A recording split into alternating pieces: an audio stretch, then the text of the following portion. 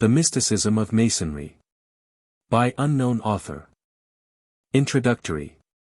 In placing this volume, which is the revised edition of the book first issued under the title, Ancient Mystic Oriental Masonry, I do so without the thought of an apology.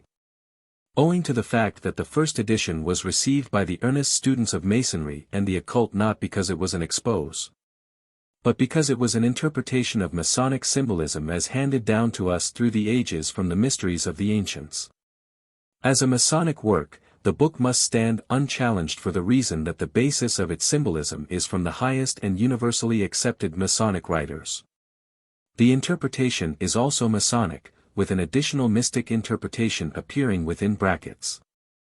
For this I am personally responsible, though these explanations are based on and entirely harmonious with the inculcations of the ancient mysteries as received by myself through my various journeys in the realm of the mystic. It is therefore entirely lawful for me to offer them to the aspiring neophyte. There are indeed many reasons why the present volume should be generously circulated among all classes of students of the occult and mystic, especially the members of the Masonic bodies. Entirely too little is known to the vast majority of these brethren of the modern organizations known as Masonic. They have been given the letter, which, though beautiful in itself, does not contain the life, and because of this lack, they cannot successfully defend the expression frequently heard, that Masonry is a religion. Initiation is not what it is generally supposed to be. All Masons are familiar with the ceremonial form of initiation, but in reality this is no more than an outward symbolization of an inner, an esoteric work, which should take place within each man seeking the mysteries. A man may have received the degrees of the Blue Lodge and may be an honor to that lodge and yet be wholly unfamiliar with the method of procedure which would bring into manifestation the results of the personification of the life as symbolized in these 3 degrees. It is this outcome of which, not only Masons but the entire human race are now so very much in need. Thousands of good men and true accept the letter of Masonry for the spirit or as including the spirit. Here is where begins the first great error. Nothing new can come to Masonry, but there is a world of truth in Masonic symbolism of which the vast majority of the membership of the honored body has not even heard, to say nothing of having a comprehension of the saving truth therein contained. It is for the purpose of helping these and pointing them the way, that the present work in its new form of interpretation is presented to them, as well as to the public. It being the author's contention that this plan cannot possibly harm Masonry but, contrariwise, will help to glorify the institution by showing that it is kept alive and moving forward by a spirit which makes for the welfare not alone of the members of the association, but of mankind generally and universally.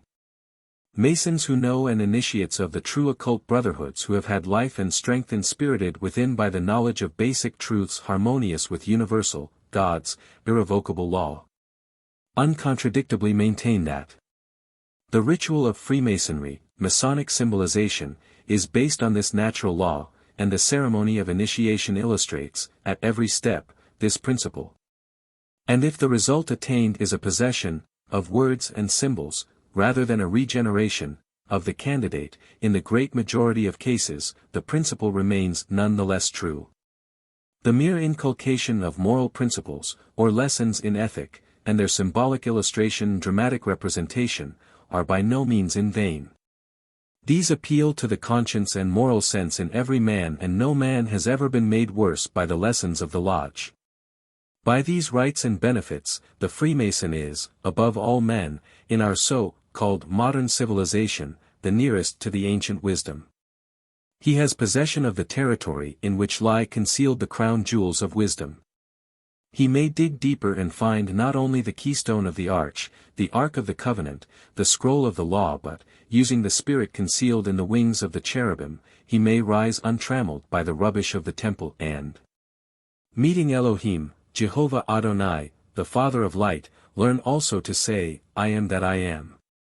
Does this read like a rhapsody, and are the landmarks, traditions and glyphs of Freemasonry, nothing more? The universal science and the sublime philosophy, once taught in the greater mysteries of Egypt, Chaldea, Persia and India, and now in the priesthood of XIXth, and among the many other nations of antiquity, is a dead letter in modern Freemasonry. The intelligent Mason, however, should be the last person in the world to deny that such a wisdom once existed, for the simple reason that the whole superstructure of Masonry is built upon the traditions of its existence. And its ritual serves as its living monument. Proficiency in the preceding degree is everywhere made a reason for advancement in Masonry. This proficiency is made to consist in the ability of the candidate to repeat word for word certain rituals and obligations already past, the meaning and explanations of which constitute the lectures in the various degrees. The usage at this point, in the United States at least, serves to secure the rights and benefits of the lodge. The lodge is symbolic of the heavens as well as the universe, to those entitled to them, and to withhold them from others. Rather than to advance the candidate in real knowledge, i.e., the bringing into existence, manifestation and personification the potencies and forces innate within this universe which would become heaven. Buck, Mystic Masonry. Centuries ago, a real mysticism existed within the symbolic Masonry, and this is the legend. 1. It came to pass when the great temple was completed that Solomon hesitated to dedicate it for two reasons. First, on account of the death of Hiram Abiff. Second, due to the fact that with the death of the widow's son, the master's word and the secret manner of using it had been lost. Therefore, Solomon in his extremity called a secret council at Lotwelve in the secret crypt under the Sanctum Sanctorum. This secret council consisted of Solomon, king of Israel, Hiram, king of Tyre, Zadok, the high priest, and Benaiah, captain of the guards. After Solomon had deplored the loss of Hiram Abiff and, with him, the master's word and the secret manner of using it, Hiram, king of Tyre, arose and reminded King Solomon that Nathan, the prophet, was still alive and might be able to render some assistance in the present calamity. Solomon, therefore, ordered Benaiah, captain of the guards, to search out and bring before him Nathan, the prophet. Benaiah, having ascertained that Nathan the prophet was at the house of Abiathar, a former high priest under King David, repaired to the palace only to find that Nathan had died of old age but a very short time previous to his arrival. He therefore set about to return, and discovering a stranger wandering near the secret crypt, he thereupon took him into his custody and brought him before the secret council. The stranger proved to be Abdeman, a very wise man and a subject of Hiram, king of Tyre. Upon examination it was found that he had been initiated as an entered apprentice, passed to the degree of fellow craft, raised to the sublime degree of master mason by Sison, a scribe, who had journeyed into the country of the Tyrians. So that the secrets of masonry preceded Hiram, king of Tyre, into his own dominions.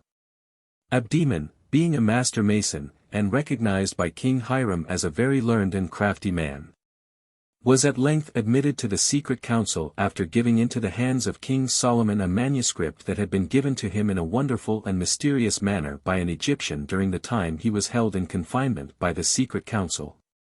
Solomon was so pleased with the manuscript that he then and there admitted Abdeman as a member of the secret council which was then sitting. Abdeman, in his turn, felt himself so highly honored that he begged leave and received permission to journey into the land of Egypt that he might be initiated into the secrets of the initiates of the Great Pyramid and, in turn, promised to journey back into the land of the Israelites and disclose to the secret council what he had learned. Abdeman was successful in his efforts, and the following degrees were instituted to preserve the knowledge he had gained in the land of Egypt and his journey and initiation in the Great Stone Pyramid, the King's Pioneer. Degree of Master of the Secret Cavern. After resting for 3 days at the well of Beersheba, Amini, the singer, the horoscopist and Abdeman, under the escort of the King's Pioneer, journeyed by easy stages to Mount Serbal, where the parties took refuge in a natural cave, and there Abdeman received his final instructions before his initiation into the degrees of the pyramid. During the course of the journey, Amini disclosed to Abdeman many hidden mysteries concerning initiation and why it was impossible to make these disclosures to the multitude in general. Among the things which Amini communicated to Abdeman on their journey, the following is but a part. Before appearing on earth, man, the soul which takes up its abode in the body we call man, lived in a spiritual world, similar to the one in which he lives on leaving the earth. Each awaits his turn in this sphere to appear on earth, an appearance necessary, a life of trials none can escape. The life anterior, which we have all passed through, was, so to speak, a life of nothingness, of childbirth, of happiness like that which we enjoy on our exit from the earth. But this happiness cannot be comprehended, because it is not accompanied with sensations to prove its reality, therefore God deemed it fit that we should pass through these successive lives, the first. On the globes of which I speak to you, a life unknown of beatitude, devoid of sensation; the second, the one you now enjoy, a life of action, sensation, a painful life placed between the two. To demonstrate through its contrast the sweetness of the third, the life of good and evil, without which we should not be able to appreciate the happy state reserved for us, the initiates, those who attain regeneration while in the body of flesh and blood, thereby coming into a consciousness of the soul which is a part of God. That the soul is an emanation of deity and, in its original essence, is all purity, truth and wisdom, is an axiom which the disembodied learn. When the powers of memory are sufficiently awakened to perceive the state of existence anterior to moral birth.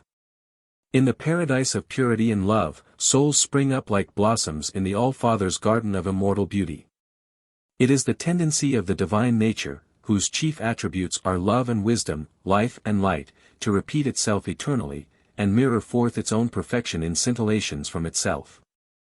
These sparks of heavenly fire, parts of God, become souls, and as the effect must share in the nature of the cause, the fire which warms into life, also illuminates into light, hence the soulumanations from the divine are all love and light. Whilst the illumination of light, which streams ever from the great central sun of being, God's light, irradiates all souls, who harmonize themselves with God, or the light, with corresponding beams of light. Born of love which corresponds to divine warmth, and irradiated with light, which is of divine wisdom and truth, the first and most powerful souls repeated the action of the Supreme Originator, gave off emanations from their own being, some higher, some lower, the highest tending upward into spiritual essences, the lowest forming particulate matter. The denser emanations, following out the creative law, aggregated into suns, satellites, worlds, each repeating the story of creation. Suns gave birth to systems, and every member of a system became a theater of subordinate states of spiritual or material existence. Earths that have attained to the capacity to support organic life, necessarily attract it. Earths demand it, heaven supplies it. Whence? As the earths groan for the lordship of superior beings to rule over them, the spirits of distant Edens hear the whispers of the tempting serpent, desire, longing, the animal principle, the urgent intellect, which appealing to the blessed souls in their distant paradises, fill them with indescribable longings for change, for broader vistas of knowledge, for mightier powers. They would be as the gods and know good and evil. In this urgent appeal of the earths for man, and this involuntary yearning of the soul for intellectual knowledge, the union is effected between the two. And the spirit becomes precipitated into the realms of matter to undergo a pilgrimage through the probationary states of earth, only to regain paradise again by the fulfillment of the pilgrimage. The vast majority of Masons smile with derision when the term occult science is used in connection with the mysteries, but, despite this, if it had not been for the occult fraternities, Masonry could not have existed. The secret doctrine was the universally diffused religion of the ancients. Proof of its diffusion, authentic records of history, a complete chain of documents, showing its character and presence in every land, together with the teachings of all its great adepts, exist to this day in the secret crypts of libraries belonging to the occult fraternities, among which, the true Rosicrucian fraternity, more than any other, is to be thanked for keeping the secret and sacred writings intact. Although individual members of this fraternity have been persecuted in many lands during all the centuries, the order as such, has continued without interruption. We do not know a thing because we are told so.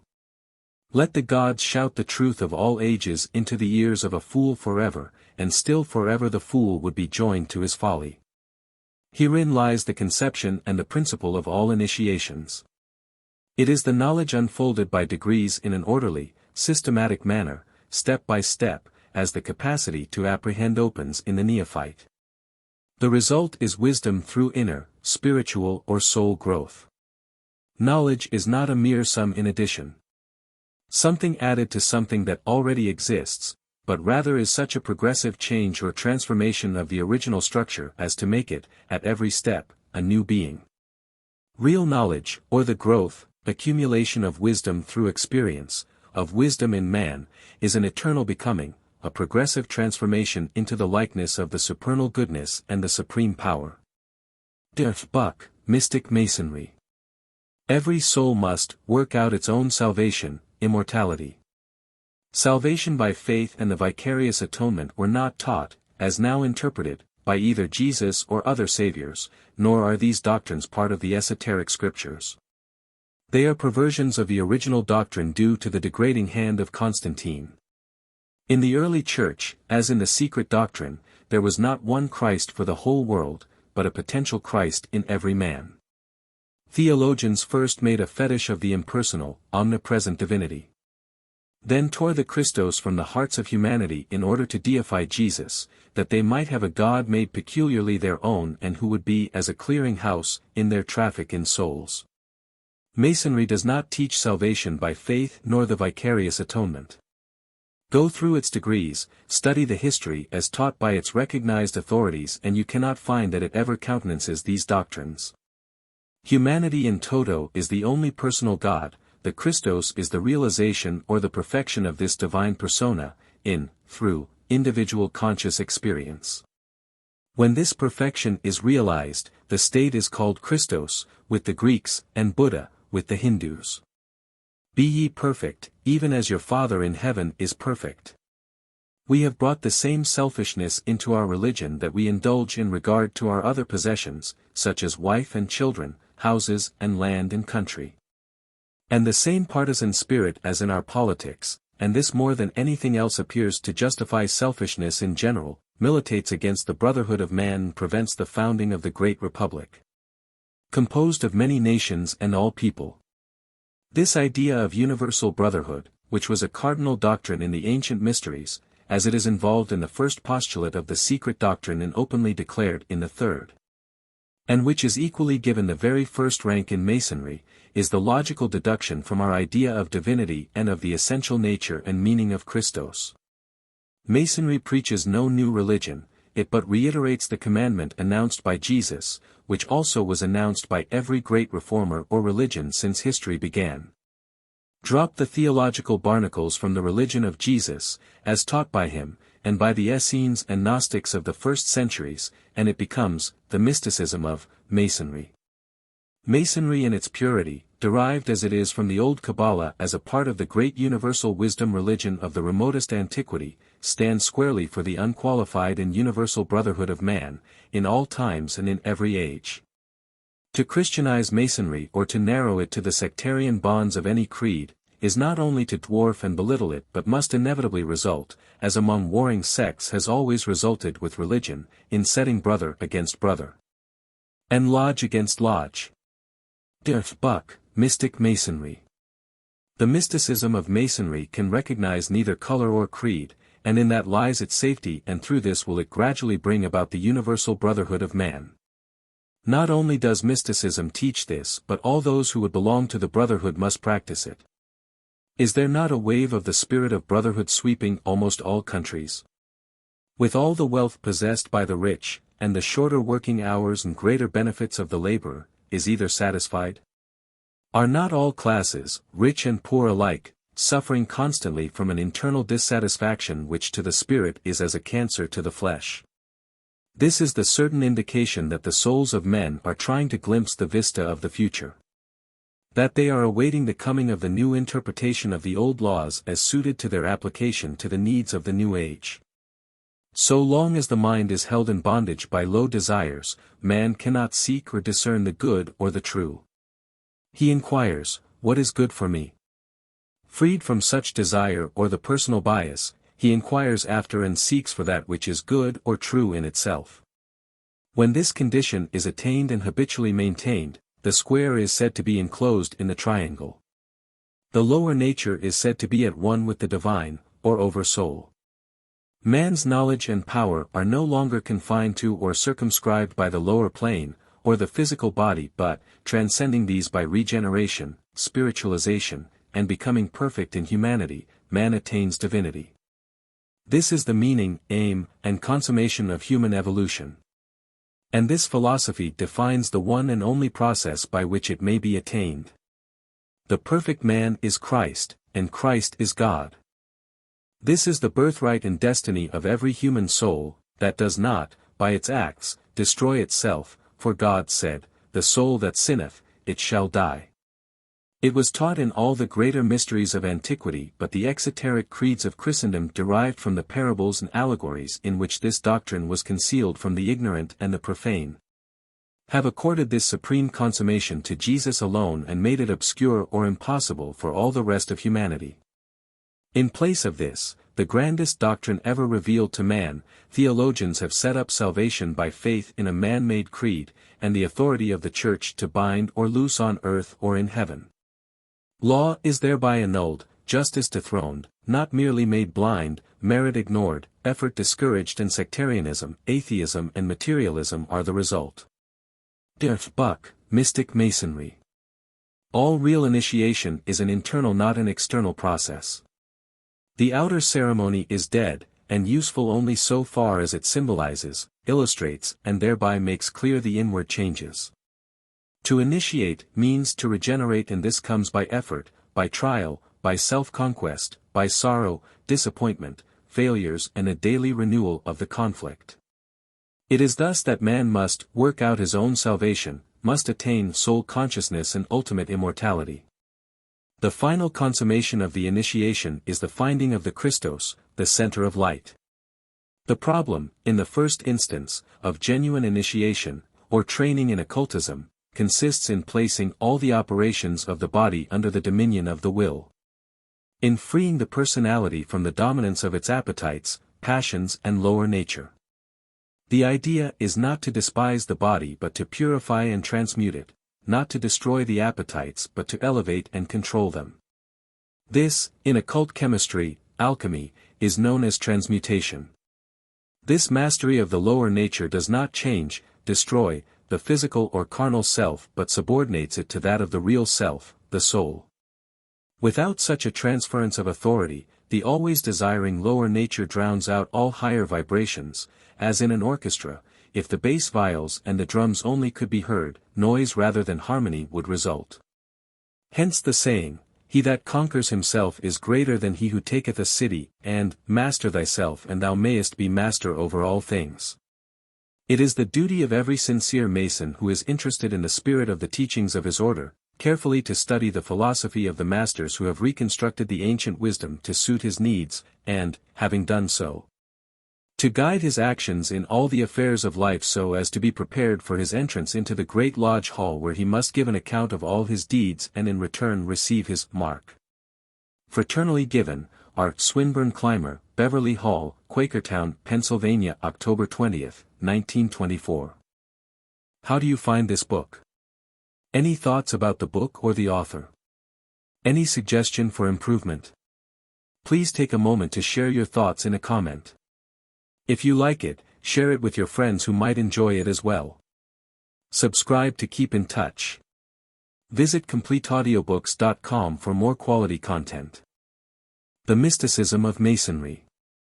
The mystical, therefore Oriental, side of Masonry is not alone the key to the various religions taught to all men in all ages, from the very beginning of conscious reasoning existence up to the present, but it is, in fact, the repository of religion itself. The ancient mysteries of the secret schools are so called because under that title was and yet is conserved all that men have believed and do now believe, all that men have been taught and have experienced through obedience to a super life. And these secret schools therefore conserve the secrets of all inner, mystical or occult, initiation. The mysteries have now, as throughout the long ages past, for their foundation, the existence of God, as Jehovah Adonai, the Father of light, and the immortality of the soul, which soul, in the language of the initiates, is and always must be an ever-burning fire, a light that must be brought into close relationship with the Father of all light from which it originally came. The mysteries recognize man actually as a living temple wherein may become domiciled God, the Father of light, which light is life and immortality. This is the same temple concerning which we are taught in the biblical narrative as well as in exoteric Masonry, that it was made without hands, without sound of hammer or any noise whatsoever. These mysteries recognize the Christos, christened the Christ, by the Church when it reconstructed part of the lesser mysteries into Christianity, long centuries before the time of the elder brother, Jesus, as a living, actuating principle in the soul of man without which no human may become superhuman or consciously immortal. These mysteries had for their object, as they still have, the uniting of the awakened, spiritually initiated, men into a universal brotherhood in which right, true kindness of heart governed by exact justice, is might. A brotherhood that exercises benevolence, practices virtue, without a smug complacency, and the arts, and studies coordinately the laws of both nature and God, as they are and not as foolish man would have them be. Ready to accept them as of equal importance in the life of man while on the earth plane. Of these mysteries Masonry was born as an outer school so that the many might be instructed in these fundamentals. Through this medium the way was pointed out to them by which the sublime heights might ultimately be attained. The cradle of the symbolism utilized in all Masonic work is placed by many authoritative writers in that country which they have reason to believe was first inhabited, i.e., the plateau of Tartary. From there the teaching was transmitted later by the sages of India, Persia, Ethiopia and Egypt to their respective countries. It is a fact that at Memphis, Egypt, in the pyramids, under the guidance of the king initiates, the mystic rites of what later came to be known as Oriental Masonry, were observed many thousand years ago. At that far time, to us, Egypt and the continent now known as America were one and the same. Therefore we actually are not indebted to Egypt as we know her at present but to America, the home of the eagle and the possessor of the capstone which is to finish the Masonic, spiritual, structure for all time. Though anciently the mysteries were presided over by the priest initiates or initiate kings, nevertheless the mystic rite was open to all men who from their hearts could confess belief in the fatherhood of one God and the brotherhood of all men. And who were able to convince the initiators that they were full men, men without defect, which proviso, the ancient law informs us, had no reference to the loss of hand or foot, finger or toe, but to a virile manhood capable of reproduction of the species and consequently still in possession of the Elixir Vitae through which only spiritual initiation and conscious immortalization finally may be attained. The letter still obtains in exoteric, modern, Masonry but the spirit long since has been dead. In America, rediscovered by Eric the Red, a Viking of the Vikings, repopulate by the white race beginning with the 17th century. Was recovered, that part of Egypt the promised land or the land of the constellation of the eagle, Parsons, new light from the Great Pyramid. Irrespective of how numerous or complicated the wards of a lock may be, if the right key be applied, it must open. The Great Pyramid of ancient Egypt, studied and compared with the wondrous structure of like nature in Yucatan, proves to be the long-sought key to the mysteries of mythology and the great world religions. Especially does it vitally concern those Americans, with interests aside from profiteering and the exploitation of the weak which is at present the universal game, to see it gradually demonstrated that the story of cosmic terrors interwoven with the very fabric of all literature, both Christian and pagan, refers to occurrences as literally true as are the fearful and devastating earthquakes of modern times of which those of California and Japan are examples. These stupendous events were connected, first, with a great destruction and recovery of equilibrium in the solar system. Secondly, with the consequent sinking of the continent of Atlantis, part of which remains as part of America, when the globe became involved in consequence of the defiance by the Atlanteans of natural and divine law. Atlantis then was the seat of the greatest empire ever known to man and its armies were terrorizing the rest of the inhabited globe. A study of the American constellations Scorpio, Sagittarius and Capricorn reveals the immemorial antiquity of the name of America, as well as the significance of the arms of the United States. If we once recognize the fact that it is impossible to separate the eagle from America, the land shadowing with wings, of Isaiah, and over which accordingly appear two grand eagles, the red swan flying down Milky Way, and the winged steeds. Pegasus and Equus, all the wings known to astronomy, without taking the bear from Russia and Perseus from Persia, a flood of light is poured upon the history of mythology and where heretofore much has been vague and inscrutable. We now are able to see as men should see who are gifted with enlightened mentalities. All this is based on the prophecies of the past and on the interpretations of biblical and profane writers. And now comes the master interpreter of the new dispensation, the prophet of the Father of Light, Jehovah Adonai, to whom is given the message. I, the Lord thy God, Father of Light, now speak unto thee, my son Manisis. Saying, in my wisdom I have seen fit to place thee among the many of my people in the new world where I have spiritually directed many of these my people who are to see the face of the Lord, their God while they are yet in the flesh. In this new age it shall be given unto thee to teach these my people the way of the Lord of light so that all who walk therein shall be made free from their infirmities and appear like unto the gods who walked the floor of the earth during the first dispensation and before man had learned to do other than live in obedience to my laws.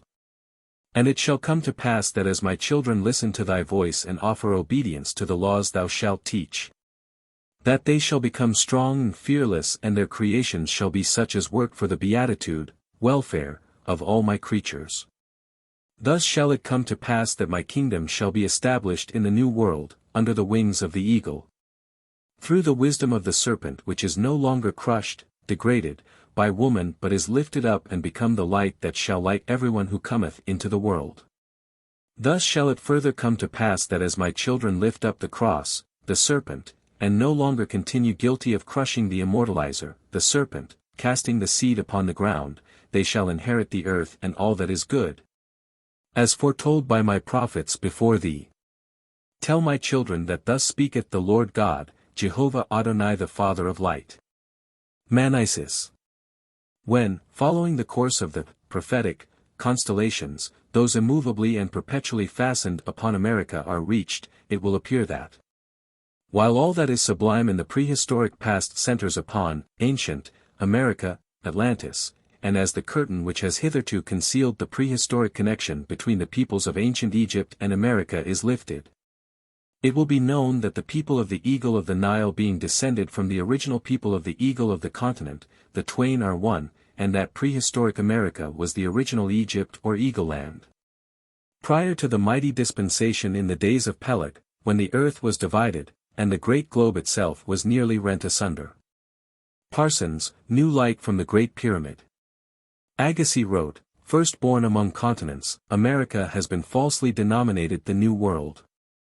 Hers was the first dry land lifted out of the waters. Man had his beginning in that part of the Gulf Stream now known as the Sargasso Sea, hers was the first shore washed by the ocean that enveloped all the earth besides. And while Europe was represented only by islands rising here and there above the sea, America already stretched in an unbroken line from Nova Scotia to the far west. America, the old continent, was evidently peopled from the still older continent, the author no doubt having in mind Lemuria, because there were only 8, a supposititious number, persons saved at the deluge, Lemuria. The principal part of their posterity, during the whole of the 1st century after that event, occupied the very center of Asia. Some, accepted authorities, say that America was peopled by the Carthaginians who possessed the Cape Verde Islands, which are only 3 weeks' sail from that continent. Their ships, having women and children on board, might miss the intended islands, before the invention of the compass, and if so, they inevitably would be driven by the trade winds to the coast of America. Others, judging from the similarity of some religious rites, have conjectured that America was peopled by the 10 tribes at the dispersion of Israel. Some think it received its population from China or Japan. Others, that it was colonized by some wandering tribes of Japheth, who penetrated into the trackless regions of North America by the Straits of Asia. Some even have been bold enough to assert that America was not inundated at the deluge and that, consequently, the Aborigines were antediluvians, the most ancient people on earth. Others supposed that there were a few individuals preserved on this vast continent at the deluge, that it might be without difficulty repeopled. We are also informed that America was peopled after the deluge, at the same time as it were, communibus annus, with other parts of the earth equidistant from the spot whereon the ark is presumed to have grounded. For the grand division of the eastern and western hemispheres through the natural effect of causes operating from the deluge, did not take place till after half a century following that event. And thus a subject that has uniformly puzzled the most learned historians and philosophers, and given ground for the most elaborate dissertations, namely, the manner by which America was peopled, appears to be made simple and easy. As are all those questions that are submitted to the ordeal of truth, the infallible attestations of Holy Writ. Robertson supposes the Americans to have derived their original from the Asiatics and supports his conjectures by some ancient traditions among the Mexicans, which ascribe their primitive population to a horde from a remote country to the northwest, whose gradual progress from the northern coast where they landed, to the interior provinces, is distinctly traced. And, in the infancy of Christianity, Mexico is said to have been in a more advanced state of civilization, culture, than Denmark, Sweden or Russia. From what people soever Americans descended, or in whatever manner the vast continent was originally furnished with human beings. It is certain that the first inhabitants brought with them, or developed, a system of mysteries which they applied to the purpose of religious worship, and though this system, in process of time, was almost entirely lost among the scattered tribes which led an erratic life in its deepest wilds, yet many of the truths on which it was founded, were preserved in a deteriorated form by the two great nations which had planted themselves on each side of the Isthmus of Panama. Oliver, History of Initiation. While there is much truth in these various theories and suppositions, all are basically erroneous. This is due to the fact that no consideration is given to the basic and uncontradictable fact that what is now known as America was inhabited by an entirely distinct people from those found here by Eric the Red. The Indians of Peru were known as the Children of the Sun. Now as a fact, Lemuria was the continent of the sun, and its coppery-skinned, foolishly termed black, inhabitants were the original children of the sun and were the first sun worshippers, the first to see the sun, a giver of light. Symbolic of the Father of Light from whom proceeds all light. At the deluge the inundation of Lemuria, some of these inhabitants found landing places, the dry land, of the biblical narrative, on the remnants of Lemuria, which remnants of land have been connected, so to speak, with other new land which arose from the waters as Lemuria sank beneath the waves. These Lemurians became the sun-worshipping Indians of what is now America, as well as of the countries now forming Mexico and Peru. Mexico and America were separated by a great stretch of water. The sandy soil of Tennessee and other southern states attest to the fact that once it had been the bottom of a sea. Even a state as far removed as New Jersey clearly indicates by its sand and its shrubby trees that but lately, possibly 10,000 years back, the receding sea had given it up. Climatic and other differing conditions of America and Peru caused the slight variations in the habits and religious ceremonies found existing between the American Indians and the Aztecs. As a result of the sinking of Lemuria, a new continent arose which is known to us as Atlantis. The people who erected the obelisks in Egypt and covered them with hieroglyphics, who wrapped mummies, embalming them with the greatest care, knew no more about the pyramid builders than we do today. These majestic, voiceless sentinels, with their heads uncovered, the capstone, the finishing of the mystery, has been lost, and lifted heavenward, stood there on the broad plain, silent and dumb, with no one to explain their origin. When Egyptian civilization as history knows it, began. Jordan. This statement cannot be successfully contradicted. The pyramids were erected by a people originally Atlanteans, long centuries before the Egypt of history was known. The question naturally arises among sincere scholars, if Atlanteans built them, why then did they do so in what is now known as Egypt, instead of in the present-day America? For the reason that Egypt was then the center of the earth, and the sun for a certain time each year would be so directly above the pyramid as to cast no shadow. The Atlanteans, of their vast knowledge, sought this center. The finding of the center is the key to all the mysteries of past and coming ages, and for the preservation of this key the ancient, greater, mysteries first were instituted. The conclusion that no one has known why the pyramids were originally constructed is erroneous. The initiates of the true mystic orders have long known that they were constructed as a repository for and preservation of the secrets of the ages. It always should be borne in mind that there are ever two opposing systems founded on the one principle of truth, the one, for the priest initiates. The other, for the mass of people who will accept the written, esoteric, word but who are unwilling to delve deeply so as to unravel for themselves the spirit of the word. Not merely do the ancient mysteries preserve the key to supreme, interior, initiation but likewise the secret of the foundation of religion itself as well as the combination that unlocks the doors to the mysteries of the pyramids. The shape of the pyramid is one of deepest signification to the initiate. The triangular form of the pyramid is sacredly emblematical of the fire, the light. And Jehovah Adonai, that is to say, the Father of light, spoke unto his messenger, Manisis, saying, I will appear to thee in the image of light. For did I not promise those who have gone before thee that the woman clothed with the sun should be with them? And I now establish a covenant with thee and bind my laws to a fulfillment of this covenant, that all of my children who will obey the laws, shall be blessed and cheered when in misfortune or sorrow, for I shall appear to them in the fire. As an angel of light. Manisis to his apostles. The cubical form of the pyramid symbolizes the earth visited by fire. Fire, in turn, signifies love, which is the symbol of life and immortality, the instigator of all that is related to fatherhood, generation, and the medium or path to regeneration. Without heat, which is always the result of combustion, fire, life quickly would become extinct and there would remain no manifesting medium for souls who seek to attain conscious immortality, godhood. Could the initiates of old possibly have invented a more lasting monument than these same pyramids, to the fact that they possessed the true knowledge that they, above all men, knew God and that he acknowledged them as his sons? The Egyptian pyramids excite in us the feeling of the sublime, not only on account of their spatial vastness but also because of their great age. We feel ourselves dwarfed to insignificance in their presence yet revel in the pleasure of contemplating them. Before such a monument of ancient greatness, which has outlived the knowledge of itself, we stand as senseless and stupid as the animal in the presence of the action of man or as a man before something written in an old cipher of his own, the key to which he has forgotten.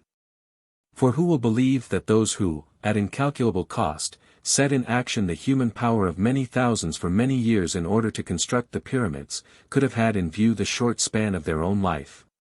Too short to let them see the finishing of the giant project or even the ostensible end which the ignorance of the many required them to allege. Clearly then, their real end was to speak to their latest descendants, to put themselves in communication with these and so to establish the unity or the consciousness of humanity. Schopenhauer. It is further certain that so much science, labor and treasure as were required for erecting so extraordinary and gigantic a structure, would not have been expended by men so skillful and ingenious as its builders were. Without an end in view fully commensurate, at least in their own minds, with the magnitude of the project. Hence, if astronomy shows that the Great Pyramid was planned with reference to a relation between the Pleiades and some pole star, possibly Alpha Draconis. Obviously that relation must have been of the highest importance in the cosmological systems of the builders, the veritable key to all the wisdom of antiquity.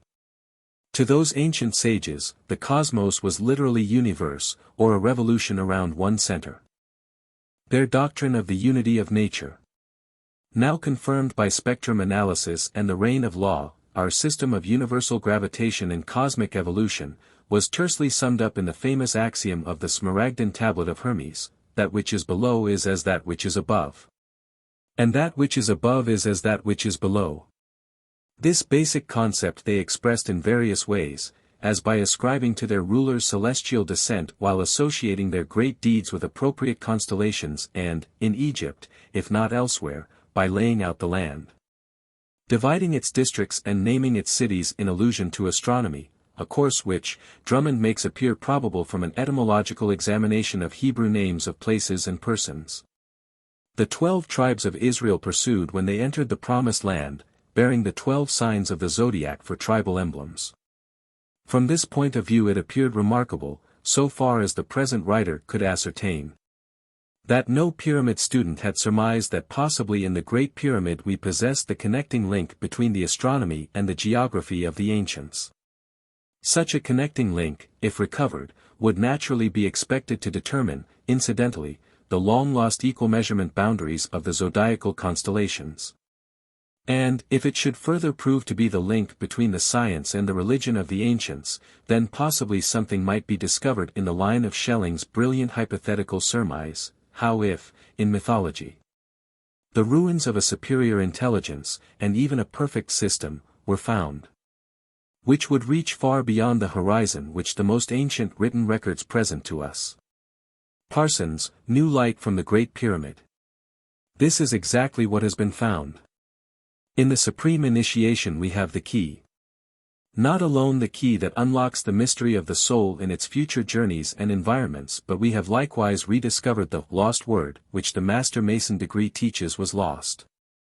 There is no assumption in this, and we make no statement which may not be verified by the sincere seeker who is willing to set aside self and obey the law which governs the soul in its relationship to God and His universe. Squaring the circle was supposed and is still believed to be impossible. Yet this is just what each aspirant to the mysteries must accomplish. The work does not end here, for the square must also be turned into a circle, the perfect soul being symbolized by the winged globe as well as by the pyramid with capstone intact. The masters of the greater mysteries always promised the aspirant that he should not merely bring the soul into consciousness but that he should be brought consciously face to face with his soul so that he might have the assurance of his immortality. With the new age, the Father of Man has made even stronger promises.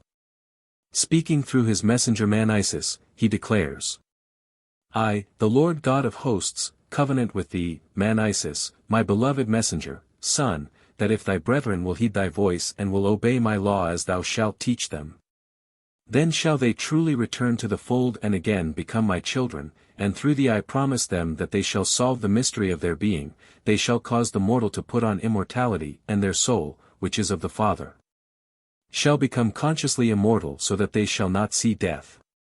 And I, the Lord God, Jehovah Adonai, who am also the Father of light, further make covenant with thee, that if these children of my spirit, soul, shall obey the law which thou proclaimest unto them, they shall see the Lord their God while yet in the flesh, for I promise thee that when they have need of me, I shall appear to them in the light of their own soul. Manisis. The round churches of the Templars were built in circular or cyclar, e.g. Gilgal, form in allusion to astronomical facts. All the round chapter houses and choirs were so built for the same reason that the churches of the Templars were built round. In the chapter houses and crypts, till the 13th century, the secret religion, perpetuating the relics of a science not falsely so-called, was celebrated in safe seclusion from the profane and ignorant vulgar. The eternal ethical truths deduced by the grandest minds from the astronomical events connected with the history of the planetary fratricide, were communicated to the common people, the mass, in the nave of the church, as the Ark of Salvation. In allegories like that of Hagar, Gal. 4, thus the initiates sought always to bring within the reach of the humblest minds, the fruits of the most difficult, albeit the most sublime and the most ancient learning. The secret, sacred part of religion arose from the natural and insuperable difficulty of communicating the great truths to the ignorant, and of preserving records of the great phenomena of nature. Without universal relations, no ethics but only expediency, is possible. All the mystery and allegory grew upon the necessity of using symbols and characters by which the skilled might communicate with each other but which the ignorant could not comprehend. And as the latter were infinitely in the majority, the learned found their symbols taken out of their own hands and they were not allowed to rectify the errors of general ignorance nor to explain their own meanings. Parsons, New Light from the Great Pyramid. It never was the intention of the priest initiates that the mysteries should be as profoundly secret as they ultimately became. The initiates were only too willing to accept all aspirants who applied in sincerity. Moreover, they were willing to teach the people all of the profound truths they would accept. Then, as now, the people were more ready to place their own interpretations on the symbols and what they believed, erroneously, to be the inner teachings of these masters, than they were to accept the actual truths from the priests. The people, then as now, were wholly unwilling to obey the law in the right spirit and condemned the initiates for having other than the letter, in other words, for reaping the fruits of their, the initiates, obedience. The ancient and modern accusation of the churchmen, most of whom are as ignorant of the spirit of the law as their most ignorant adherents. That the secret fraternities were the universities of the devil because they refused to admit all applicants, is a clear indication of the wisdom possessed by these accusers. It is not the masters, priests and initiates who refuse admission to the people, the mass, it is their own ignorance and unwillingness to obey which exclude them. The initiates have long since learned that one of their number spoke precious truth when he said, "Neither cast ye your pearls before swine, lest they trample them under their feet." All orders are open to the true aspirant who is ready to follow the path, but even those who are admitted must be tried and found worthy before the deeper learning is permitted them. Lest they prove renegade to their solemn obligation and give these teachings to others, with an interpretation of their own, and so bring greater odium upon the initiates and the mysteries. All Masonry of the past dealt largely with the ethics and symbolism of the ancient mysteries.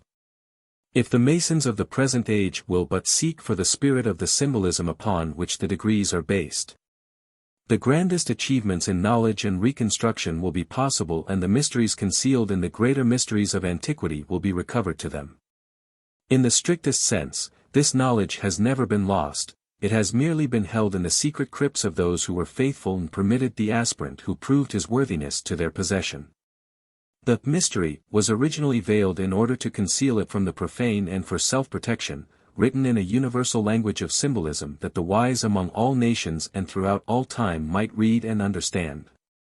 It was written in parable and allegory, so that the unlettered and common people who were of sincere faith and willing to obey the spirit rather than the letter, might not be deprived of its wise precepts and of its force in shaping character, dissipating ignorance and inspiring hope. This ancient wisdom is the foundation from which Masonry took its rise. In the main, the true science of symbolism became lost.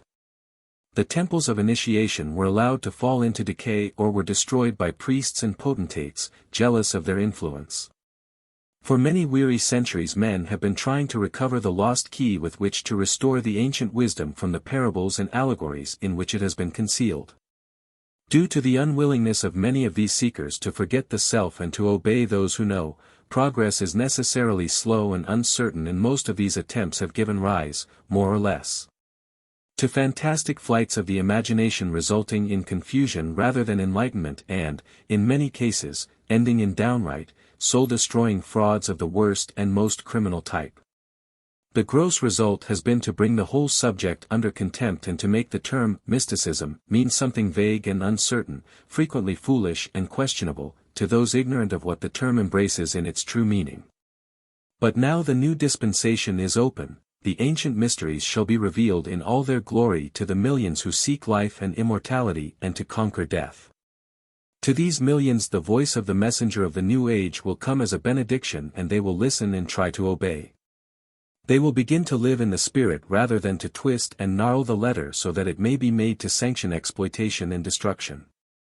To these the voice of the Father comes as a heavenly choir, saying unto them, "In the past ages I have sent my messengers, sons, to you to teach you the law, which is the way and the life, but you offered hatred for love. You destroyed those that came to lift you, for you would not be lifted, but as swine, chose to wallow in the filth. And those that elected themselves to instruct you in the law, fearfully permitted you to choose the letter and even to destroy the word, afraid that they would be cast aside and others selected as your leaders. But now the time is at hand, and I have chosen one, well-beloved, to come before you to instruct you in the law and to help you apply the law in the spirit of the law, for thus may death he overcome and misfortune cast aside. Woe unto you who refuse to accept the messenger and his message, for as your fathers before you destroyed the spirit of the law, so will the law now destroy all those who refuse to obey the law, and only the 99 shall live to behold my face and to inherit the kingdom of heaven which my messenger shall establish and which shall endure in peace unto the next dispensation. Thus spake the Lord God Jehovah Adonai, Father of light, to all the people of the earth through his messenger. Manisis.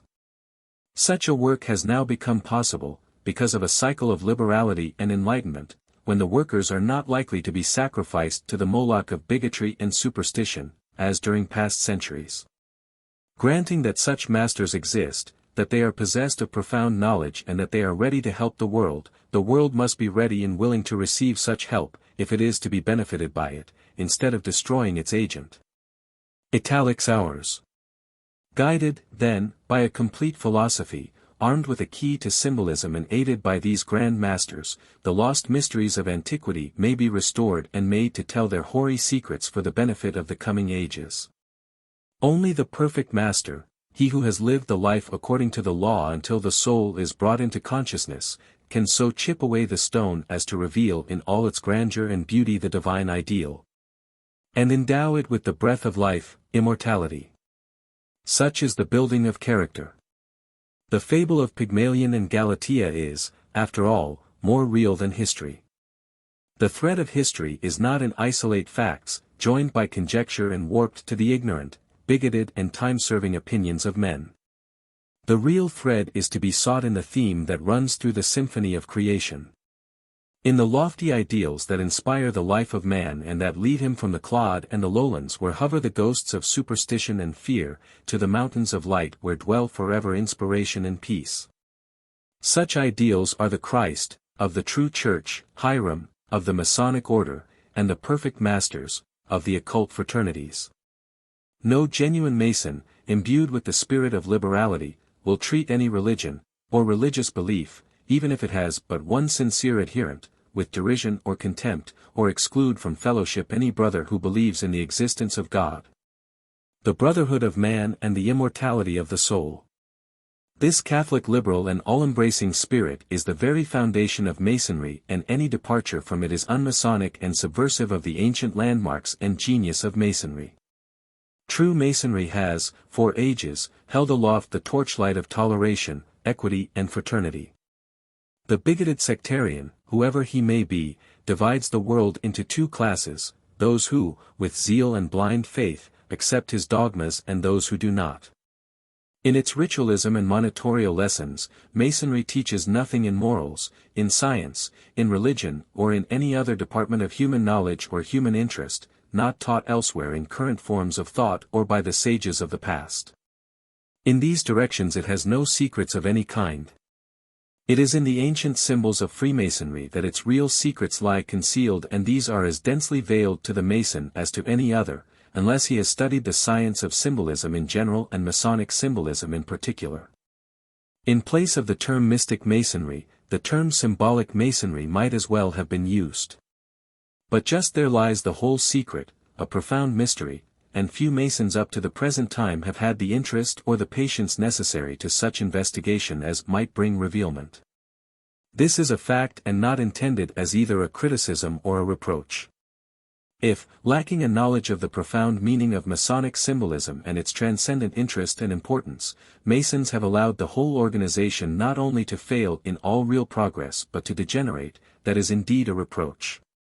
There never was greater need than at the present time, never so great an opportunity as now, for Masonry to assume its true place among the institutions of man and to force recognition by the simple power of brotherly love, relief and truth. Based upon philosophy such as nowhere else exists outside of its ancient symbols. If the majority of Masons do not realize the true significance and value of their possessions, there is all the more need for those who do to speak out, even in the face of discouragement and detraction, and do their utmost to demonstrate the truth. Does any intelligent Mason imagine that the guilds of practical Masons of a century and a half ago originated the order of Freemasons? There were indeed architects and master builders among them, but the great majority of Masons were far more ignorant, as manual servants, than the majority of such builders are today. Freemasonry is modeled on the plan of the ancient, Osirian mysteries, with their glyphs and allegories. This is no mere coincidence, the parallels are too closely drawn. Albert Pike came to the conclusion, after long and patient investigation, that certain Hermetic philosophers had a hand in the construction of the organization of free and accepted Masons, and If they embodied in its symbolism more than appears on the surface and far deeper truths than the superficial student readily discerns, it was evidently designed that future generations should uncover and use these profounder secrets. In brief, then, the real secrets of Freemasonry lie in its symbols, and the meaning of the symbols reveals a profound philosophy and a universal science, that have never been transcended by man. There is a thread of tradition connecting modern Masonry with the most ancient mysteries of antiquity. The ancient landmarks may be discovered in every nation and time. Notwithstanding the connection that so evidently exists, says Dr. Rebold, between the ancient mysteries and the Freemasonry of our day, the latter should be considered an initiation rather than a continuation of those ancient mysteries. For initiation into them was the entering of a school, wherein were taught art, science, morals, law, philosophy, philanthropy, and the wonders and worship of nature. Buck, Mystic Masonry. The universal science and sublime philosophy once taught in the greater mysteries of Atlantis, Egypt, Chaldea, Persia and India, have undoubtedly been a dead letter in the lodges of modern Freemasonry, but this science and philosophy have not been either lost or destroyed as so many, even among the scholars, seem to think. They are carefully conserved in the archives of the older fraternities and ever at the command of the sincere aspirant who is willing to study, to learn to live the life. Nothing of the ancient mysteries will be withheld from the true student if he is liberal enough and of sufficiently pure mind, to see the beauties in the grossest shell. Only man's unworthiness can prevent him from rending the veil of the mysteries, bringing to mind the ancient and very true maxim, "Naught from without can harm you, fear only that which is within yourself." How well it would be if all men were to comprehend the spirit of this saying and were they to live in that spirit. What a shelving there would be of 20th-century reformers, those fanatics and hypocrites, who would make men good, external whitewashing, by the enactment of countless legislative acts which require an army, in the parlance of the street of grafters and political hangers-on who must be maintained at the expense of an unfortunate but honest citizenry. It should be borne in mind that in modern Freemasonry, in the ancient mysteries and in all the truly great religions, there always was an exoteric portion given out to the masses, the uninitiated, and an esoteric doctrine reserved for the initiate, who could appreciate and respect it, and revealed in the degrees, according as the candidate demonstrated his fitness to receive, conceal and rightly use the knowledge so imparted. Perhaps few professed Christians are aware that such was the case with Christianity itself during the first 2 or 3 centuries. Buck, Mystic Masonry. This, in its purity, as taught by Jesus himself, was the true primitive religion, as communicated by God to the patriarchs, and now again to his new messenger, Man-Isis.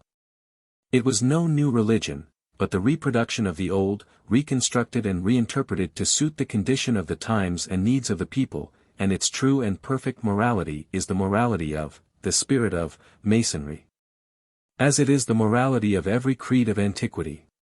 Albert Pike, Morals and Dogma. St. Augustine himself admitted that, what is now called the Christian religion existed among the ancients and was not absent from the human race until Christ, Jesus, came, from which time this religion, which existed already, began to be called Christian. Thorne, Secret Societies. In the early days of Christianity, there was an initiation like those of the pagans. Persons were admitted on special conditions only. To arrive at a complete knowledge of the doctrine, they had to pass 3 degrees of instructions and training.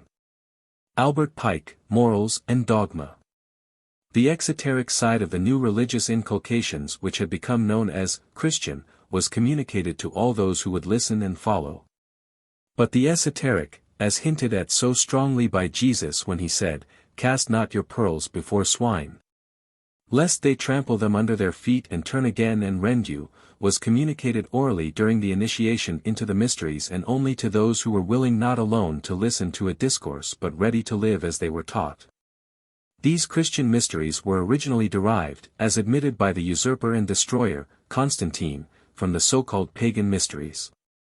The mysteries instituted by Jesus, or Apollonius of Tyana, received at the hands of his followers a new and profoundly degenerating and, if we may coin a term, de manhood ing interpretation after the First Nicene Council. As the Church founded by Constantine gained strength and sought domain, it lost what little of the great secret it formerly had and since then positively has denied that true and desirable mysteries ever existed, doing all in its power to obliterate all records and monuments opposing this denial.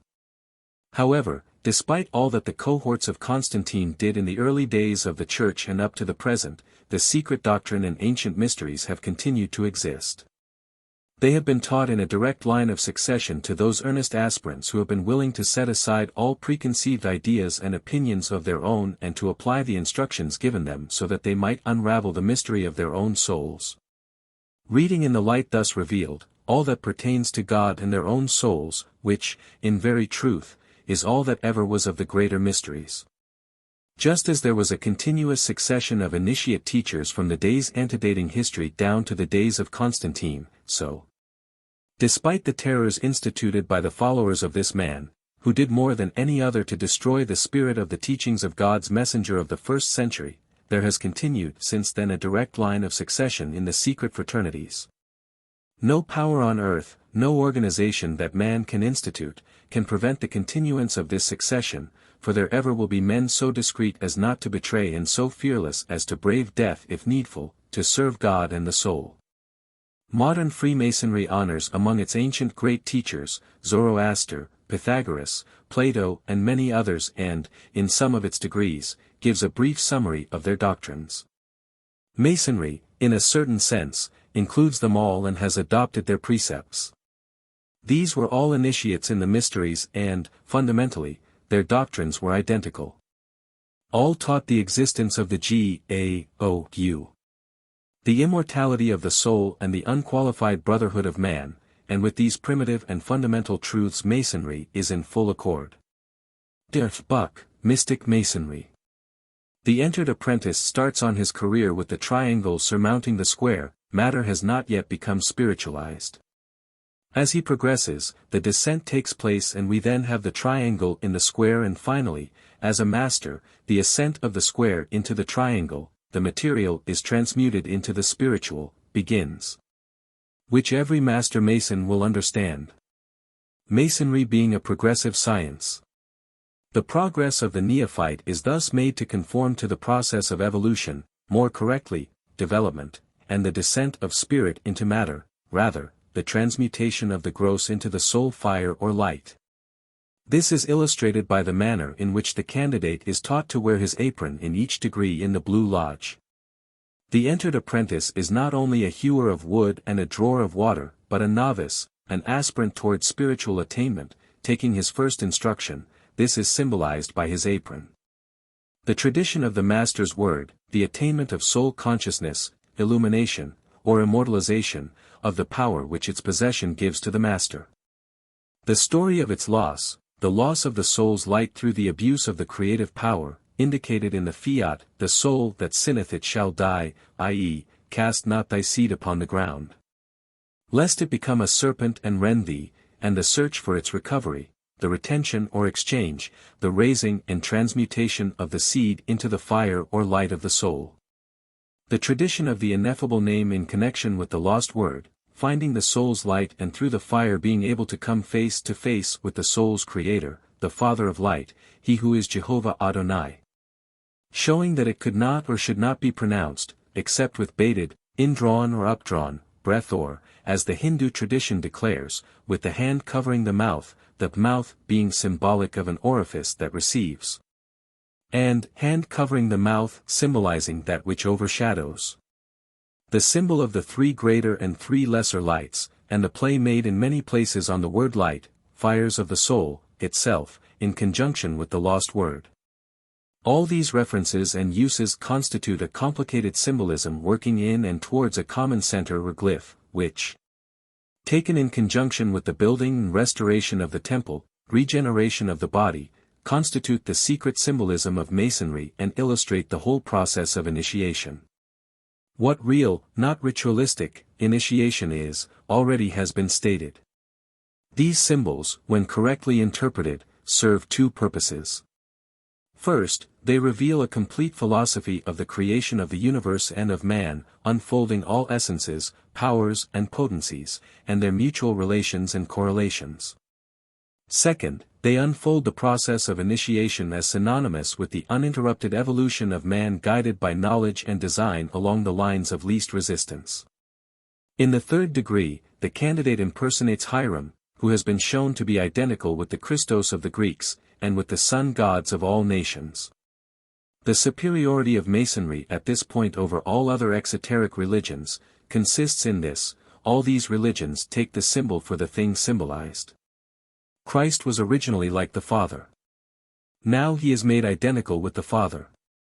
Here lies the true meaning of Abiph, of or from my Father. Hiram, Christos and Abiph, at one with the Father, i.e., of, or from, and again returning to, or at one meant, with him.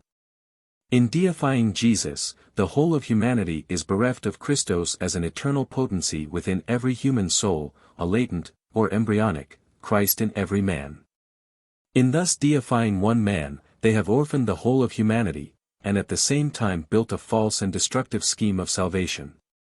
On the other hand, Masonry, in making, symbolically, every candidate personify Hiram, has preserved, at least in form, the original teaching which is a universal glyphic. Few candidates may be aware that Hiram, whom they have represented and personify, is ideally and precisely the same as Jesus. Yet such is the case. This old philosophy shows what Christ as a glyphic means, and how the Christ state, soul conscious or soul illuminated, results from real initiation, the interior development combined with the raising of the creative forces, for if I be raised up I will draw all men unto me, or from the evolution of the human into the divine. Regeneration is thus given a meaning that is both apprehensible and attainable, both philosophical and scientific, and at once ideal and practical. In the tetragrammaton or four-lettered name of deity, the Greek followers of Pythagoras found a glyphic by which they both expressed and concealed their philosophy.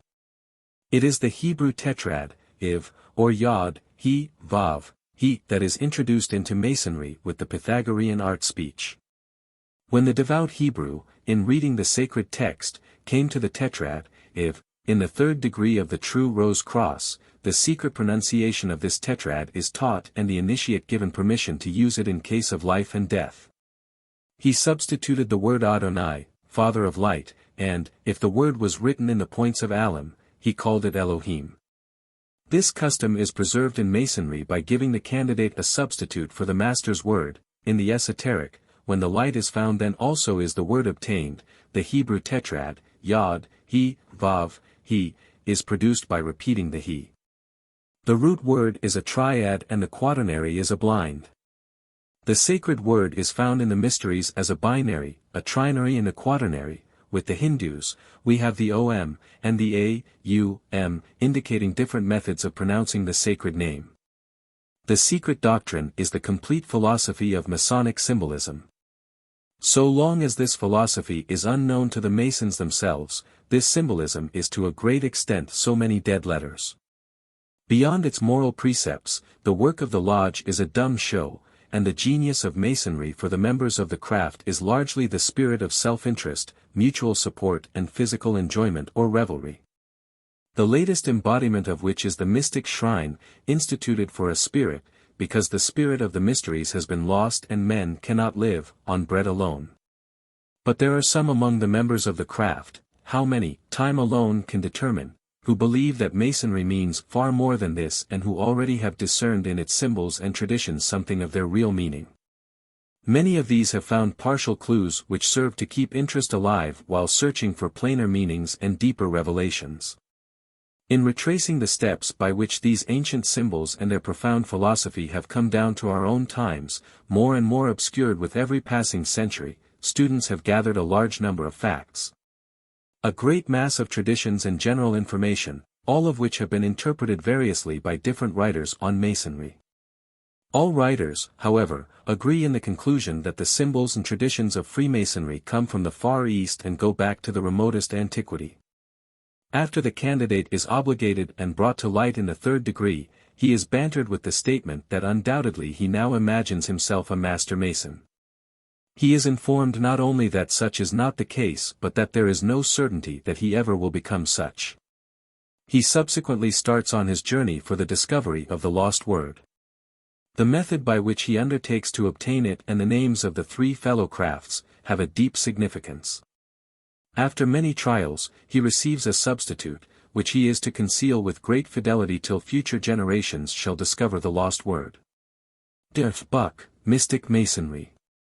The bringing to light in the third degree is synonymous with the finding of the light in the process of development taught and practiced in the true fraternities, but with this difference: in the Masonic initiation, it is symbolic or ritualistic. In the true initiation, it is an actual growth or development within the aspirant, and when this light is found, he is not told of it but himself informs the master teacher. To become a master mason, one must pass through the ritualistic initiation of the third degree. This is again symbolic of the initiatory work of the secret fraternity. When one finally has reached the third degree, which is the finding of the light of the first degree and is known as soul illumination, the unraveling of the mystery of the serpent in the next degree. And finally the attainment of mastership, which is synonymous with becoming a master mason in the exoteric organization. There is this difference: when the candidate finally has become a master mason, he is given a substitute word for the word, but having attained the third degree in the secret fraternity, he also has found the word.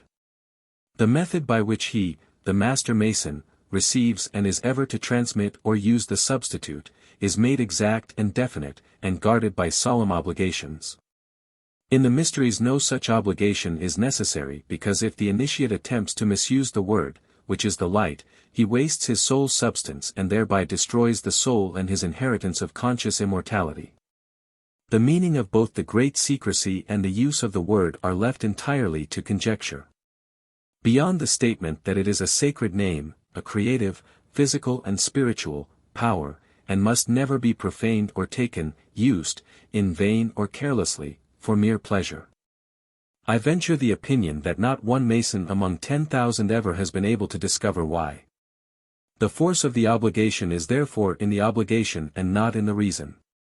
As a matter of fact, the real reason is scientific to the last analysis, scientific to a degree beyond the penetration, up to the present time, of the radiant matter of the Röntgen ray of modern science. Every word, in fact, every letter, creates a vibration, and in the vibration there is either life or death, as there are but 2 points, the one point being life and the other death. The pendulum, which in this case, is the type or kind of vibration created by words, must swing to one side or the other. When we assume an obligation, we call certain forces into being. These forces are held in suspension, or under control, so long as we act in harmony with them. If we betray the spirit, then all control ceases and the created vibrations held in suspension become malicious toward the creator of them and return to rend and destroy. One who is false to an obligation, thereby has loosened a destructive force which can return only to the creator of it. God does not punish man. So-called punishment is the return to himself, chickens come home to roost, of the forces created by himself, which, on betrayal, return to destroy. In other words, man is not punished for his deeds but by his deeds. It is for this reason that almost 40% of those who enter the secret fraternity ultimately bring about their own destruction, entering as they do, for utterly selfish, though hidden, reasons. Then, because of their inimical spirit, they are unable to secure that which they sought, betray the spirit and purpose of their obligation, and so bring upon themselves swift and undefiable punishment. The tradition of the ineffable name is brought into Masonry from the Hebrew Kabbalah, and how it became lost is partly historical, at least. The ancient Hebrew priests evidently undertook to fit to the names of their tribal deities the symbolism and traditions of the Far East. If the Master's word was really a word, every initiate knows that it is a force developed or transmuted into a spiritual potency, a possession of the soul. At all, the deity of the Hebrews might perhaps represent it as well as any other. It is a question of phonetics, however, rather than mere orthography. Beneath the Hebrew text of the Pentateuch lies concealed the science of the Kabbalah. The anathemas threatened for him who should alter, by a single letter or yod, the outer text, had therefore a deeper meaning. The priests of many nations of antiquity were initiates in the mysteries, and as such they were monotheists, while the ignorant masses were idolaters. The monotheism of the Jews was of a robust character, and their priests and prophets had a difficult time to preserve the people from the seductive polytheism and abominations of surrounding nations. The ineffable name was not only concealed but, to the mass, made terrible as an army with banners. Jehovah, this Jehovah was the avenging side of the Creator and is not the Jehovah Adonai, the Father of light, of the New Age, who is also the Father of the multitudes and the God of man. Isis, was jealous, revengeful, vindictive. Toward the evildoer, the return of the vibrations set in motion by the acts of those ignorant children, but as this law of compensation could not be understood by them, Jehovah, the jealous God, was made the outer form of the expression, action, of the law, and tolerated no rival in the broad expanse of cosmos. In no religion of antiquity is the anthropomorphic image of deity so strongly defined and the creator of man and worlds made so exceedingly human, due to the fact that the mass could not and would not comprehend the law interpreted in any other form. The Kabbalah, on the contrary, embodying considerable of the true and ancient secret doctrine, held a different idea of divinity. While carrying the tradition, therefore, of the lost word as the ineffable name of deity, the symbolism was taken as a literal fact, and the people who were commanded to make no graven image ended by making a gigantic idol, when the letter of the law is permitted to replace the spirit of the law. There is even greater evil than where there is no law at all and nature is permitted to govern, half Moloch and half man. Amid such contradictions, the symbolism adopted from the purer and gentler Aryans was ill at ease and far from home. The high priests once every year, at the time of the atonement, symbolic of becoming at one with the Father, entered alone into the Holy of Holies and there repeated the name, again symbolic of what must take place in every human being before conscious immortality, known as the true initiation, can take place. The name was thus withdrawn from and finally lost to the common people. The old query, what is in a name, is, after all, not so easy of answer, or the answer might be, everything or nothing, according as you understand it or look at it. Before the introduction of the Masoretic points or indices of vowel sounds, the consonants were read by metrically intoning the text. The principle of the mantram was therefore known at least to the high priests and, therefore, the word, the name, that, known in all its plenitude and used with power, caused the whole world to shake, may have been used or invoked in the Holy of Holies by the Kabbalistic Hierophant. Some who read this even yet may be so ignorant of the potency of sound as to smile at the credulity and gullibility that indites such a statement and yet so superstitious over the letters of a name as to believe them more sacred in one form than in another. Notwithstanding, it is the letter that killeth, and the spirit, the breath, that maketh alive.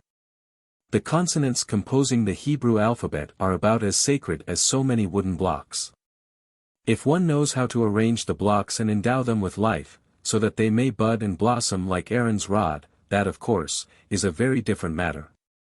The traditional lost word of the Master is a key to all the science of magic, the occult uses of soul forces.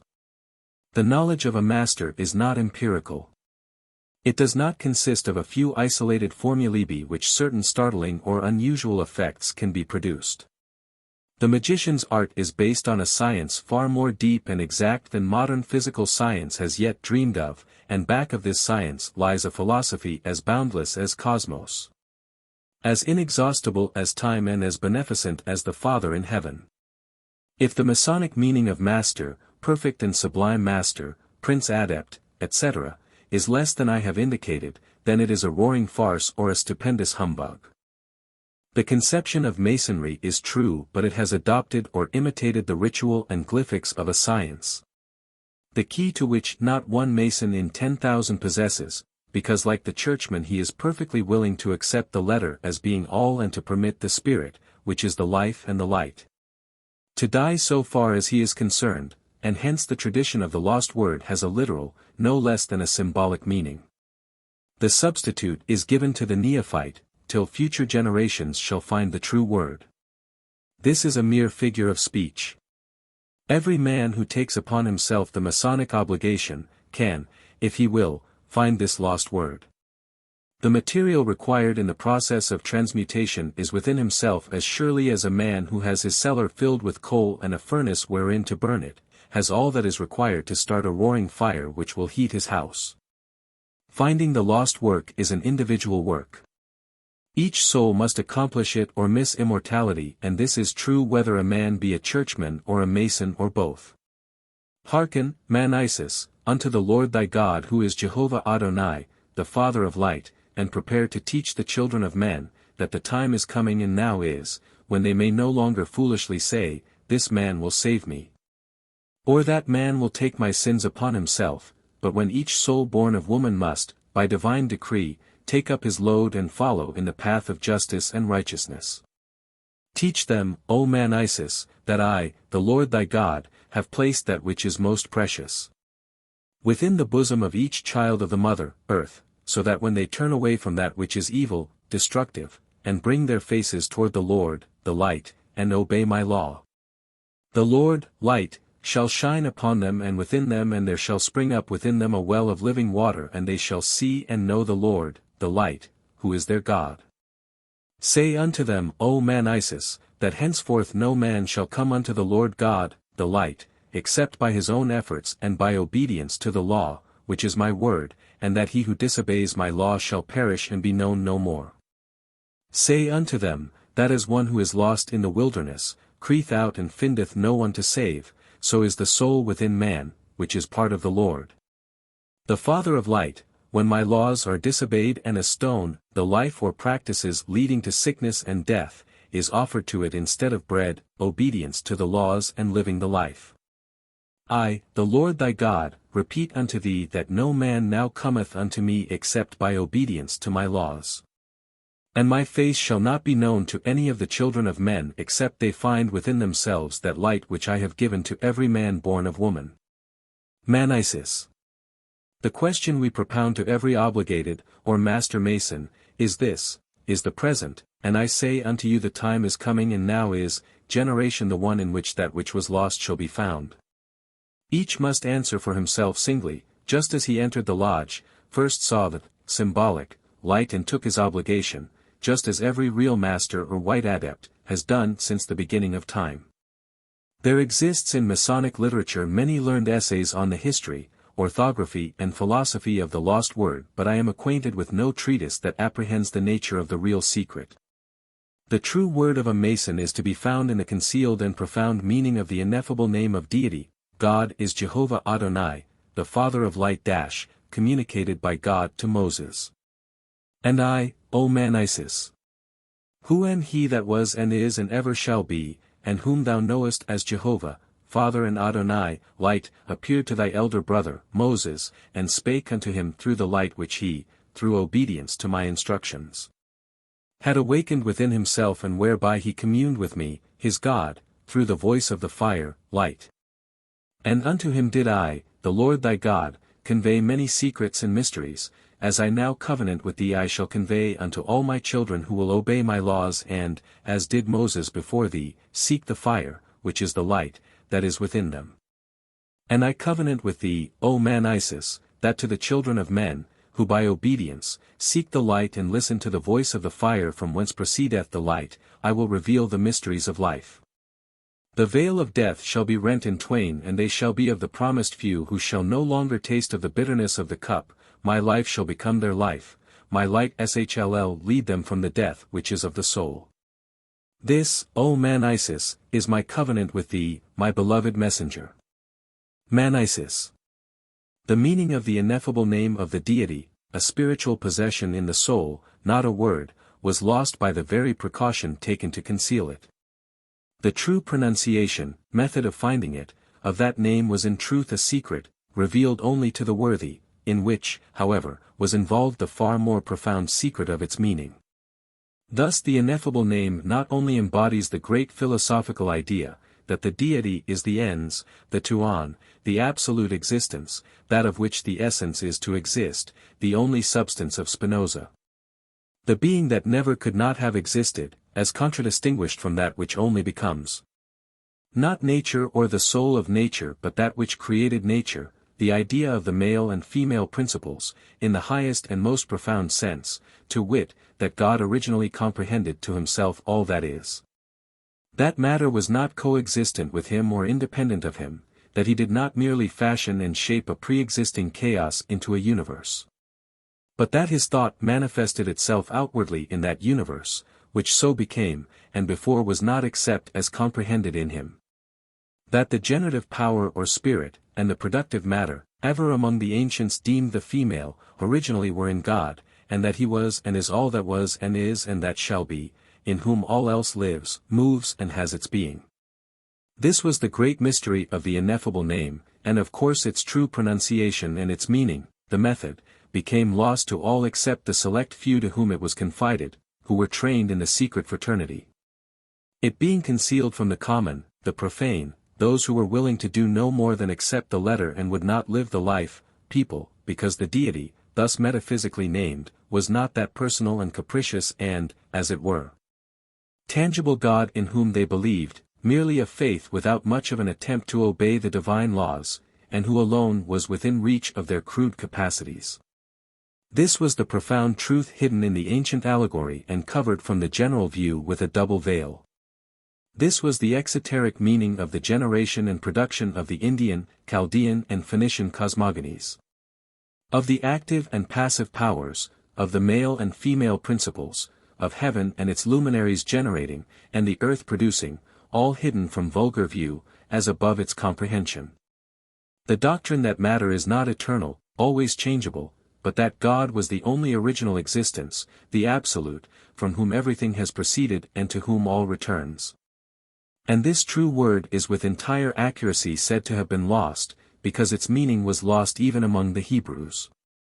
The Holy Bible, repository of divine laws, is one of the great lights in Masonry and has a very profound meaning when coupled with the tradition of the ineffable name or lost word. The object set before the neophyte in his search for the lost word, is, that he may travel in foreign countries and receive master's wages, which are knowledge and power. The glyph in its outer form is taken from the guilds of practical masons of 2 or 3 centuries ago. The laws governing the mark of a fellow craft or a master builder were very strict, and the mark was never bestowed unworthily and, when received, was a passport among builders over a wide domain. But in a deeper or Kabbalistic sense, the master's word, the consciousness of the soul, which entitled its possessor to master's wages, illumination and immortality, was a very different thing indeed. The wages of the real master were in the satisfaction and the power that flow from the possession of real knowledge.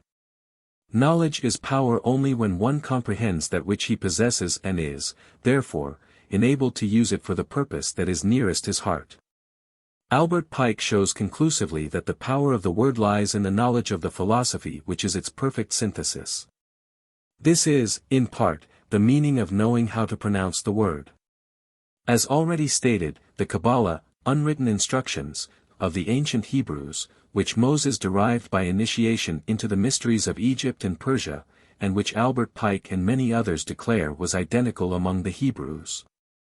The Egyptians, Hindus and other nations of antiquity, the method of soul development leading to true initiation recognizes neither creed, color or tongue. All who would attain the goal must follow the one exact method, there is no other way was known as the secret doctrine. The reason for the term is fully revealed in what has already been said. Ancient Mystic Masonry. The traditions, glyphs and ritual of Freemasonry cluster around the building of the temple, the legend of the widow's son, Hiram Abiff, who lost his life in the defense of his integrity, which every aspirant must be ready to do, and the search for the lost word of the master. As the candidate progresses, degree after degree, he is furnished with the working tools suited to his degree of knowledge and proficiency, given instructions as to their use, the lesser and greater lights are revealed and explained.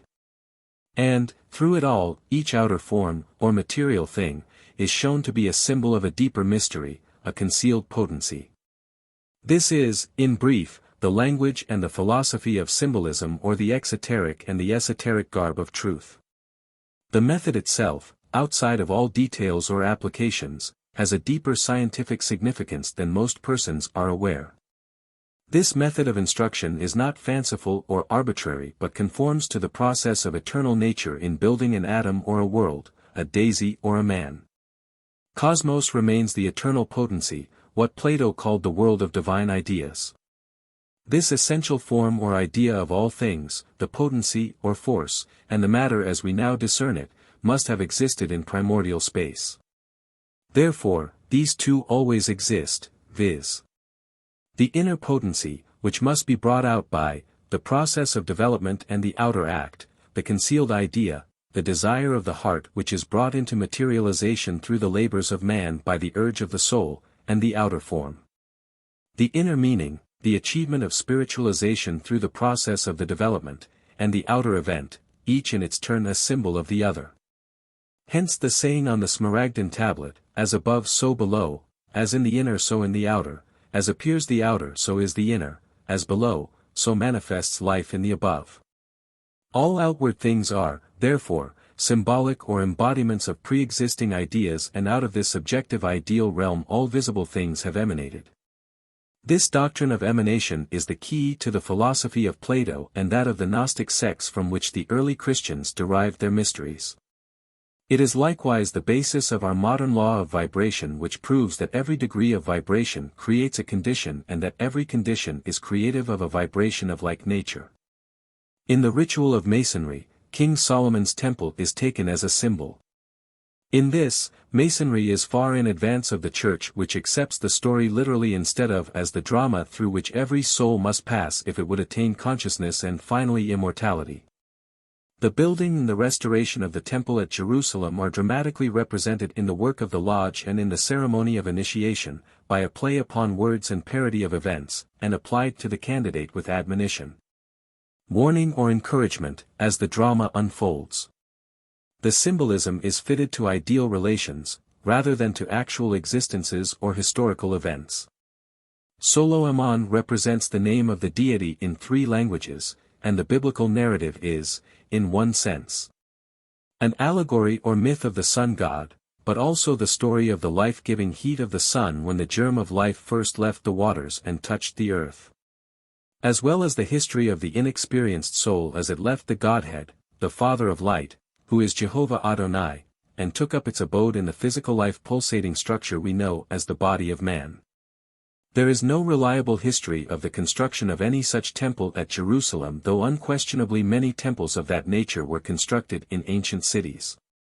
The real temple, and the only one worthy of consideration or of real value to humankind, referred to from first to last in Masonry, as in the ancient initiation, is the tabernacle of the human soul. It is built, indeed, without the sound of hammer or any tool of iron, though it works with material substances of gross matter, the body. It is like that other, the spiritual temple, not made with hands, eternal in the heavens, for the old philosophy, Kabbalah, teaches that the immortal spirit, soul, of man is the artificer, rebuilder, of the body and its source of life. That it does not so much enter into as overshadow man, while the spirit, the immediate vehicle of the soul, inhabits the body and is dissipated at death. The Christos is the soul or Hiram, and becomes the mediator between the physical man and the universal spirit, the Father in heaven. The poor, blind candidate, that is, the man of sense, immersed in matter, would learn the ineffable name and obtain the lost word and, seeking a shortcut, climb up some other way. He would have wisdom, an eternal life, soul consciousness, without self-conquest, power without sacrifice, the transmutation of strictly selfish interests. He will not listen to the voice of pleading, "Be patient, my brother, and when the temple is completed, if found worthy, you shall receive that for which you have so long wrought." No. He will have his reward now, before he performs his labor. He silences the pleading voice and, defeating only himself, flees into the deserts of remorse and calls upon the rocks to hide him from the pursuit of his accusing conscience, the while blaming everything and everyone for his condition. Hiram, Christos, is resurrected. Being immortal, man cannot really die, except by the sins which affect the soul. Realizing his error and purified by suffering, the spirit of man being again lifted up, defeat gives promise of victory and he receives a substitute for the lost word. Future generations, that is, further trials and more sincere endeavor, promise greater reward. He learns to know, to will, to dare and to keep silent. Brotherly love, relief and truth, prudence, fortitude, justice and mercy, all the virtues and all the beatitudes are inculcated. Ancient Mystic Masonry. The candidate is taught, not merely to tolerate another's religion but to respect it as his own, though still adhering to that into which he is born, or which he has accepted because it harmonizes best with his own ideas. To make reasonable this obligation, he is shown through the Kabbalah or secret doctrine that, at the heart of every great religion, lie the same eternal truths, forms and observations alone differing. The ineffable name is spelled in many ways, yet the word is one and eternal. Masonry is not only a universal science but a worldwide religion, and owes allegiance to no one creed and can adopt no sectarian dogma, as such, without ceasing thereby to be Masonic and defying its landmarks. Drawn from the Kabbalah and taking both Jewish and Christian verbiage or symbols, it but discerns in them universal truths which it recognizes in all other religions. Many degrees have been Christianized, dogmatized, only to perish, as every degree eventually will if circumscribed by narrow creeds and dwarfed to the apprehension so as to exclude good men of any other, or of no, communion. Is Jesus, or Apollonius of Tyana, any less, become, the Christos, because centuries before one Krishna or Kristna was called the Good Shepherd? Or because the Mexican Christ was crucified between two thieves? Or because Hiram, also, was 3 days in a grave before he was resurrected? Are we not just as selfish, therefore unchristian or unregenerate, in our religion as in our other possessions? Then why is man, while cherishing as his most sacred possession, the religion of his fathers, eternally seeking to degrade and destroy that of his brother? The Great Republic, to which Albert Pike refers, is the ideal of the Masonic institution, the genius that hovers like a protecting angel over the lodge. Make it impossible, either by ban or prejudice, one is as destructive as the other, for a Jew or Parsi, Buddhist or Brahmin, to enter any lodge without witnessing the profanation of his sacred altars or contempt for his religion. And the angel hides her face and retreats from altars already profaned by unbrotherliness. Masonry is the universal religion only because and only so long as it embraces all religions. For this reason and this alone, it is universal. Neither persecution nor misrepresentation can destroy it, so long as it remains loyal to its landmarks. It may find no place in a generation of bigots, it may retire for a century. But again comes a master builder with the key to the shut palace of the king, who throws open the blinds, lets in the light, kindles anew the fires on the sacred altar, clears away the rubbish, and behold, the tessellated pavement is as bright as when it first came from the quarries of truth, the jewels are of pure gold and brighten at the touch, and the great lights are undimmed and undecayed. When the candidate is ready, the master appears. When the aspirant has fully prepared himself through the cleansing of the heart, the purification of the body and the raising of the fire, then the light, which is the illumination, comes upon him. And yet men are so foolish and so vile, so ignorant of the divine law, as to imagine that they can destroy the heirloom of the ages, this heritage from the immortals. No age is so dark as to quench entirely the light of the lodge. No persecution so bloody as to blot out its votaries, no anathemas of popes so lasting as to count 1 second on the dial of time. These, one and all, serve only to keep the people, the masses who are weak and fearful, in darkness and retard the reign of universal brotherhood. Therefore, for humanity, the great orphan, the real master laments. He smiles at the passions of popes or kings, the while he appears cowed and humbled though laboring for the overthrow of their pitiless and inhuman rule, and pities the folly, and weakness, of man. He only waits, abides his time, indifferent as to immediate results, knowing these to be under eternal law, but ready and willing, whenever and wherever the instruction entering the listening ear may find lodgment in the faithful breast. For ages, kings, popes and synods have done their best to kill this secret doctrine by anathematizing or burning its masters, and all these have passed away, mostly forgotten. While the secret doctrine remains and has given a new interpreter to humanity. Hiram Abiff is dramatically represented as having lost his life when the temple was near completion. The mortal man is transmuted, gives his life into the spiritual, and as the temple is finally completed, the mortal has become the immortal. This is biblically illustrated, and yet it is recorded that after the completion, spiritualization or immortalization, of the temple, he labored for years to construct and ornament a palace for the king. Although transmutation has taken place and the soul has attained consciousness, mastership is not yet fully attained. There is yet much to be done, ornamentation, in the final attainment to Godhead, the finishing of the place or palace of the king. Add to these facts the statement that the temple was constructed without the sound of hammer or any tool of iron, and it is thus likened still more to that other spiritual temple, not made with hands. Eternal in the heavens, heaven, a state of peace and harmony which may exist anywhere, and the literal and historical features disappear, and the symbolism stands out in bold relief. Buck, Mystic Masonry. Masonic lodges are dedicated to the Sts John, one of whom, the evangelist, opens his Gnostic gospel with the Greek philosophy of the Logos, the principles of emanation already referred to. And the other, the seer of Patmos, writes a book symbolic of ancient initiations, which many a non-initiate has tried in vain to interpret. It may thus be seen that there is a deep significance in the dedication of lodges to the Sts John. Take, for example, Revelation 21 verses 16 to 17, and the city leath 4 square, and the length is as large as the breadth, and he measured the city with the reed 12,000 furlongs. The length, and the breadth and the height are equal. And he measured the wall thereof, 144 cubits, according to the measure of a man, that is, an angel. The language is a veil, designed to conceal the real meaning from the uninitiated. As, the measure of a man, that is, a perfect, regenerated, man or angel, initiated, we have the cube as a symbol of perfect proportion. Hence, a square, just, man.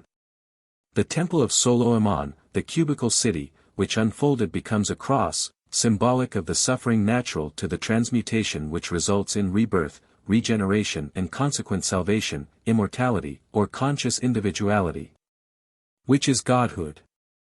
And hence, the measure of a man, all these refer, as we have stated, to the labors of regeneration or initiation.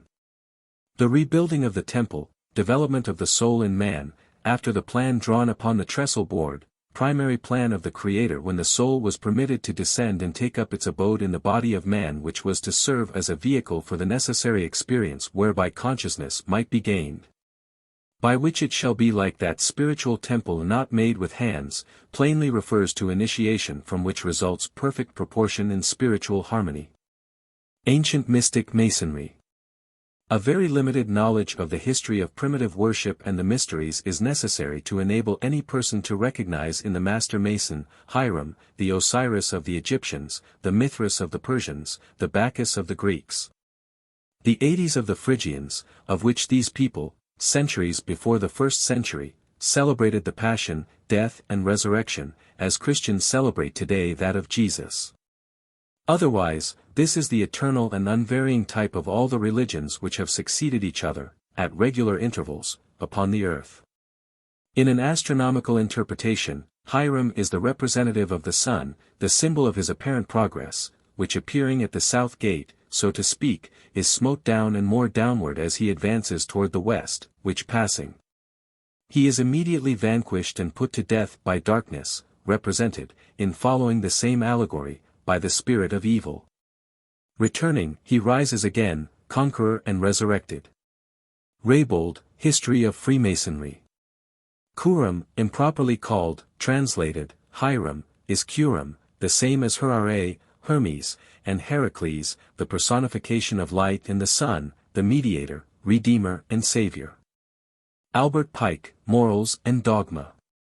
Modern Masonry being a rebirth or reconstruction of ancient genuine mysteries, the writer has no design of reading into it a meaning which cannot be fully verified.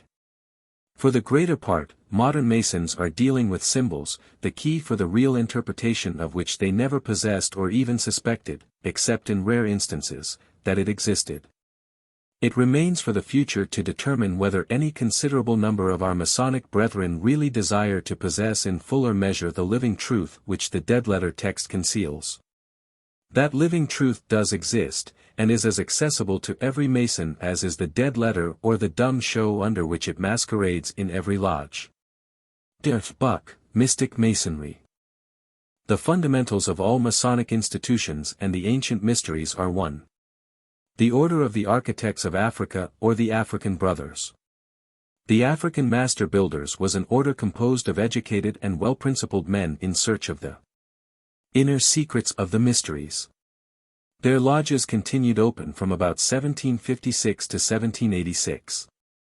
Only one of the Grand Masters, Copin, the Counselor of War, a European Rosicrucian, was known.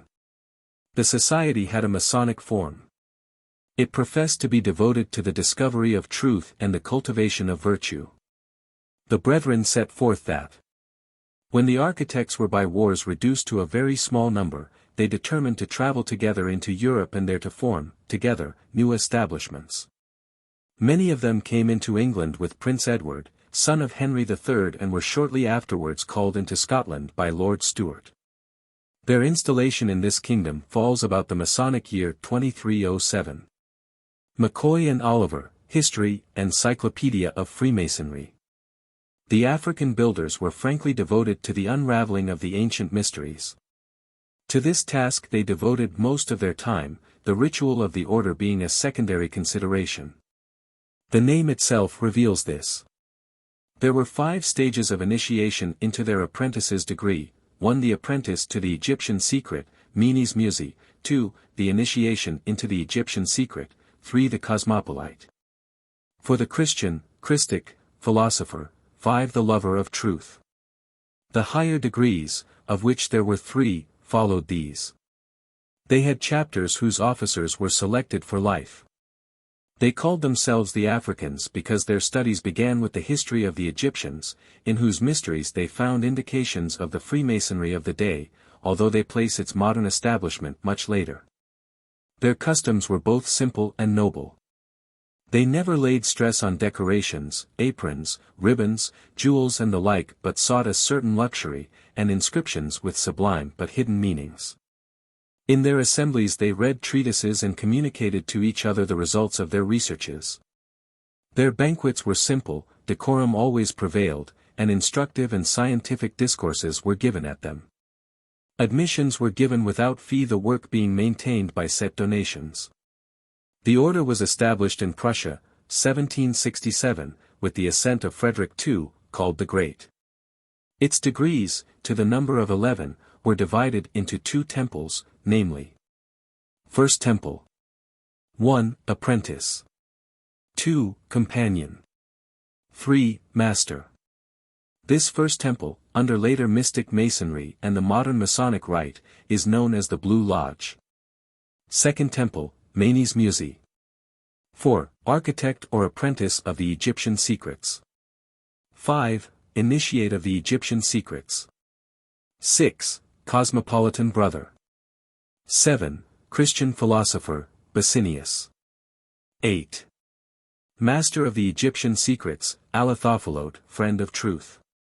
9. Armiger. 10. Miles. 11. Ikez. Under mystic masonry or the fraternity of Osiris, these degrees became known as Second Temple. 4. Grand Master of the Secret Manuscripts. 5. King's Pioneer. 6. Master of the Secret Cavern. Higher degrees. The 4 degrees conferred in the King's Chamber in the Great Pyramid. Name never mentioned or written for the profane world to read. In the year 1806, only 1 chapter of this system remained working, and from this chapter came the authority by right of succession and ordination of the present order. When Frederick II came to the throne, he found that Freemasonry had retrograded and, being fully aware of what it might be, he conceived the idea of an inner circle which might take the place of a Masonic academy. He therefore selected a certain number of those Masons who were capable of comprehending his ideas and were possessed of the key to the ancient mysteries. Among these are to be noticed, the brothers Stahl, Majerato and Du Basque. They instituted this new organization under the name of a society which had existed in the 10th century, the Architects of Africa, and established statutes in accordance with the views of the king, who, on his side, granted privileges. In 1768, he caused to be erected in Silesia, by his architect, Mile, a building especially designed for the Grand Chapter, endowed it with an ample fund, choice library, and rich furniture. The whole being of an elegance worthy of the order and the king. This order, without pretending to dominion, teaching tolerance, professing the primitive principles of Freemasonry and making a special study of its history, prospered in silence and in complete freedom. Its chief statutes were to fear God only, to honor the king, the ruler or governor of any country in which they might reside, to be discreet and to exercise universal tolerance toward all Masonic sects without affiliating itself with any. It was for this reason that they never submitted to the act of obedience of the Baron de Hund, notwithstanding all the entreaties that were made to them to do so. It is stated on good authority that Duke Ferdinand of Brunswick was refused because he meddled with sectarian affairs. They devoted themselves to active researches into the history of the mysteries, the secret societies and their various branches, and cultivated the sciences, chiefly mathematics. Their works, written frequently in Latin, obtained a high tone of morality and their inculcations were unostentatious but solid. Their library and their archives, through the protection of the king and through persons of distinction, among them the Prince von Liechtenstein, at Vienna, obtained some real treasures of manuscripts and documents such as no other Masonic branch could boast. Few monarchs more thoroughly protected the mystic schools within the Masonic body than did Frederick II of Prussia, well named the Great. Not only did he protect them but he also actively sympathized with them. While still crown prince, he was initiated as a Mason at Brunswick, in August, 1738, and from that period was the staunch protector of the Masonic fraternity. Nor did he omit to penetrate very deeply into the early traditions of Masonry, far more so, indeed, than many who have had fewer duties to engage their time. Frederick the Great, however, was by no means the vague and dreamy mystic of popular representation.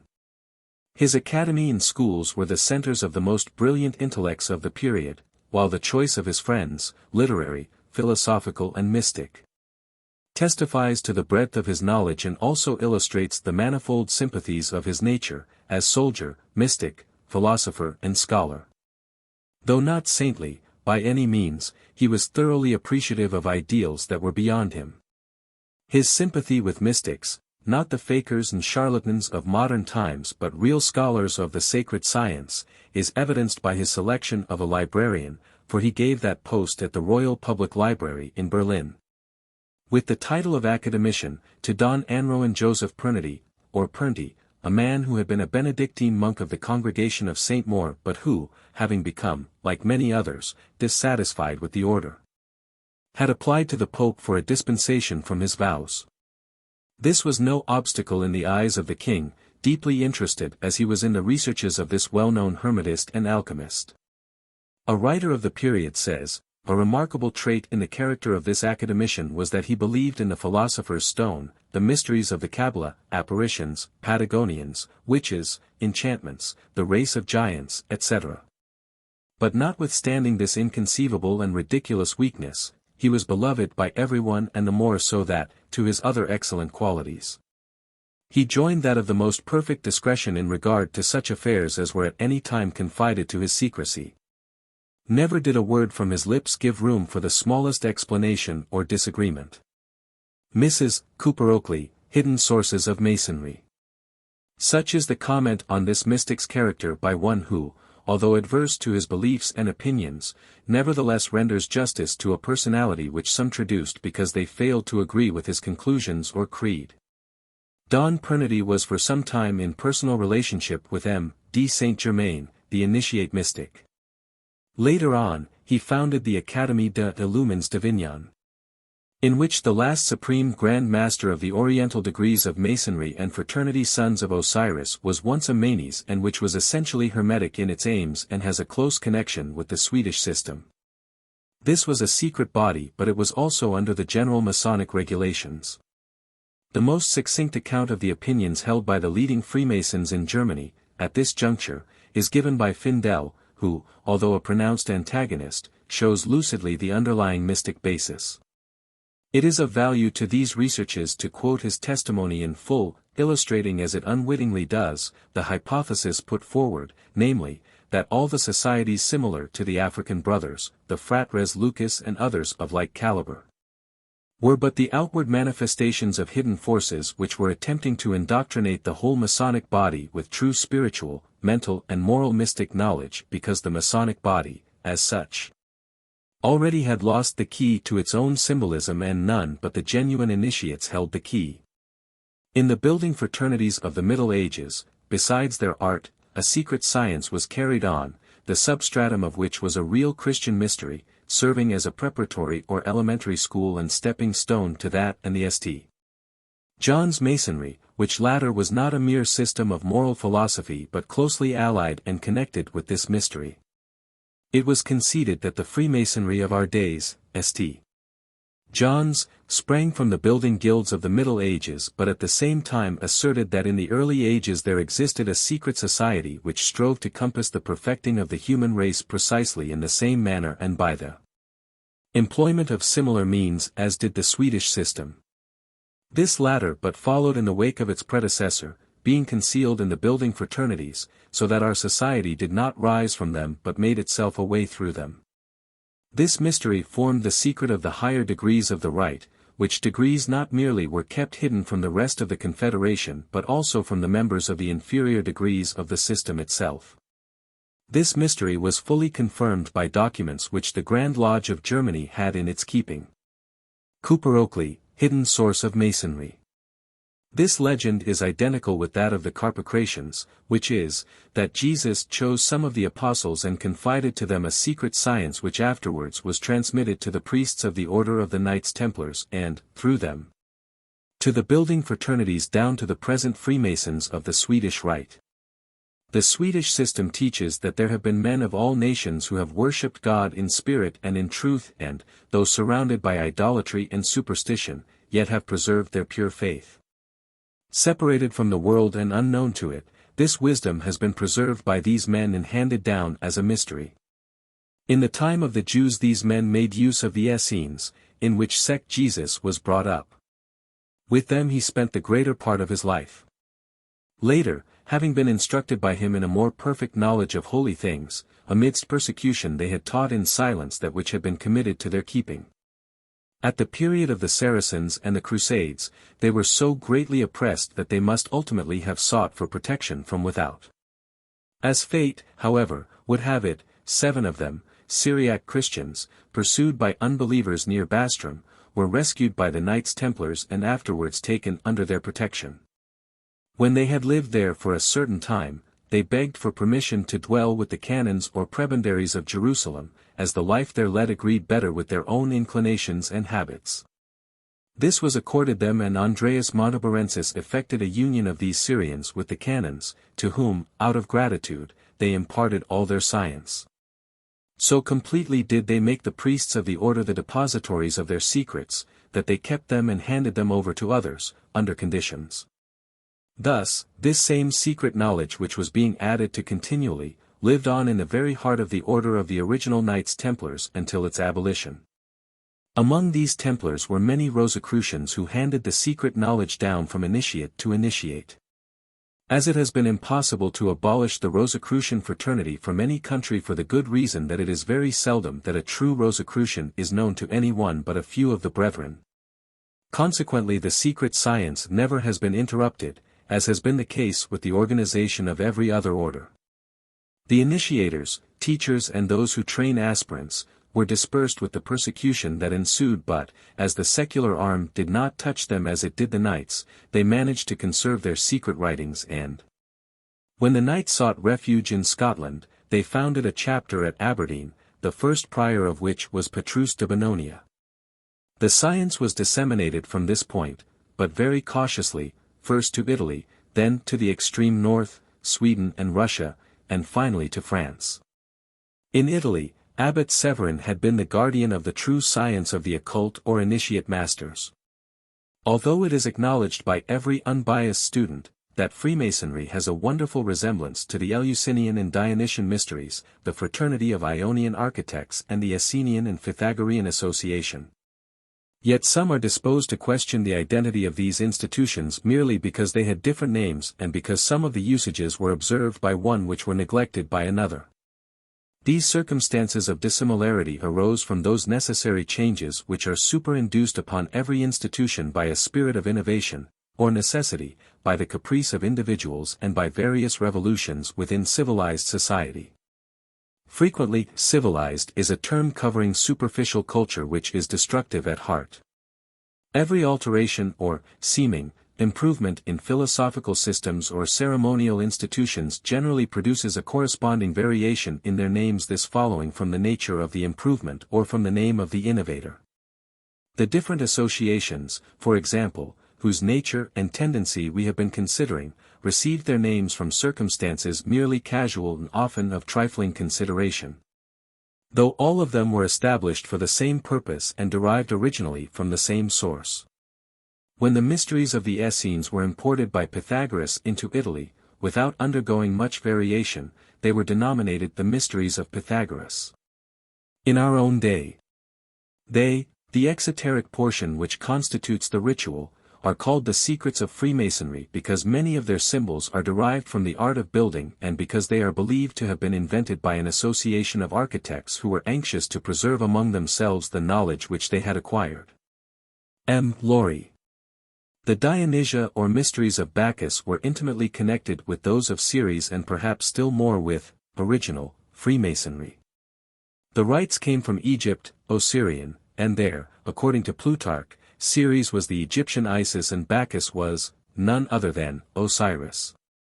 The Dionysian artificers or architects were an association of scientific men who were incorporated by command of the kings of Pergamus into a corporate body, some 300 years B.C. They had the city of Teos given to them.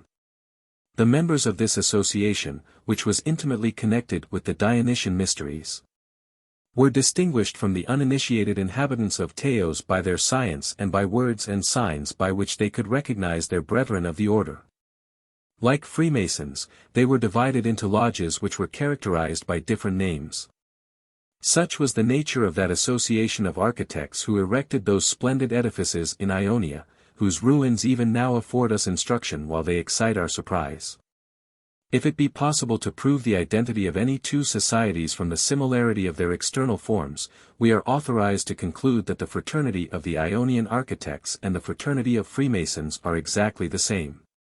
And as the former practiced the mysteries of Bacchus and Ceres, several of which we have shown to be similar to the mysteries of Masonry, we may safely affirm that, in their internal as well as external procedure, the Society of Freemasons resembles the Dionysians of Asia Minor. We have already shown from authentic sources of information, that the mysteries of Ceres and Bacchus were instituted about 400 years before the reign of Solomon. According to Playfair's chronology, the Temple of Solomon was begun in 1016 and finished in 1008 B.C. The Eleusinian mysteries were introduced into Athens in 1356 B.C., a considerable time after their institution.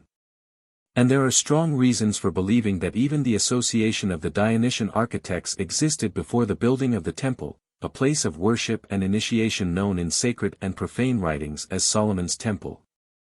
It was, indeed, not until about 300 years before the birth of Jesus that they were incorporated at Teos under the kings of Pergamos. But it is universally allowed that they arose long before their settlement in Ionia and, what is more to our present purpose, that they existed in every land in Judea. The difference in the ceremonial observances of these institutions may be accounted for nearly upon the same principles. From the ignorance or superior sagacity of those who presided over the ancient fraternities, some ceremonies would be insisted upon more than others, some of less moment would be exalted into consequence, while others of greater importance would be depressed into obscurity.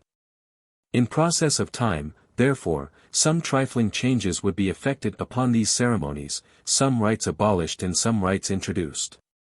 The chief difference, however, between the ancient and modern mysteries, is in those points which concern religion, but this arises from the great changes which have been produced in religious observances.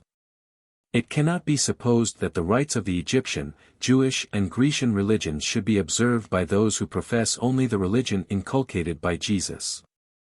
Or that we should pour out libations to Ceres and Bacchus, who acknowledge no heavenly superior but the true and living God.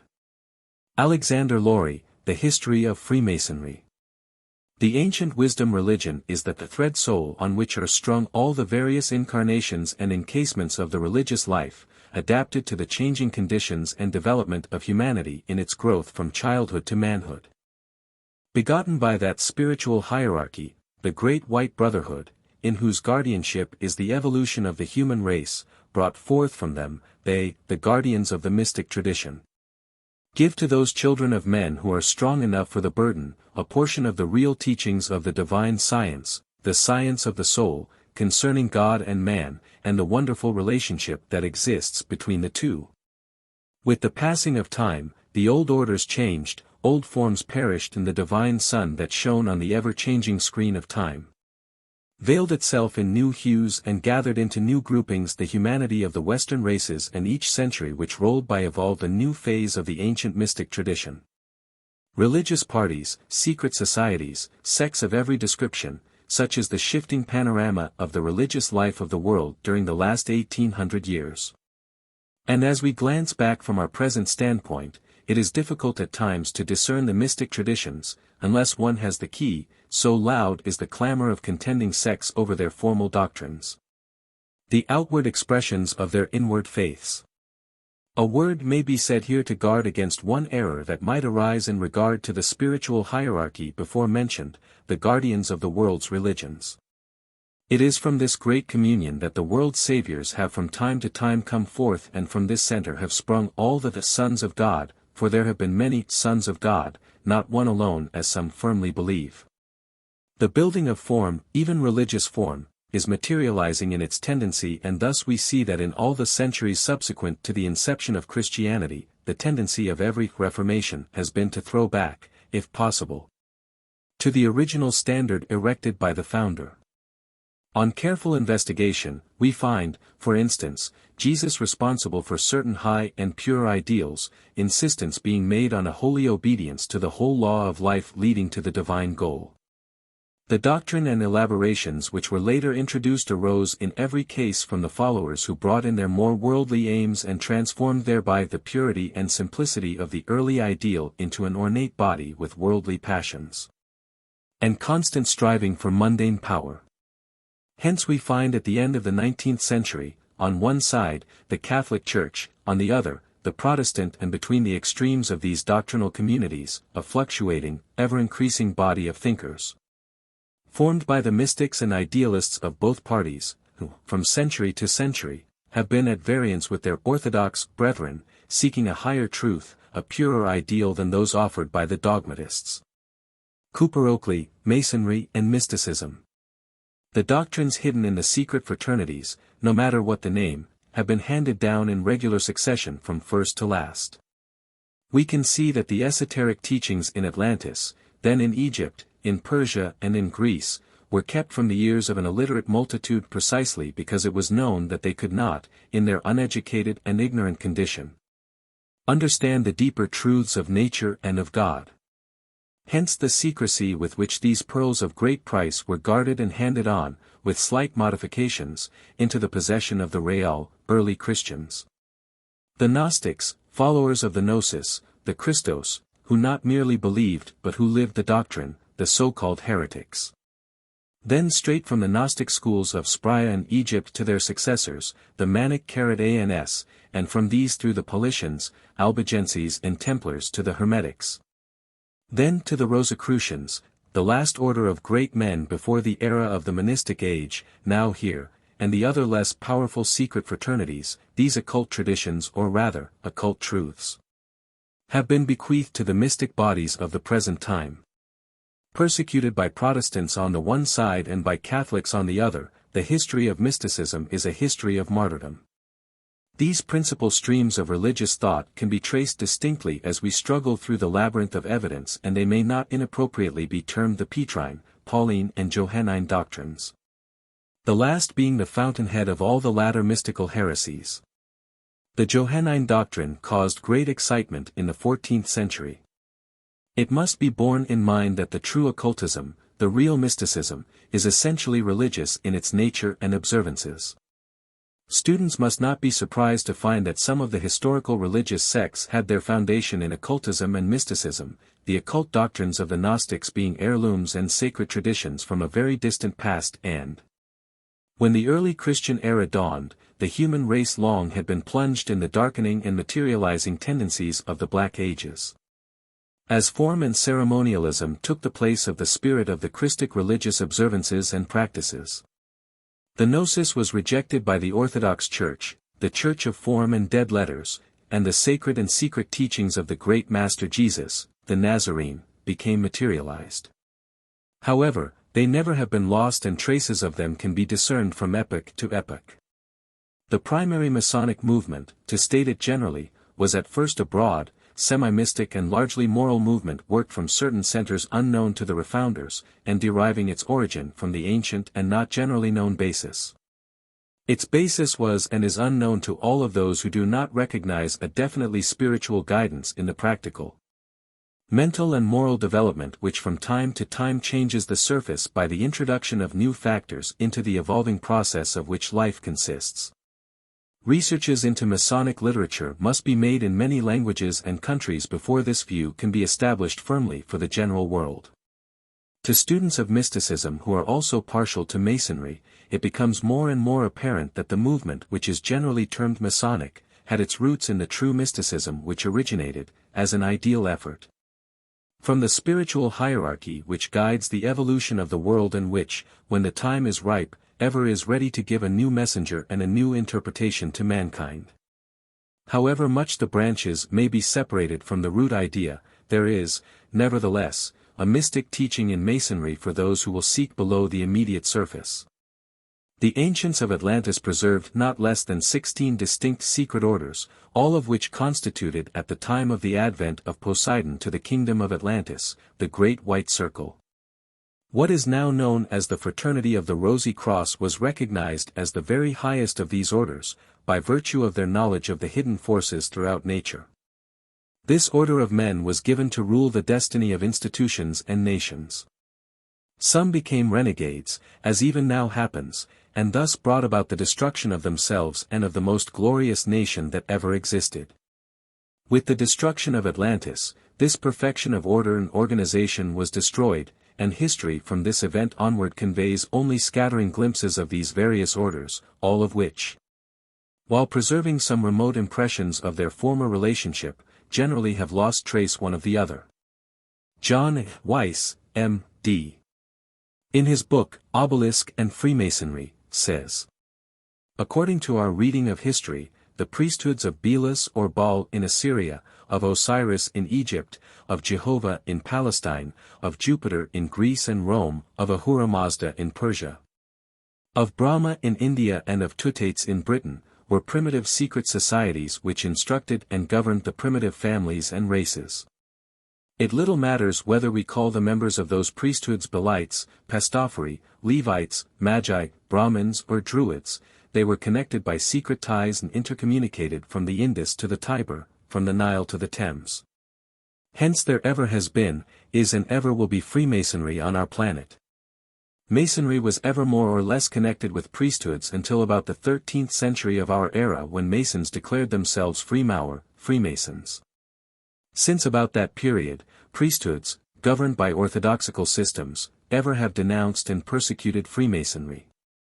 A thoughtful consideration of our principal ceremony, irresistibly leads us to the doctrine that was typified by the pastas in the king's chamber of the Great Pyramid, and connects with the main characteristic of all the mysteries, which embodied the highest truths then known to the illuminated ones. The 12th century witnessed an outbreak of mystic symbolism, perhaps unparalleled in our era, which gave us the religious legends of the Holy Grail and which point to an Eastern origin. This period coincides with the greatest popularity of the Templars. Some portions, at least, of our symbolism may have come through a Templar source, Romanist, yet deeply tinged with Gnosticism. While at a later date, the Lollards, inheritors of Manic-Charidism, who were but one of the many religio-political societies with which Europe was honeycombed, possibly introduced or revived some of these teachings. One thing is certain, that satisfactory rendering of our symbols can be obtained only by a study of Eastern mysticism, Kabbalistic, Hermetic, Pythagorean and Gnostic. Down the centuries we find enrolled the names of philosophic teachers who veiled their doctrines in figures similar to those in vogue among the Rosicrucians and still more recent students, and often identical with the signs we blazon on the walls of our lodges and chapters. Ars Quatuor Coronatorum, London, 1890.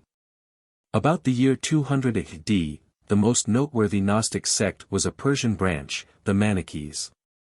It was divided into three classes: auditors, elect and perfect. The sect was governed by 12 apostles with a 13th as president. Manic-Charidism was always a source of trouble for the Church. Saint Augustine, between the years 374 and 383 AD, was an auditor but was not permitted to advance and so abandoned the system. This accounts for his bitterness toward all the mysteries and fraternities.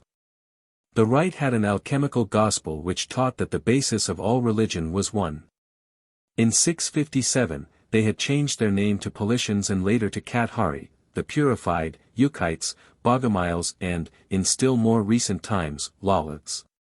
We could quote numberless authors of the early period of the Church to prove the origin of these sects from the Eastern Magi, but it is unnecessary and space forbids. They were a secret speculative society with degrees, distinguished by signs, tokens and works like Freemasonry, and the Church of Rome from the 4th to the present century, has hated them with the hatred of death, butchering, St. Bartholomew's, and burning them by tens of thousands, for the Church, various denominations, under the name of Christianity, has shed more blood than any other faith. Yet the Fathers often admit their purity of life, but that was their sin against a corrupt priesthood and unpardonable. The early Templars were Gnostics, on the evidence of the papal trials in 1313, and Hugh, G. M. 1118, is said to have received initiation from Theocletus, Patriarch of St. John the Baptist and the Codex Nazarius. John Yarka, Records and Documents of Freemasonry. The days of Constantine were the turning points in history. The period of the supreme struggle that ended in the Western world throttling the old religion in favor of the new ones, built on their bodies, and of the macerated material. From thence the vista into the far distant past, beyond the deluge and the Garden of Eden, began, forcibly and relentlessly, to be closed by every fair and unfair means against the indiscreet gaze of posterity. Every issue was blocked up, every record that hands could be laid upon, destroyed. This same Constantine who, with his soldiers, environed the bishops at the Council of Nice, d. 325, and dictated terms to their deliberations, applied for initiation into the mysteries and was told by the officiating priest that no purgation could free him from the crime of putting his wife to death or from his many perjuries and murders. Every careful and unbiased student of history knows why the secret doctrine has been heard of so little since the days of Constantine. An exoteric religion and belief in a personal God blotted it out for self-protection. And yet, oh, irony of history! The very Pentateuch conceals it, and for many present-century students of the Kabbalah, the seals will be broken. J. D. Buck, Mystic Masonry. 3 centuries had passed since the origin of Christianity when at this epoch of barbarism there arose in the same Persia whence so many teachings had gone forth a philosopher who wished to lead back the confused spirit of men to the cult of the only true God. He was called Manes. Some of the uninstructed have regarded him as the originator of our Masonic order and the formulator of our doctrines. Manes lived under the Persian king Soperes. He endeavored to recall to life in their entire purity, the mysteries and the religion of Zoroaster, harmonizing them with the pure compassionate teachings of Jesus the Nazarene. The teachings of Manes were liberal, whereas superstition and despotism governed Europe. It is easy to believe that those who professed demagogic principles and a religion free from all that was chimerical would be persecuted. Thus the Manic-Charidans, from about the 4th century, were persecuted to the fullest by all the despots and by the Romish priests. The holy Augustine, brought up in the mysteries of Zoroaster, to a certain point, adapted to the holy teachings of Jesus, became his bitterest persecutor and the greatest enemy to the teachings of Manes, which was known under the religion of the child of the widow. This hatred shown toward Manes by St. Augustine and his zeal to the Christian Trinity doctrine, after he had been refused admission to the higher degrees of the mysteries, arose in the vexation which Augustine experienced at having been admitted only into the first degree of Manes. The Magi, who had recognized in him an ambitious and restless spirit, were thereby induced to refuse to him all further advancement, and this in spite of his 9 years of study which he had made in order to be raised to the higher degree. This fact is sufficiently confirmed by Fleury, Baronius, and by Augustine himself, in his Confessions.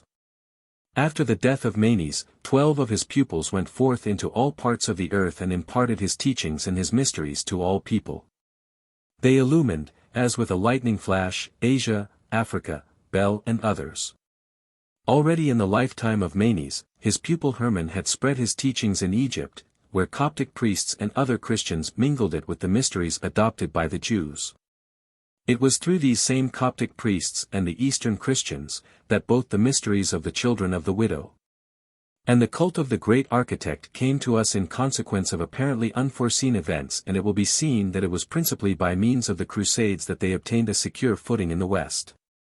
The mysteries maintained their existence under the name of the cult of the great architect of the universe, Gaotu,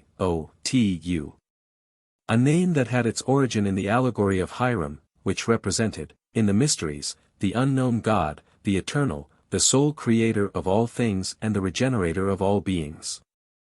Bossuet, in his History de Variations, says that in the Middle Ages the Christian sects, and especially the Manic-Ans and Gnostics, had concealed themselves as much as possible in the Orthodox Church itself. The remainder of the Manic-Ans who had maintained themselves only too well in the East, crowded into the Latin Church. Montfaucon, 7, p. 271, says, when he speaks of the religion of the Egyptians, that the heresy of the good and evil principles which had been upheld by Manic-Ans at various times had brought forth in the Church great disorder, and he asserts that in the East these doctrines existed at the time of the Crusades. The long time that had elapsed during the wars of the Crusaders gave them the opportunity of being admitted into all the mysteries of the children of the widow, the teachings of the great architect of the world, and of both principles. The Crusaders, who had been admitted to the mysteries of the children of the widow and initiated therein, imparted them, on their return home, to their pupils in Europe. During the sojourn of the Crusaders with the Mussulmans, all kinds of theological investigations were instituted. These led the Crusaders deeper into the faith of the great architect of the world, Gaotu. In spite of the religious changes that followed upon the conquests of the Saracens in Asia and Europe. Despite the persecutions introduced by them, the doctrine of the unity of God was able to maintain itself by means of the mysteries in Palestine, Syria and Egypt, more especially, however, in the neighborhood of Thebes. For here the Christians and Coptic priests preserved in the lap of their solitude, the teachings communicated to them by Hermann, the pupil of Manes, a teaching which later passed over into Europe. Regalini de Scio, Paris, 1883. It is proved that the Emperor Rudolf I, even in the year 1275, authorized an order of Masons, whilst Pope Nicholas III, in the year 1278, granted to the Brotherhood of Stonemasons at Strasbourg, a letter of indulgence, which was renewed by all his successors down to Benedict XII, in 1340. The oldest order of German Masons arises in the year 1397, next follow the so-called Vienna Witnesses of 1412, 1430 and 1435, then the Strasbourg Order of Lodges, 1495. That of Torgau of 1462, and finally 16 different orders on to 1500, and to the following centuries for Spires, Regensburg, Saxon-Altenburg, Strasbourg, Vienna and the Tyrol. At this period the Roman Church appears to have made various futile efforts to retain a hold upon these Masons but without tangible results. For the forces at the back of these movements prevented the destruction of a new free spiritual growth by the Roman power. At this period also came those great souls, burning for freedom, who worked the Reformation, such as John Tauler, the famous Dominican, who formed a mystical fraternity, the members of which recognized each other by secret signs. Then we have Nicholas of Ball, with his 4 disciples, the beginning of the Friends of God. These men kept watch on all that was going on in the world, and they had special messengers who had certain secret signs, by which they recognized each other. Nicholas was burned as a heretic. Although these reforms were dwarfed of their full growth by the natural crudity and narrowness of the human mind, nevertheless the dogmatic and mind-killing power of Rome was materially thwarted. And the spirit of the teachings of the Master Jesus set free from these trammels. Equally important in the formation of Freemasonry were certain religious communities and brotherhoods of the Middle Ages, which for the most part aimed at a return to the pure teachings of Jesus, and at making its ethical form familiar to their adherents. One of these brotherhoods was that of the Waldenses, established by Peter Waldo in the year 1170, at Lyons. Their aim was the restitution of the original purity of the Church through the adoption of voluntary poverty, and other ascetic practices. But because of the doctrine of transubstantiation, they soon came into conflict with the Catholic Church, and as early as 1134, Pope Lucius III excommunicated them, and Sixtus IV, in 1477, proclaimed a crusade against them. In spite of these attacks they have kept alive up to the present day, and have spread into several countries, namely, into Italy, France and Bohemia, and in this latter country we meet them again under the name Bohemian Brothers. Bohemia and Hungary were fertile soil for mystic bodies and orders of occult tendencies. Among them were, Die Brüder von Reef und Hammer, or Brothers of the Circle and Hammer, Die Hackbruderschaft, or the Brotherhood of the Hatchet, Die Freund vom Kreuz, or Friends of the Cross. This last society spread into the Netherlands and had its greatest success in the latter part of the 17th century. The Brothers of the Cross were still holding their meetings in 1785. They had many members in Wallachia, and still more in Transylvania. Brabe, in his Masonic Studies, says, it consisted principally of older men and those who were generally reputed wise, and therefore of the prominent leaders of the Brotherhood, who here in the metropolis of the kingdom formed a kind of stronghold in the inner East. This last paragraph is worthy of our notice, for it indicates how the minds of men were turning, even in Masonic circles, to the Eastern teachings. A great molding force was exercised at this period on the form of Freemasonry by Jan Amos Komensky, Latinized Comenius, who was born at Brunn, in Bohemia, in 1592, and who became a chaplain of the Bohemian Brothers in 1618. When the civil wars began, Komensky lost wife, child and property, and was exiled from Austria like all other non-Catholics. He escaped to Poland, turned his thoughts to educational matters and became famous in Sweden, Hungary and England. Komensky was actively interested in the Rosicrucian movement and joined John Valentinus Andreas, the reformer and refounder of the Rosicrucian fraternity, in his work in that mystical body. In 1650, Komensky was invited to Hungary and Transylvania by the Prince Ragusy, where he stayed 4 years. It is doubtless partly owing to his influence that the Rosicrucian movement spread so widely in these countries. His philosophical and metaphysical views were so widely spread, that when Anderson wrote his book on Freemasonry, he incorporated in his work a compilation of the most essential portions of the plans of Komensky. It was reserved for an Austrian, a Moravian schoolmaster, the chaplain of the Bohemian Brothers, to bestow ethical treasures upon a brotherhood in proud Albion, the home of the boldest intellects. To formulate the ideas and to point out the way for a league which, after its transformation, was destined to embrace the noblest of all nations and ordained to influence the whole of humanity. The spread of mysticism in Austria and Hungary was astonishingly rapid. According to von André, about 5% of the entire population belonged to the Freemasons, Rosicrucians and other allied societies. In a German tract, printed about 1803 and bound up with another tract called Geschichte der Freimaurerei, Order of Freemasons, occur the following statements which the true Masonic student will find very valuable and which indicate As does all literature of any value, that the Rosicrucians were the real leaven in all Masonic organizations. 1. The Templars worked with the so-called magical brethren at an early period of their existence. 2. A Rosicrucian manuscript states that at Cologne, with the motto, Non omnis moriar, this magical union was created in 1115. 3.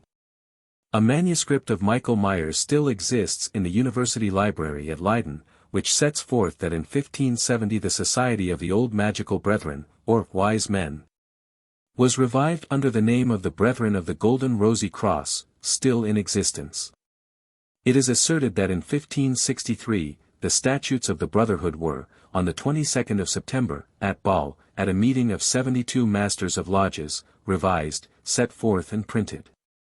That the lodges of Swabia, Hesse, Bavaria, Franconia, Saxony, Thuringia and those on the Moselle, acknowledged the headship of the Grand Lodge of Strasbourg.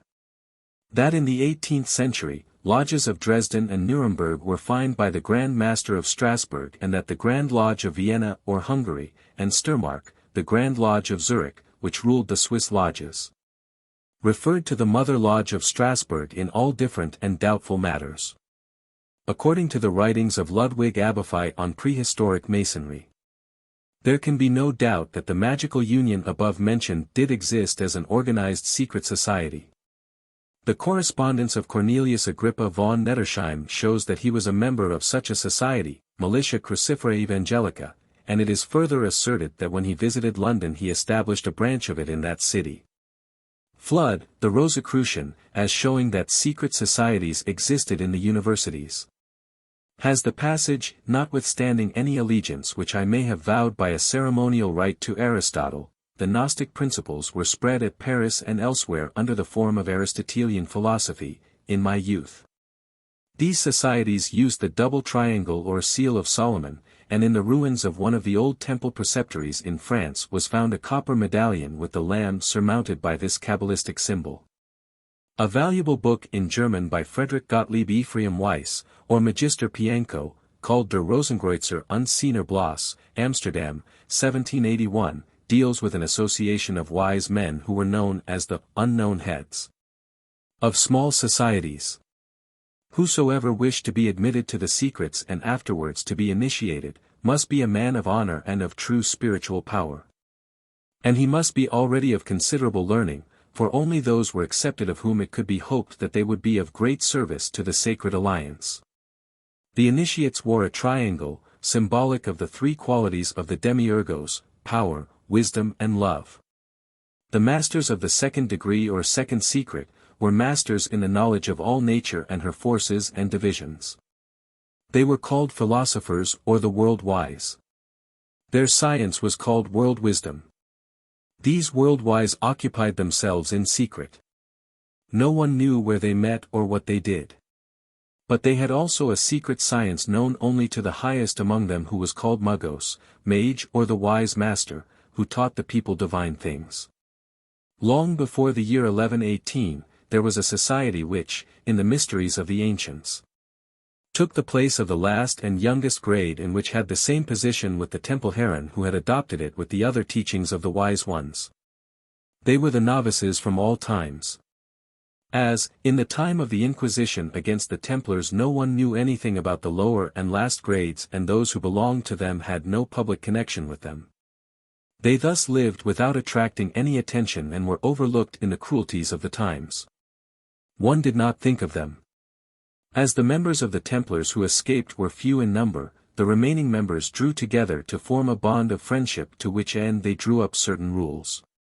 This new society appeared in different forms and under various names, Brothers of the Cross, Noailles, and in later days they adopted the name of Freemasons. Length of time and the involved issues consequent thereon, made those initiated into the mysteries at length perceive that they must introduce an entirely different organization into the community, in order to bring it into line with Christianity, organized churchism. Those associates, the Magian brothers, who followed Manes, who still remained over from the collapse of the community of initiates and who were scattered about the world, began to make fresh projects for a general union.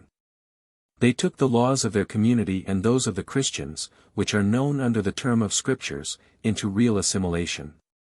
They began to institute a parallel between the books of Moses and the memorials of the Magi, and from all this they evolved an association provided with certain laws, which could fit in with the Christians. In the beginning, the association was, as is always the custom with innovations, somewhat dark and involved. It was saddled with various meanings and names, which it would be useless to enumerate here but which were all of short duration, so that the first ones called it the Association of Magi and its members, the Magi Brotherhood and Associates. This first association was formed in the year 1115 and lasted till the year 1117, though it underwent changes from time to time. The Crusaders had given rise to many societies and orders amongst the profane, and associations had sprung up which had quite differing objects. Cit. Baron Hans Ecker von Eckhofen, in his treatise on another of these associations which was known as the Asiatic Bruder, says, their writings date from 1510, showing that a body of mystics was known at that period. These Knights of Asia also called themselves the Knights of St. John, and it is a curious fact to notice that one of the Masonic records which has caused an infinity of discussion and also of dissension, amongst Masons, is the celebrated Cologne record, which is dated 1535 and in which an order of St. John is noticed. This charter has been a veritable bone of contention between materialistic and mystic Masons, and much polemical literature has been published on the subject. The mystics, rightly so, hold it to be true on external and internal evidences, the materialists reject it, as they reject all such evidence. In the record there is the name of Philip Melanchthon, a friend and co-worker of Martin Luther, who appears as a brother in the order of Freemasons. This document bears witness also that a secret society was known in various parts of the world, which existed before 1440 under the name of the Brotherhood of St. John, and since then and up to 1535, under the title of the St. John's Order of Freemasonry, or Masonic Brotherhood. This society, the present Masonic body, was reformed and rearranged in a more materialistic form, in the year 1717, the generally accepted date of the modern and non-mystic Masonic movement. It now became more atheistic in its views and more democratic in its tendencies. Amongst other deeply interesting matter, the Charter of Cologne contains the following passage: the Brotherhood, or the Order of Freemason Brothers, bound together according to St. John's holy rules, traces its origin neither from the Templars nor from any other spiritual or temporal knightly order, but it is older than all similar orders, and has existed in Palestine and Greece, as well as in various parts of the Roman Empire. Before the Crusades or Brotherhood arose, at a time when, in consequence of the strife between the sects teaching Christian morals, a small number of the initiated, those entrusted with the true teaching of virtue and the sensible exposition of the secret teachings, separated themselves from the mass. According to the record, the following reason was given for the adoption of the name: the masters of this confederation were called the St. John's Brethren, as they had chosen John the Baptist, the forerunner of the light of the world, as their original and example. It is well to add here a few details concerning the Knights Templars, since they are so intimately connected with the Masonic order, details which will serve to show the inner aspect of their traditions. Much has been written about them, and their history, from one aspect, is better known than that of almost any other mystic organization. However, the fact of a secret teaching is not sufficiently clear. That there was such a secret doctrine among the Templars is shown by Neef, in his Recherches sur les opinions religieuses de Templiers. He points out that the knights considered that the Roman Church had failed in its ideal, and that when the terrible persecutions fell upon them that they divided and joined two different associations. One the body of Freemasons and the other a body named the Johannites. And the writer, Jules Loiseleur, points out the connection between the Templars and the Bogomiles, who were the Manic-Ans of the Balkan provinces, and the Gnostics of the early Christian period and their descendants. The Cat-Hari of the medieval ages.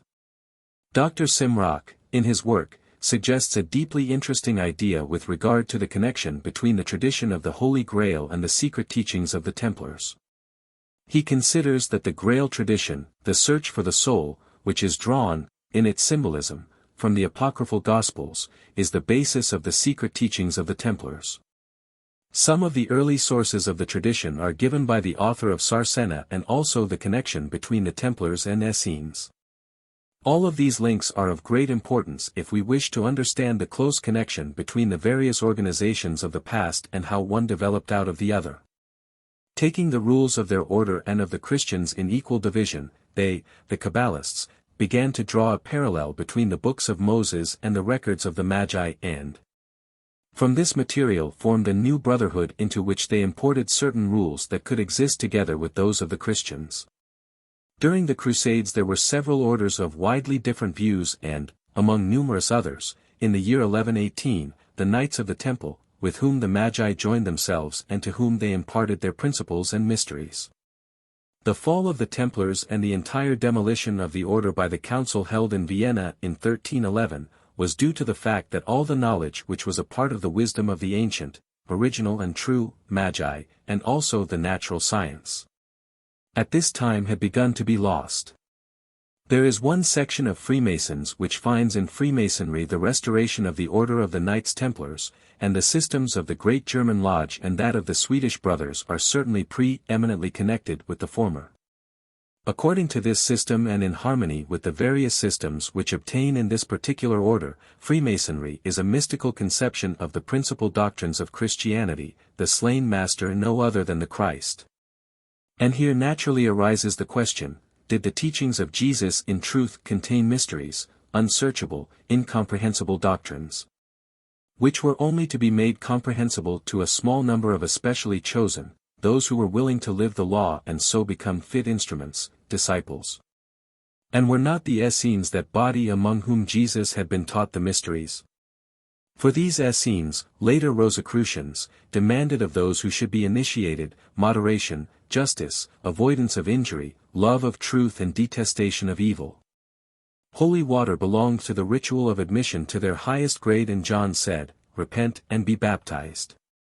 Jesus, who led the blameless life, suffered himself to be baptized, as a symbolization of the inner baptism by the holy fire, illumination. Does not this lead us to the almost certain conclusion that Jesus and even more so John, were initiated members of the Essenes? The keeping of John the Baptist's Day as a festival by the Freemasons is adduced in confirmation of this idea that the Freemasons had for over 600 years identified themselves with the Johannitern, NST. John the Baptist had been chosen patron of both orders. And as it is certain that much of the ritual of the form of reception means something quite other than that which has been substituted latterly, it very easily may be that there is much truth in the assertion. Jesus, it may be said, founded no secret society, yet he gave out certain of his teaching only by degrees as regards its inner significance, for he said, "I have many things to say unto you but ye cannot bear them now." This statement remains uncontradicted. After his death, the pure doctrine was falsified by additions as well as subtractions. In the early Christian Church there was a disciplina arcani, and in this manner the mysteries were transmitted among the few. Even in the time of the Crusades, there were still living descendants of the Essenes. The Order of Knights of the Temple was founded in the year 1113, by Gottfried von Street-Omar, Hugo de Payens and 7 others whose names are not known. They consecrated themselves to the service of God according to the form of the Canonicorum Regularium and took solemn vows before the Bishop of Jerusalem. Baldwin II, in consideration of the office of these 7 servants of God, lent them a house near the Temple of Solomon. They bound themselves with certain Essenes who formed a secret society consisting of virtuous Christians and true seekers after truth in nature, and learned also other secrets. That the Templars had mysteries in their keeping is beyond contention. The order had secret ceremonies of admission, glorified in possessing such, and for this reason several of its members endured martyrdom. The Order of Knights Templars contained many of the best and most far-seeing minds among the parents of Freemasonry and, as is well known, there were whole branches of Freemasonry especially devoted to the restoration of the Templars. And the Johannine and other systems taught this descent, even before the strict observance, which insisted on the restoration of the Templars as the highest aim of the mysteries became generally known. If we consider closely the similarity between the customs of both orders, we shall find at the reception and other ceremonies of the order of Freemasonry relate to that of the Knights of the Temple exactly in so far as to enable us to say with positiveness that the Freemasons preserved in their midst the mysteries of the Templars and transmit them. That the Templars possessed secrets is witnessed by the evidence in their procedure. The Freemasons claim the like procedure for themselves, for from grade to grade the aspirant is told that later he shall experience yet more. More what? More light. While, in ritualism, this is not actually the result, yet it is the goal, and originally in the mysteries this light was attained. We say, attained, for that is actually what the result was. 9 brothers founded the Order of the Templars. The chief and hieroglyphic number of the Freemasons is 3 times 3. The Templars held divine service in places which were interdicted. By the strictest observances they reserved these for themselves, they appealed to the rights of their forefathers. The Brother Templars, says Roessler, were, according to their statutes as hospital brothers, divided into 3 classes: 1, into the class of serving, who, without distinction, nursed sick pilgrims and Knights Templars. 2, into that of the spiritual brothers destined for the service of pilgrims. 3, into that of knights who went to war. We find in the instructions of the Chevalier d'Orient, where are celebrated the foundation of the Knights Templars and the spread of their teachings in Europe. The following declaration on the matter is given. 81 Masons under the leadership of Garamantes, the Patriarch of Jerusalem, went, in the year 1150, to Europe and betook themselves to the Bishop of Ups, who received them in very friendly fashion and was consequently initiated into the mysteries of the Copts which the Masons had brought with them. Later, he was entrusted with the deposit of the collection of those teachings, rites and mysteries. The bishop took pains to enclose and conceal them in the subterranean vaults of the Tower of the 4 Crowns, which at that time was the crown treasure chamber of the King of Sweden. 9 of these Masons, among them Hugo de Paganis, founded in Europe the Order of the Knights Templars. Later on they received from the bishop the dogmas, mysteries and teachings of the Coptic priests, confided to him. Thus in a short time the Knights Templars became the receivers and depositors of the mysteries, rites and ceremonies which had been brought over by the Masons from the East, the Levites of the true light. The Knights Templars, devoted entirely to the sciences and to the dogmas brought from the Thebaid, wished, in course of time, to preserve this doctrine in solemn fashion by a token. The Scotch Templars served as a pattern in the matter, they having founded the 3 degrees of St. Andreas of Scotland, and adapted them to the allegorical legend to be found in the instructions referred to. The Scotch Templars were occupied in excavating a place in Jerusalem in order to build a temple there, precisely on the spot where the Temple of Solomon, or at least that part of it called the Holy of Holies, had, or was supposed to have, stood. During their work they found 3 stones which were the cornerstones of the Solomonic temple itself. The monumental form of these excited their attention, and this excitement became all the more intense when they found the name of Jehovah engraved in the elliptical spaces of the last of these stones, the sacred word which, by the murder of the master builder, had been lost, and which, according to the legend of the 1st degree, Hiram had engraved on the foundation stone of Solomon's temple. After such a discovery, the Scotch Knights took this valuable memorial with them and, in order eternally to preserve their esteem for it, they employed these as the 3 cornerstones of the first temple at Edinburgh. The work began on St. Andreas's day, and so the Templars who had knowledge of the secret of the 3 stones and of the re-discovered word, called themselves Knights of St. Andreas. They appointed degrees of merit in order to attain, and these are present in the apprentice, fellow craft and master degrees known under the titles of Little Master Builder, the Great Master Builder and the Scotch Master.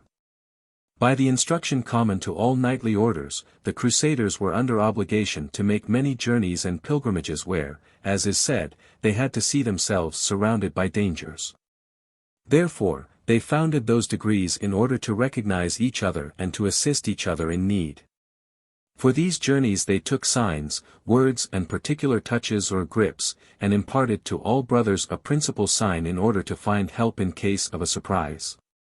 To imitate the Christians of the East and the Coptic priests, these knights preserved among themselves the verbal law which was never written down, and took care that it should remain concealed to those of the lesser degrees. All this is preserved with exactitude in the philosophic rite of our day, although this rite does not precisely seek to derive its origin from the Knights Templars. The Knights Templars united the possessions of the Old Man of the Mountains, concerning which there is more than 90% of legend and calumny to 10% of truth, under their rule. And as they had perceived the supernatural courage of his pupils, they admitted these into their order. Some historians have thus come to the conclusion that the Knights Templars themselves had been induced to accept the institutions of those admitted. Gautier von Montbar was acquainted with these teachings and transplanted them into Europe. All these circumstances were very detrimental to the religion of Rome. It lost many of those who had belonged to it, more especially many crusaders who were sojourning in Syria, Palestine and Egypt, where all the forms of belief of the first Christians were preserved and tolerated by the Saracens. Eastern Christians regarded the dogma of the unity of God as a mystery and saw in it a divine manifestation. They, therefore, only imparted the knowledge thereof at initiation which they held very secret. They practiced the morality commanded by the Son of Mary but did not believe in his divinity, for all those who followed Gnostic and Kabbalistic traditions, considered him to be their elder brother. The Knights of the Cross who had come to know these dogmas and mysteries of the Christians of the East, were obliged, when they had returned to Europe, to hold this initiation still more secret. For the mere suspicion of such a faith would have been sufficient to bring these new religious professors to the rack and the stake. Relative to the link between the Knights Templars and the Gnostic teachings, one hint may be given: the Masonic G does not and never did stand for geometry but for gnosis, the soul. The Order of the Temple was cosmopolitan and divided into two great classes: 1. The Order of the East, 2. The Order of the Temple. The Order of the Temple sprang from the Order of the East, of which ancient Egypt was the cradle. The Order of the East comprised different orders or classes of adepts. The adepts of the first order were at once legislators, judges and pontiffs. Their policy was opposed to the propagation of metaphysical knowledge and the natural science, of which they made themselves the sole depositories. And whoever should have dared to reveal the secrets reserved for the initiates in the order of the sacerdotal hierarchy, would have been punished with most dire severity. They gave to the people only symbolic emblems constituting the exoteric theology, which was a compound of dogmas and practices tending to give ascendancy to religious forms and the consolidation of the government. Moses was initiated in Egypt. He was profoundly versed in the theological, physical and metaphysical mysteries of the priests. Aaron, his brother, and the other Hebrew chiefs, became the depositories of these doctrines. These chiefs or Levites were divided into several classes, according to the custom of the Egyptian priesthood. Later on, the Son of Man was born into the world. He was brought up in the Alexandrian school. Filled with a spirit of the divine, endowed with a marvelous intelligence, he succeeded in attaining to, not merely in having conferred upon him, all the degrees of the Egyptian initiation. On returning to Jerusalem, he presented himself before the chiefs of the synagogue and pointed out to them the numerous alterations that the law of Moses had undergone at the hands of the Levites. He confounded them by the power of his soul's sight and the extent of his knowledge. But the Jewish priests, blinded by their passions and prejudices, persisted in their errors. However, the moment had come when the messenger of the age, directing the results of his lofty meditations and aspirations towards the universal civilization and welfare of the world, tore down the veil which hid the truth from the people. Preached the love of one's neighbor and the equality, possibility of equality, of all men. Finally, by a sacrifice worthy of a Son of God, he attempted to establish the heavenly, saving, doctrines which he had come to teach. And to establish forever on earth, by the justice of the laws he taught, the religion, law of life, inscribed in the book of God, and failed because mankind accepted the word and refused the Spirit.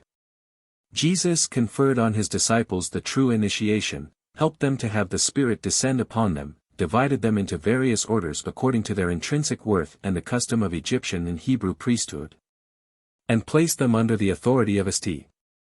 John the Beloved, the Apostle of Love, whom he made supreme pontiff and patriarch.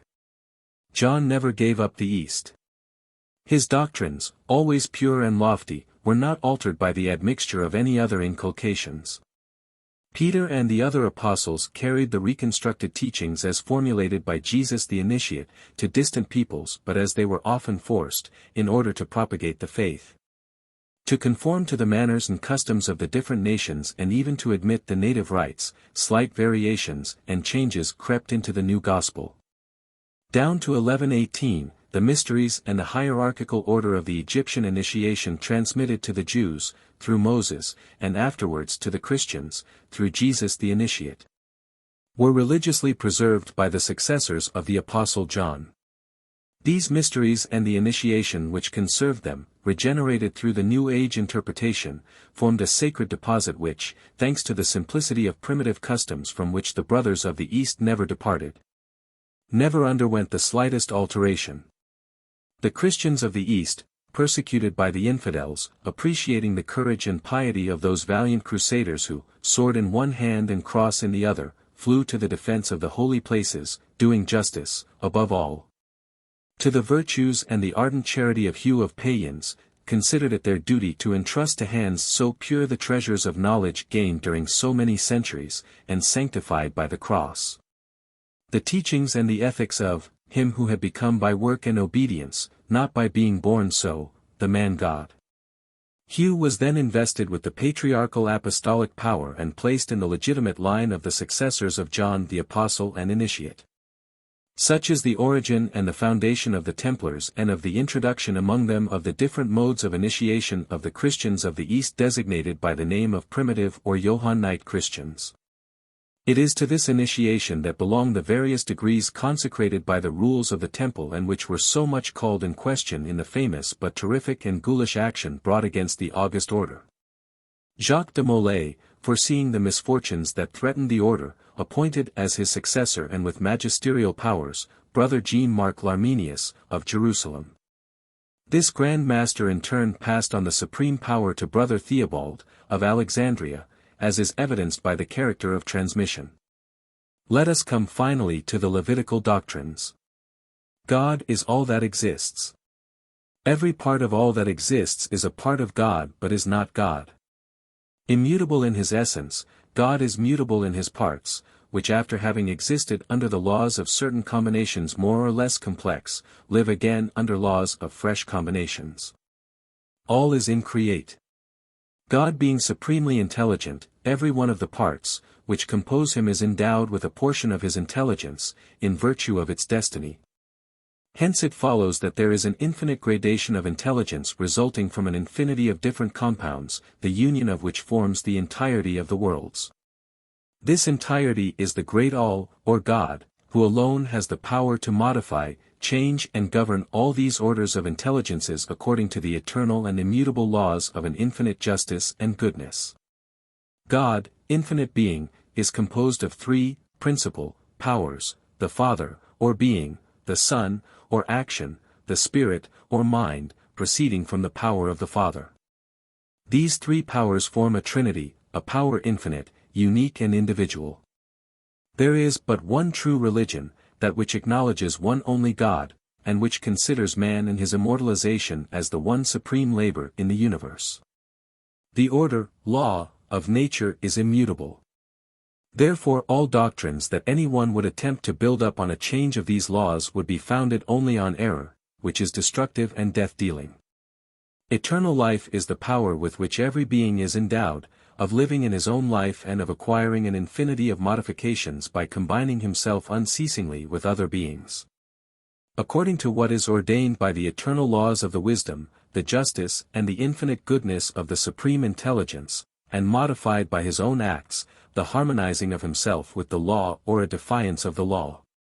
According to this system of the modification of matter, and of action, it is natural to conclude that all its parts have the right of thought and free will and therefore the power of merit and demerit. However, the high initiates do not profess to believe that all the parts of matter, organic or inorganic, possess the faculty of thought, though they do possess the power of selection through the means of harmonious attraction. It is not thus that they profess to understand their system. They certainly admit a series of intelligences from the elementary substances, the most simple molecule or the monad, up to the reunion of all these monads or their compounds, a reunion which would constitute the great All or God, which, as the universal intelligence, alone would have the power of comprehending itself. But the manner of being, of feeling and of using the intelligence, would be relative to the hierarchical order in which they found themselves placed. Consequently, the intelligence would differ according to the mode of organization and the hierarchical place of each body. Thus, according to this system, the intelligence of the simple molecule would be limited to seeking or rejecting union with certain other molecules, which is accomplished through the harmonious or inharmonious interaction as the result of vibrations native to each molecule of matter. Man, for example, among the intelligences which form part of the earth, alone would have that modification or organization which would give fully the I consciousness, as well as the faculty of distinguishing good from evil, constructive from destructive, and consequently would possess the gift of free will. The symbolism of the ancient mysteries and Masonry are identical. The order known as Freemasonry appears to have been instituted as a vehicle to preserve and transmit an account of the miraculous dealings of the Most High with his people in the infancy of the world. For at that early period, what is now, Freemasonry may be identified with religion. The identity of the Masonic institution with the ancient mysteries is obvious from the striking coincidences, similarities, found to exist between them. The latter was a secret religious worship, and the depository of religion, science and art tradition dates the origin of the mysteries back to the earliest period of time and makes it coeval with the organization of society. But the order of Freemasonry, as anciently constituted in its various forms and under different titles, goes further than did the ancient mysteries. While it embodies all that is valuable, in symbolic form, in the institutions of the past, it embraces within its circle all that is good and true of the present, and thus becomes a conservator as well as a depository of religion, science and art. Without any reference to forms and modes of faith, it furnishes a series of indirect evidences which silently operate to establish the great and general principles of religion, and points to that triumphant system which was the object of all preceding dispensations and must ultimately be the sole religion of the human race, because it is the only religion in which the plan of salvation is clearly developed. Pearson, Tradition of Masonry. From age to age, through the countless generations, these rites have read their sublime lessons of wisdom and hope and peace and warning to the sons of light. The initiates of all the ages have been known as the sons of the light, while those aspirants, who took up the quest for the light, have been said to be traveling toward the east. All this is significant when we recognize the fact that Masonry and the few other genuine secret societies have continued to use the same expressions and to urge their aspirants to continue in the search. This is still true in the beginning of the New Age, and one known as Man-Isis, descendant of that Manasseh who was promised by God, through the voice of the prophets, that his sons and daughters, progeny and future generations, should inherit the earth, and that at that period the earth would become like unto a heaven, haven of peace, has come among man, is beginning his ministry and is addressed by the All-Father in the mystic language. I, O Man-Isis, who am Jehovah Adonai, the Father of Light. Thus we who have eyes to see, must recognize that the time for the readjustment is at hand, that those who have obeyed the law and truly become the sons of light, shall come into their own, their kingdom, and that henceforth it shall be not the meek who will inherit the kingdom but the faithful, those who not merely believe in but who obey the law. These same lessons, in the same language, they read to us today. But do we see in them what they did? Do they impress us as they did them? Or do they pass before our eyes like a panorama of some unknown land, which has no delineator to tell us what or where it is, or give us any intelligible notion regarding it? Accepting the symbol, have we lost its sense? Our rites will be of little value to us if this is the case. It is our duty then, to make Freemasonry the object of profound study. We must consult the past. We must stand by the sarcophagus of the murdered Osiris in Egypt, enter the caverns of Phrygia, and hold communion with the Cabri, penetrate the Collegia Fabrorum of ancient Rome, and work in the mystic circle of Sidon. In a word, We must pursue our researches until we find the thought, spirit, that law in the minds of those who created the institution and founded our mysteries. Then we shall know precisely what they mean. We shall see in them a grand series of moral and philosophical dramas, most eloquent and instructive, gleaming with sublime ideas, as the heavens glow with stars. And finally we shall discover that our rite embraces all the possible circumstances of man, moral, spiritual and social, and has a meaning high as heaven, broad as the universe and profound as eternity. Sickles, a hymen reason. If we seek the origin and first beginning of the Masonic philosophy, we must go far back into the ages of remote antiquity, when we shall find this beginning in the bosom of kindred associations, where the same philosophy was maintained and taught. But if we confound the ceremonies of Masonry with the philosophy of Masonry and see the origin of the institution molded into outward form as it is today, we scarcely can be required to look farther back than the beginning of the 18th century, and, indeed, not quite so far. The two doctrines, the unity of God and the immortality of the soul, constitute the philosophy of Freemasonry. When we wish to define it succinctly, we say that it is an ancient system of philosophy which teaches these two dogmas. Mackey, the Symbolism of Masonry. The fundamental law of Masonry requires only a belief in the supreme architect of the universe and in a future life, while it says with peculiar tolerance, that in all other matters of religious belief, Masons are expected to be of that religion in which all men agree, leaving their particular opinions to themselves. Under the shelter of this wise provision, the Christian and the Jew, the Mohammedan and the Brahmin, are permitted to unite around our common altar, and Masonry becomes, in practice as well as in theory, universal. The truth is, that Masonry is undoubtedly a religious institution, its religion being of that universal kind in which all men agree and which, handed down through a long succession of ages from that ancient priesthood who first taught it, embraces the great tenets of the existence of God and the immortality of the soul, tenets which, by its peculiar symbolic language, it has preserved from its foundation, and still continues, in the same beautiful way, to teach. Beyond this, for its religious faith, we must not and cannot go. Mackey, Masonic Jurisprudence. Freemasonry does not profess to interfere with the religious opinions of its members. It asks only for a declaration of that simple and universal faith, in which men of all nations and all sects agree, the belief in a God and in his superintending providence. Beyond this, it does not venture but leaves the minds of its disciples, on other and sectarian points, perfectly untrammeled. This is the only religious qualification required by a candidate, but this is most strictly demanded. The religion, then, of Masonry, is pure theism, on which its different members engraft their own peculiar opinions, but they are not permitted to introduce them into the lodge or to connect their truths or falsehoods with the truth, fundamentals, of Masonry. Mackey, Masonic Lexicon. Every Mason, says the old charges of 1722, is obliged by his tenure to obey the moral law.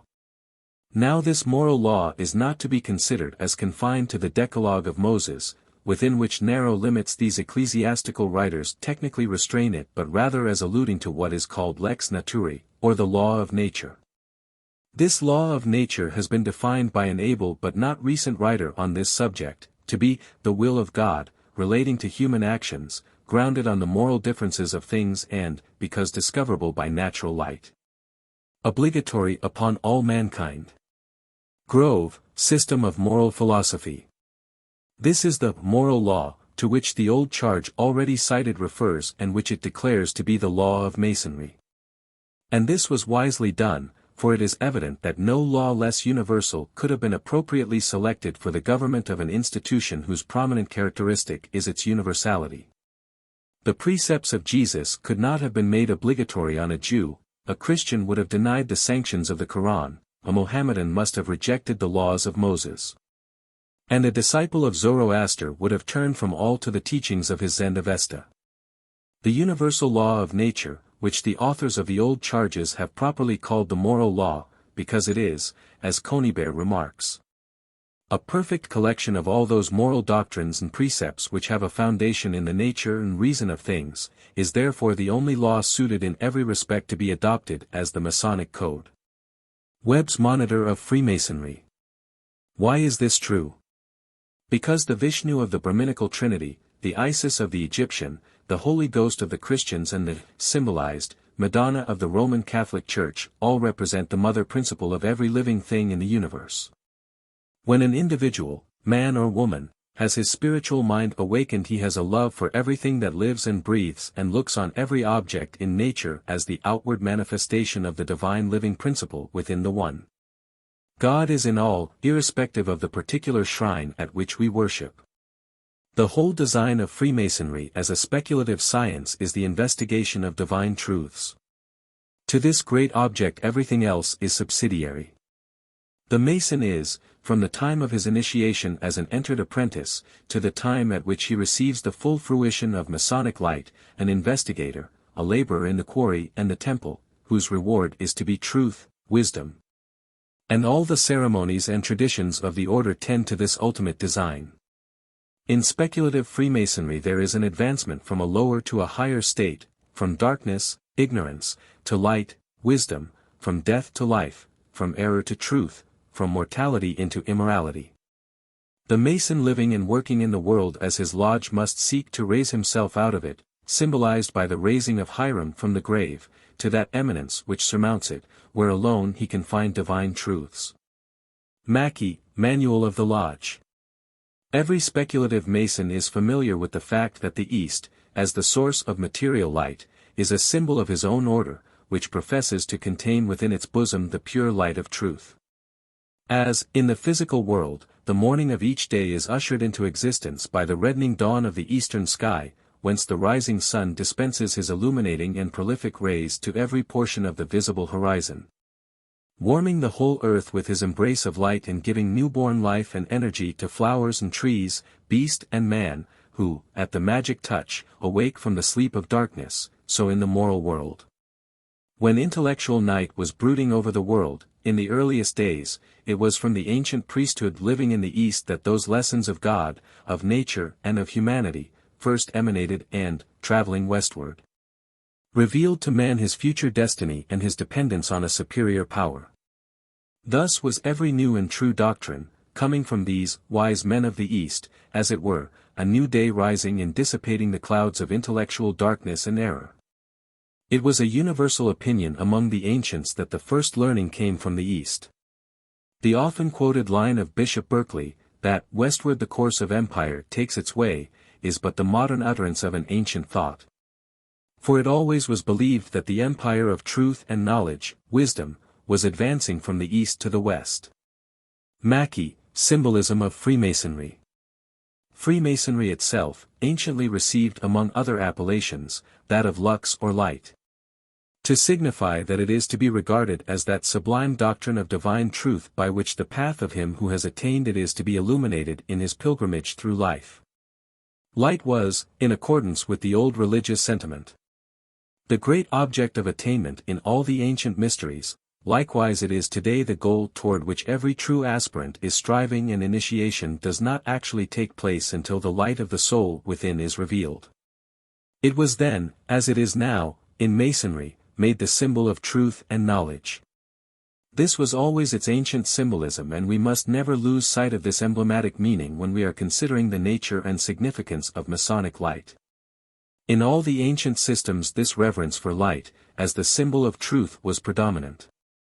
In the mysteries of every nation, the candidate was made to pass, during his initiation, through scenes of utter darkness, and at length terminated his trials by an admission to the splendidly illuminated cecellum or sanctuary, where he was said to have attained pure and perfect light, and where he received the necessary instructions which were to invest him with that knowledge of the divine truth which it had been the object of all his labors and the design of the institution into which he had been initiated to bestow. Light, therefore, became synonymous with truth and knowledge, and darkness with falsehood and ignorance. We find this symbolism pervading not only the institutions but the very language of antiquity. Mackey, Symbolism of Freemasonry. It is a landmark, that a book of the law shall constitute an indispensable part of the furniture of every lodge. I say advisedly, a book of the law, because it is not absolutely required that everywhere the Old and New Testament shall be used. The book of the law is that volume which, by the religion of the country, is believed to contain the revealed will of the great architect of the universe. Hence, in all lodges in Christian countries, the book of the law is composed of the Old and New Testament. In a country where Judaism was the prevailing faith, the Old Testament alone would be sufficient. And in Mohammedan countries, and among Mohammedan Masons the Quran might be substituted. Masonry does not attempt to interfere with the peculiar religious faith of its disciples, except in so far as relates to the belief in the existence of God and what necessarily results from that belief. The Book of Law is to the speculative Mason his spiritual trestle board, without which he cannot labor. Whatever he believes to be the revealed will of the grand architect constitutes for him his spiritual trestle board and must ever be before him in his hours of speculative labor, to be the rule and guide of his conduct. The landmark, therefore, requires that a book of the law, a religious code of some kind, purporting to be an exemplar of the revealed will of God, shall form an essential part of the furniture of every lodge. Mackey, Masonic Jurisprudence. The Holy Bible is no more sacred or of greater value to the Christian than is the Quran to the Mohammedan. Each sincerely believes that his faith is the only true one. So long as each one does as he truly believes to be right and permits his brother to do likewise, refraining from interfering with the right of others, both are in the right.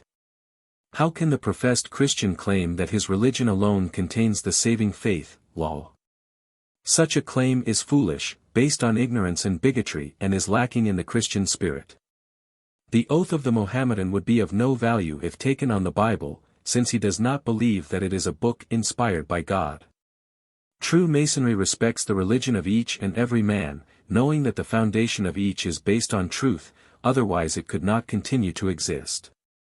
The religious philosophy of Masonry is as old as the first religious faith, for Masonry itself is founded on the mysteries of antiquity, said mysteries having been taught on lost Atlantis.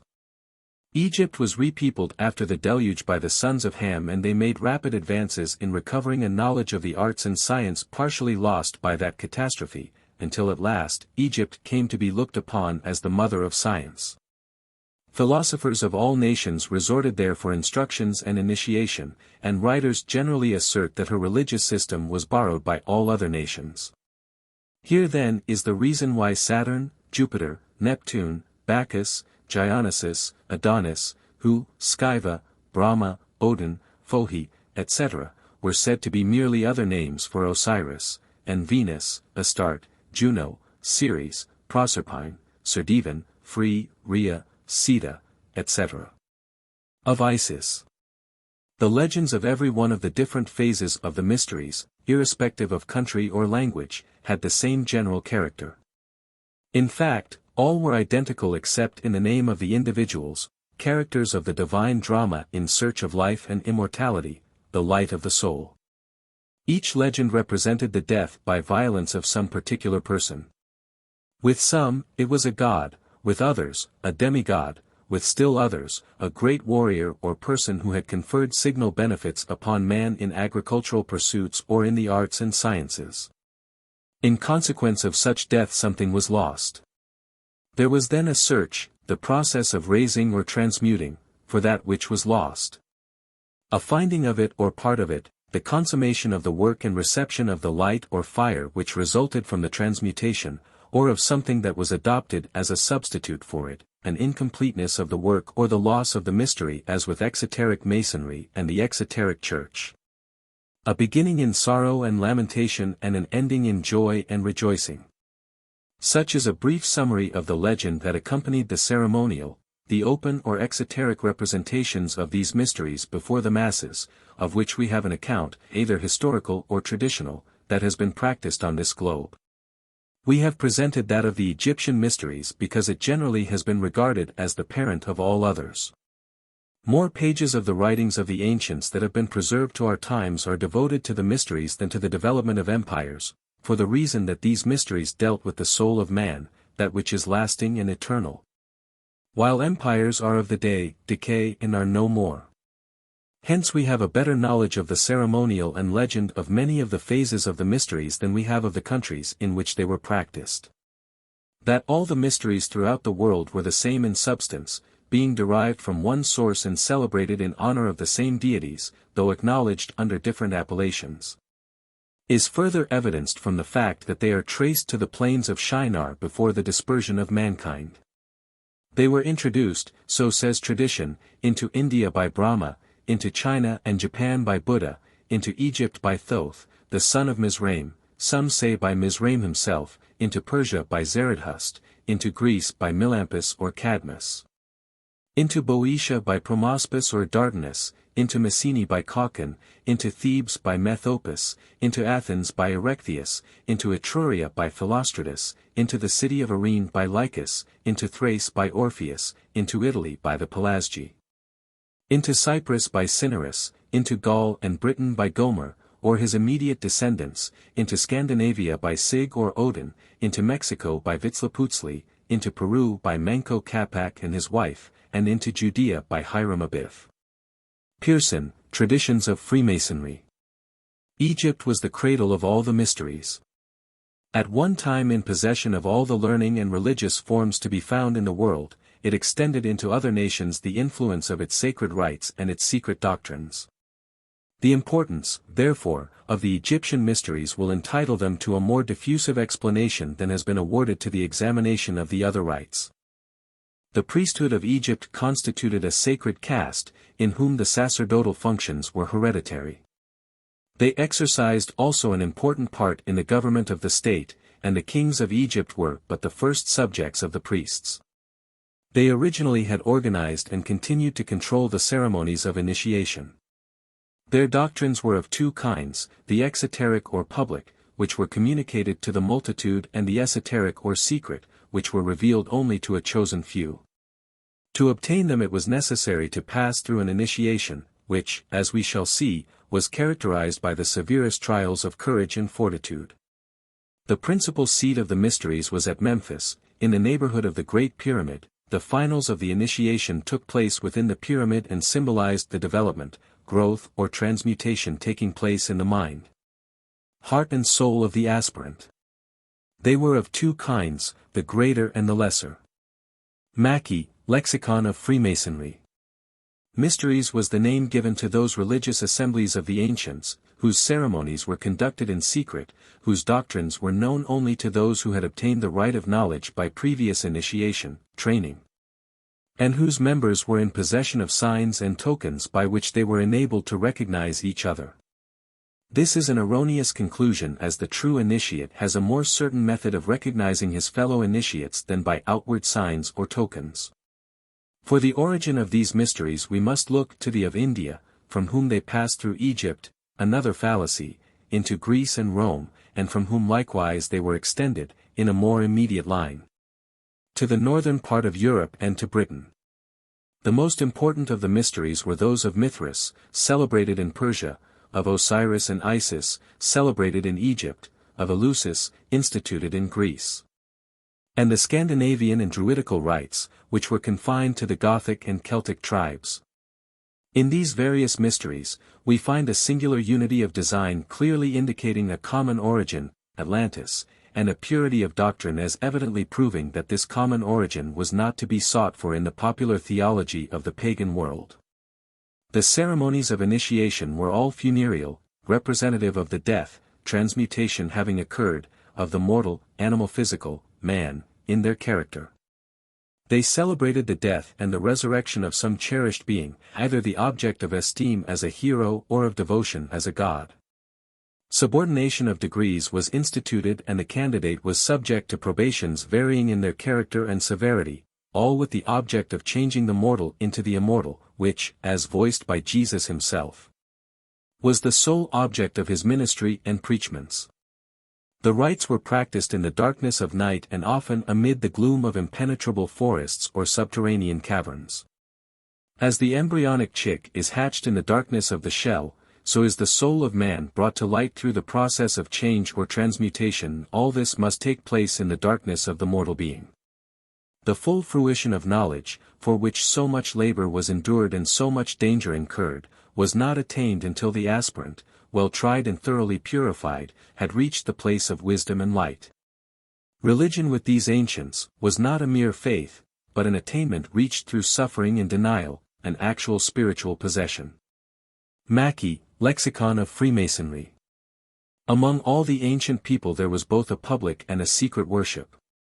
The secret worship did not originate in Egypt but in Atlantis and from thence was carried into Egypt. This secret worship always was known as the mysteries, and all of these mysteries were the same in substance or spirit, and in the religious philosophy their legends and fundamentals were identical with only a variation of characters. These mysteries could be obtained in no other manner than by initiation. And the members of these priesthoods were not known by outward signs and tokens but by the color of the spiritual fire with which they were enveloped and which easily was recognized by all true initiates. The secrecy of the initiation was not because the priests did not want the people to know the inner mysteries but due to the fact that they would not receive them in the spirit in which they would be given. The mass could not comprehend the application of material and even gross substances, toward divine ends and would degrade the most sacred functions of God's divine creation, to gross purposes. The masses never were ready to receive the mysteries nor are they today, much as the initiates wished to confer them upon all of God's children.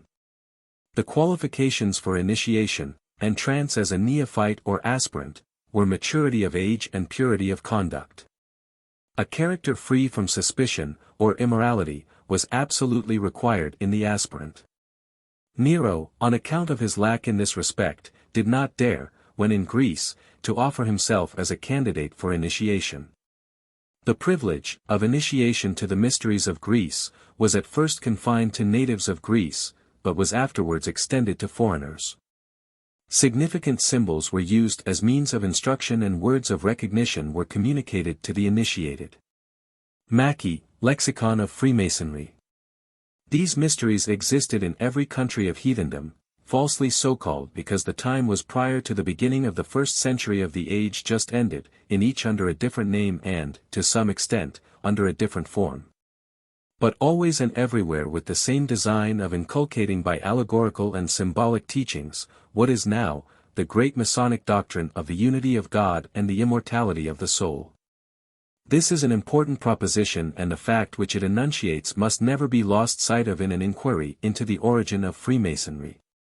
For the pagan, non-Christian, mysteries were to the spurious Freemasonry of antiquity, something which did not exist except in the minds of modern writers who have had only an exoteric experience in the rite of initiation, precisely what the Master's Lodge is to the Freemasonry of the present day.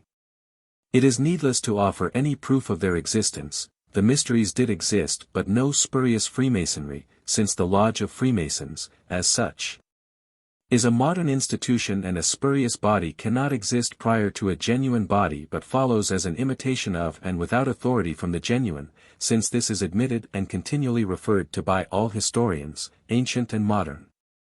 And to discuss minutely their character and organization would occupy a distinct treatise. Mackey, Symbolism of Freemasonry. The legend and traditions of Hiram Abiff, for such is the rendering of the Hebrew text in Luther's Bible, form the consummation of the connecting link between Freemasonry and the ancient mysteries and sustain beyond peradventure the theory that Freemasonry dates anterior to the deluge and the strong probability of its divine origin. We do not assert that the legend of Hiram Abiff is true. We only know that it has come to us by tradition. At what time the legend of the death of Hiram Abiff took the place of the older legends in the mysteries of Persia, India, Egypt, etc. We have no information.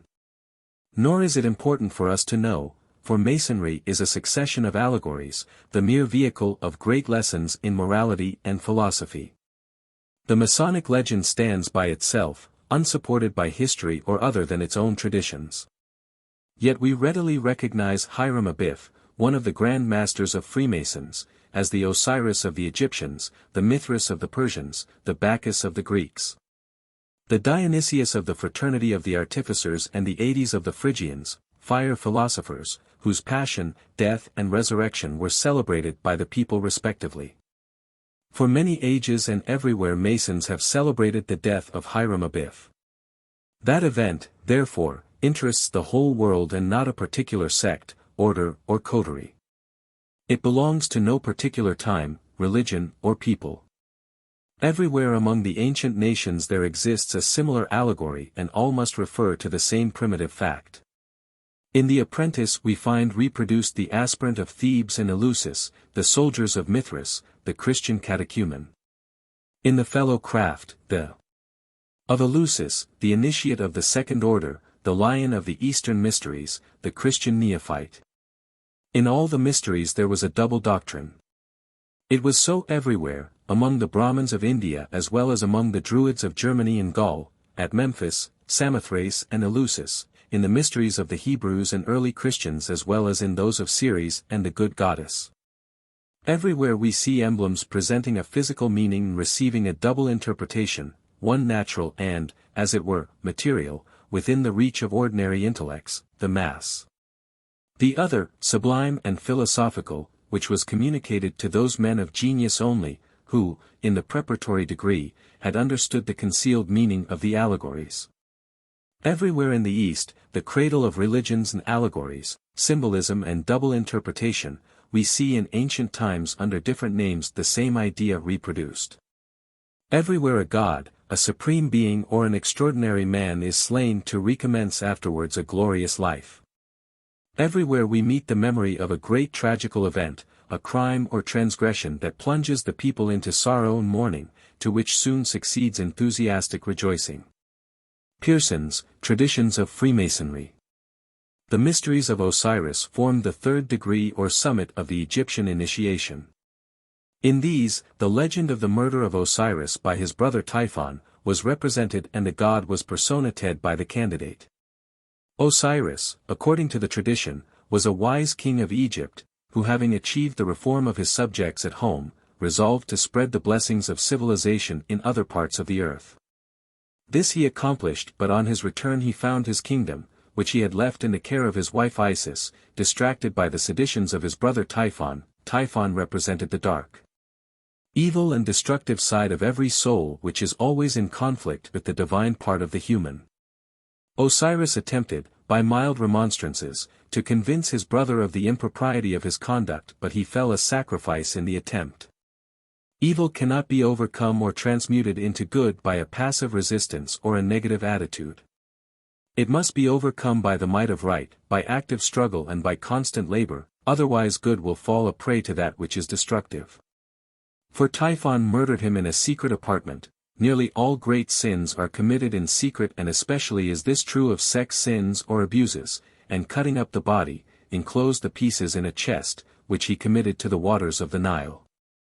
Isis, representative of the mother principle and the soul or that part of man which seeks his spiritual good and elevation, searching for the body, found it and entrusted it to the care of the priests, those who can teach man how he may regenerate the physical or body and elevate the sex forces for the attainment of illumination, which in the mysteries, is termed life or the light.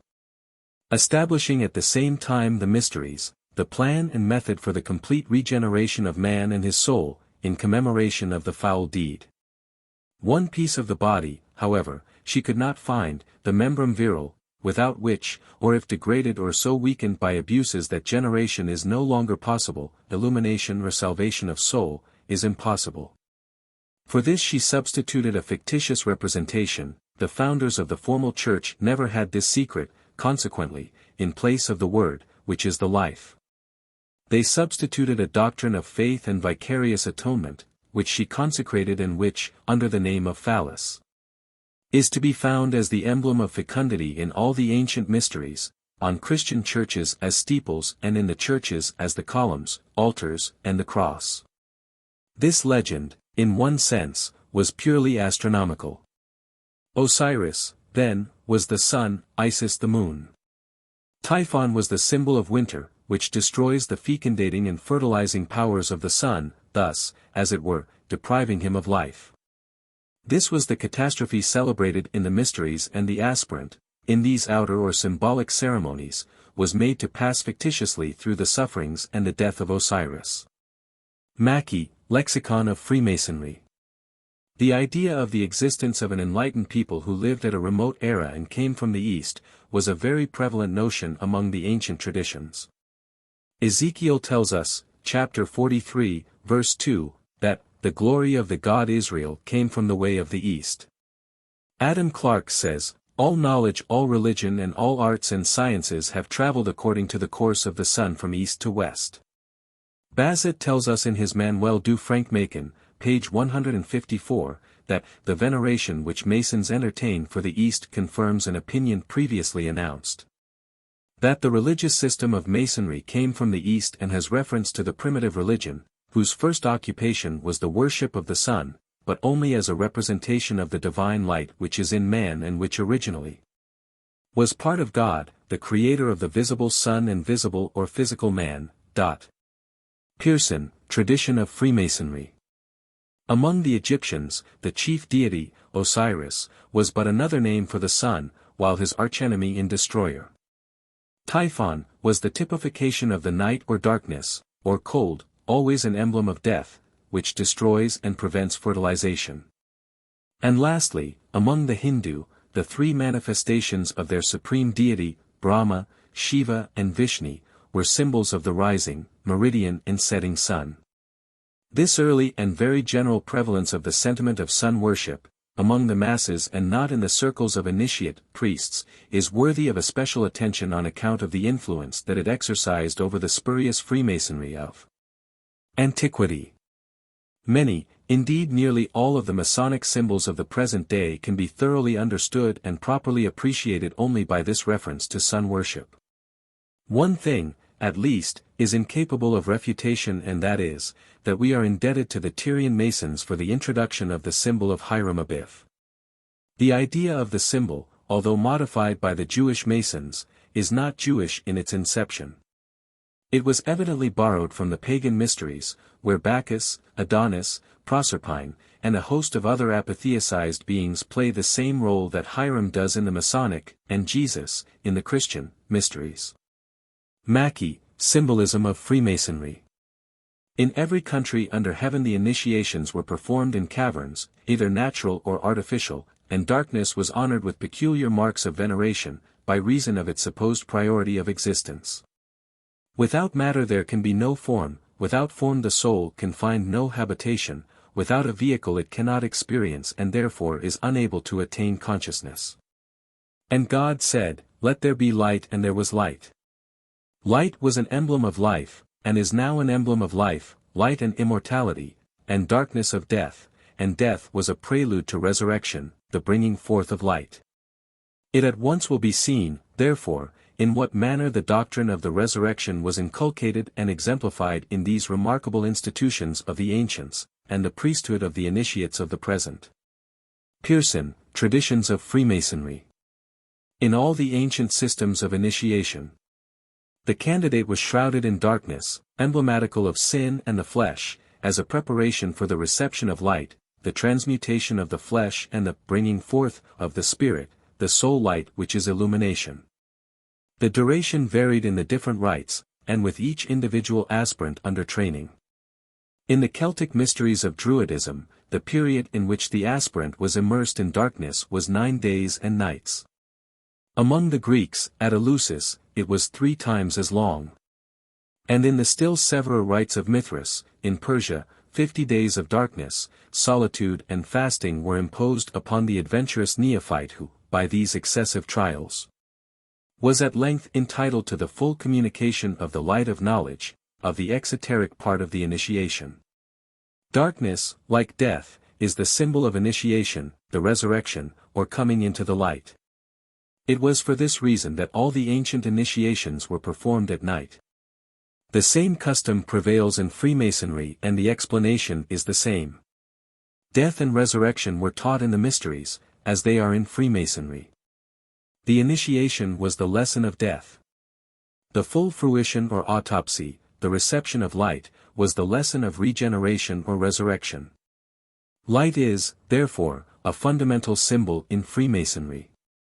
It is, in fact, the first important symbol that is presented to the neophyte in his instructions and contains within itself the very essence of speculative Masonry. which is nothing more than the contemplation of intellectual light or truth. In the real initiation it is the light of the soul which ultimately results from the constructive application of the light of the intellect. Mackey, Symbolism of Freemasonry.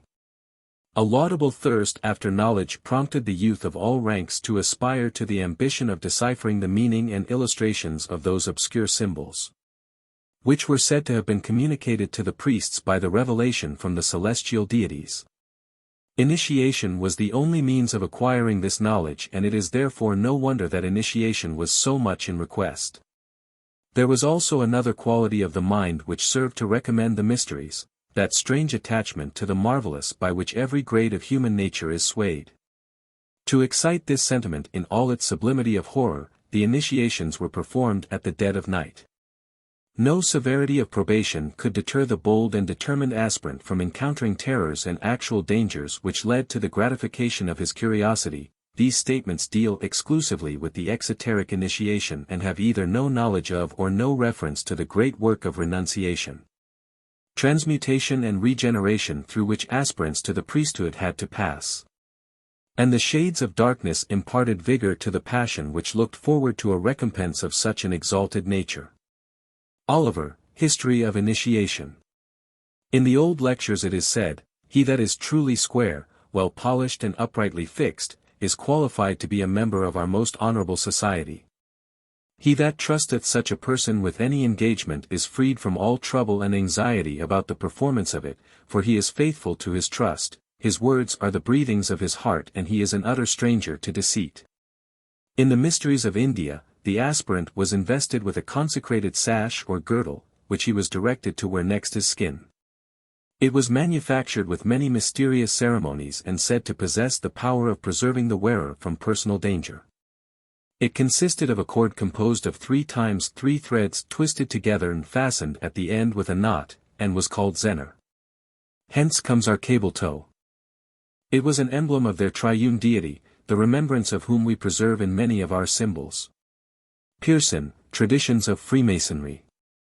The rite of discalciation, or uncovering the feet on approaching holy ground, is derived from the Latin word discalciare, to pluck off one's shoes. The usage has the prestige of antiquity and universality in its favor. It symbolizes the great truths which all sincere aspirants should ever have in mind: the soul coming before God, its own light and records, cannot possibly hide under any subterfuge or covering but is naked, easily seen through. And that therefore the first essential is to throw aside all that is superficial and which can deceive, and become as little children before the Lord. The Holy of Holies cannot be entered so long as man is unwilling to face absolute facts, irrespective of how accusatory or seemingly shocking they may be. Take off thy shoes, that is, come forward without an attempt to hide anything, ached and unashamed, willingness to look the truth in the face and to accept the verdict. That it not only very generally prevailed but that its symbolic signification was well understood in the days of Moses, we learn from that passage of Exodus where the angel of the Lord, at the burning bush, exclaims to the patriarch, "Draw not nigh hither. Put off thy shoes from off thy feet, for the place whereon thou standest is holy ground." Clarke thinks it is from this command that the Eastern nations have derived the custom of performing all their acts of religious worship with bare feet. But it is much more probable that the ceremony was in use long anterior to the circumstance of the burning bush, and that the Jewish lawgiver at once recognized it as a well-known sign of reverence, in the great rite. A sign of purity of motive and honest worship at the fount of life, as well as a profession of true love. Bishop Patrick entertains this opinion and thinks that the custom was derived from the ancient patriarchs and transmitted by a general tradition to succeeding times. The direction of Pythagoras to his disciples was in these words: "Offer sacrifices and worship with thy shoes off."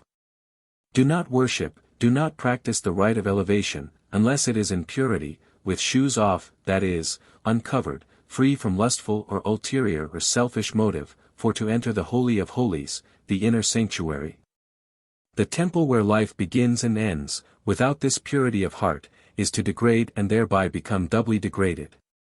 The Mohammedans, when about to perform their devotions, always leave their slippers at the door of the mosque, emblematical of the true worship of the soul and of the spirit of creation and recreation. The Druids practiced the same custom whenever they celebrated their sacred rites, and the ancient Peruvians are said always to have left their shoes at the porch when they entered the magnificent temple consecrated to the worship of the sun, all symbolizing exoterically the spirit of the mysteries. The rite of discalciation is, therefore, a symbol of reverence, and rendered by God's first creation to him in recognition of the nobility and purity of the act of creation when uncontaminated by the lusts of the flesh. It symbolizes, in the language of symbolism, that the spot which is about to be approached, or entered, in this humble and reverential manner is consecrated to some holy purpose. Into the Master Mason's Lodge, this holy of holies of the Masonic temple where the solemn truths of death and immortality are inculcated, the aspirant, on entering, should purify the heart from every contamination and remember, with a due sense of their symbolic application, those words that once broke upon the astonished ears of the old patriarch, when entering the portals of initiation. And, though generally unknown to the externally refined and cultured but internally sex-debased, Western peoples, when about to approach the nuptial couch on the wedding night, put off thy shoes from off thy feet. For the place whereon thou standest is holy ground. Mackey, Symbolism of Freemasonry. Among all the ancient people there was both a public and a secret worship. The secret worship did not originate in Egypt but in Atlantis, and from thence was carried into Egypt. This secret worship always was known as the mysteries, and all of these mysteries were the same in substance or spirit, and in the religious philosophy their legends and fundamentals were identical with only a variation of characters. These mysteries could be obtained in no other manner than by initiation. And the members of these priesthoods were not known by outward signs and tokens but by the color of the spiritual fire with which they were enveloped and which easily was recognized by all true initiates. The secrecy of the initiation was not because the priests did not want the people to know the inner mysteries but due to the fact that they would not receive them in the spirit in which they would be given. The mass could not comprehend the application of material and even gross substances, toward divine ends, and would degrade the most sacred functions of God's divine creation, to gross purposes. The masses never were ready to receive the mysteries, nor are they today, much as the initiates wished to confer them upon all of God's children. The qualifications for initiation, entrance as a neophyte or aspirant, were maturity of age and purity of conduct. A character free from suspicion, or immorality, was absolutely required in the aspirant. Nero, on account of his lack in this respect, did not dare, when in Greece, to offer himself as a candidate for initiation. The privilege of initiation to the mysteries of Greece was at first confined to natives of Greece, but was afterwards extended to foreigners. Significant symbols were used as means of instruction and words of recognition were communicated to the initiated. Mackey, Lexicon of Freemasonry. These mysteries existed in every country of heathendom, falsely so called because the time was prior to the beginning of the first century of the age just ended, in each under a different name and, to some extent, under a different form. But always and everywhere with the same design of inculcating by allegorical and symbolic teachings, what is now, the great Masonic doctrine of the unity of God and the immortality of the soul. This is an important proposition, and the fact which it enunciates must never be lost sight of in an inquiry into the origin of Freemasonry. For the pagan, non-Christian, mysteries were to the spurious Freemasonry of antiquity, something which did not exist except in the minds of modern writers who have had only an exoteric experience in the rite of initiation, precisely what the Master's Lodge is to the Freemasonry of the present day. It is needless to offer any proof of their existence. The mysteries did exist, but no spurious Freemasonry, since the Lodge of Freemasons, as such, is a modern institution, and a spurious body cannot exist prior to a genuine body but follows as an imitation of and without authority from the genuine, since this is admitted and continually referred to by all historians, ancient and modern. And to discuss minutely their character and organization would occupy a distinct treatise. Mackey, Symbolism of Freemasonry. The legend and traditions of Hiram Abiff, for such is the rendering of the Hebrew text in Luther's Bible. form the consummation of the connecting link between Freemasonry and the ancient mysteries and sustain beyond peradventure the theory that Freemasonry dates anterior to the deluge and the strong probability of its divine origin. We do not assert that the legend of Hiram Abiff is true. We only know that it has come to us by tradition. At what time the legend of the death of Hiram Abiff took the place of the older legends in the mysteries of Persia, India, Egypt, etc. We have no information. Nor is it important for us to know, for Masonry is a succession of allegories, the mere vehicle of great lessons in morality and philosophy. The Masonic legend stands by itself, unsupported by history or other than its own traditions. Yet we readily recognize Hiram Abiff, one of the Grand Masters of Freemasons, as the Osiris of the Egyptians, the Mithras of the Persians, the Bacchus of the Greeks. The Dionysius of the fraternity of the Artificers and the Hades of the Phrygians, fire philosophers, whose passion, death and resurrection were celebrated by the people respectively. For many ages and everywhere Masons have celebrated the death of Hiram Abiff. That event, therefore, interests the whole world and not a particular sect, order or coterie. It belongs to no particular time, religion or people. Everywhere among the ancient nations there exists a similar allegory and all must refer to the same primitive fact. In The Apprentice we find reproduced the aspirant of Thebes and Eleusis, the soldiers of Mithras, the Christian catechumen. In The Fellow Craft, the of Eleusis, the initiate of the second order, the lion of the Eastern mysteries, the Christian neophyte. In all the mysteries there was a double doctrine. It was so everywhere, among the Brahmins of India as well as among the Druids of Germany and Gaul, at Memphis, Samothrace and Eleusis, in the mysteries of the Hebrews and early Christians as well as in those of Ceres and the good goddess. Everywhere we see emblems presenting a physical meaning and receiving a double interpretation, one natural and, as it were, material, within the reach of ordinary intellects, the mass. The other, sublime and philosophical, which was communicated to those men of genius only, who, in the preparatory degree, had understood the concealed meaning of the allegories.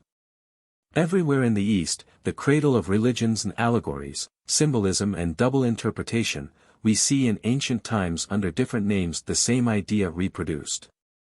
Everywhere a god, a supreme being or an extraordinary man is slain to recommence afterwards a glorious life.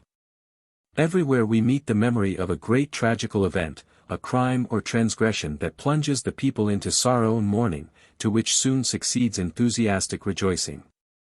Pearson's Traditions of Freemasonry. The mysteries of Osiris formed the third degree or summit of the Egyptian initiation. In these, the legend of the murder of Osiris by his brother Typhon was represented and the god was personated by the candidate. Osiris, according to the tradition, was a wise king of Egypt, who having achieved the reform of his subjects at home, resolved to spread the blessings of civilization in other parts of the earth. This he accomplished, but on his return he found his kingdom, which he had left in the care of his wife Isis, distracted by the seditions of his brother Typhon. Typhon represented the dark, evil and destructive side of every soul which is always in conflict with the divine part of the human. Osiris attempted, by mild remonstrances, to convince his brother of the impropriety of his conduct, but he fell a sacrifice in the attempt. Evil cannot be overcome or transmuted into good by a passive resistance or a negative attitude.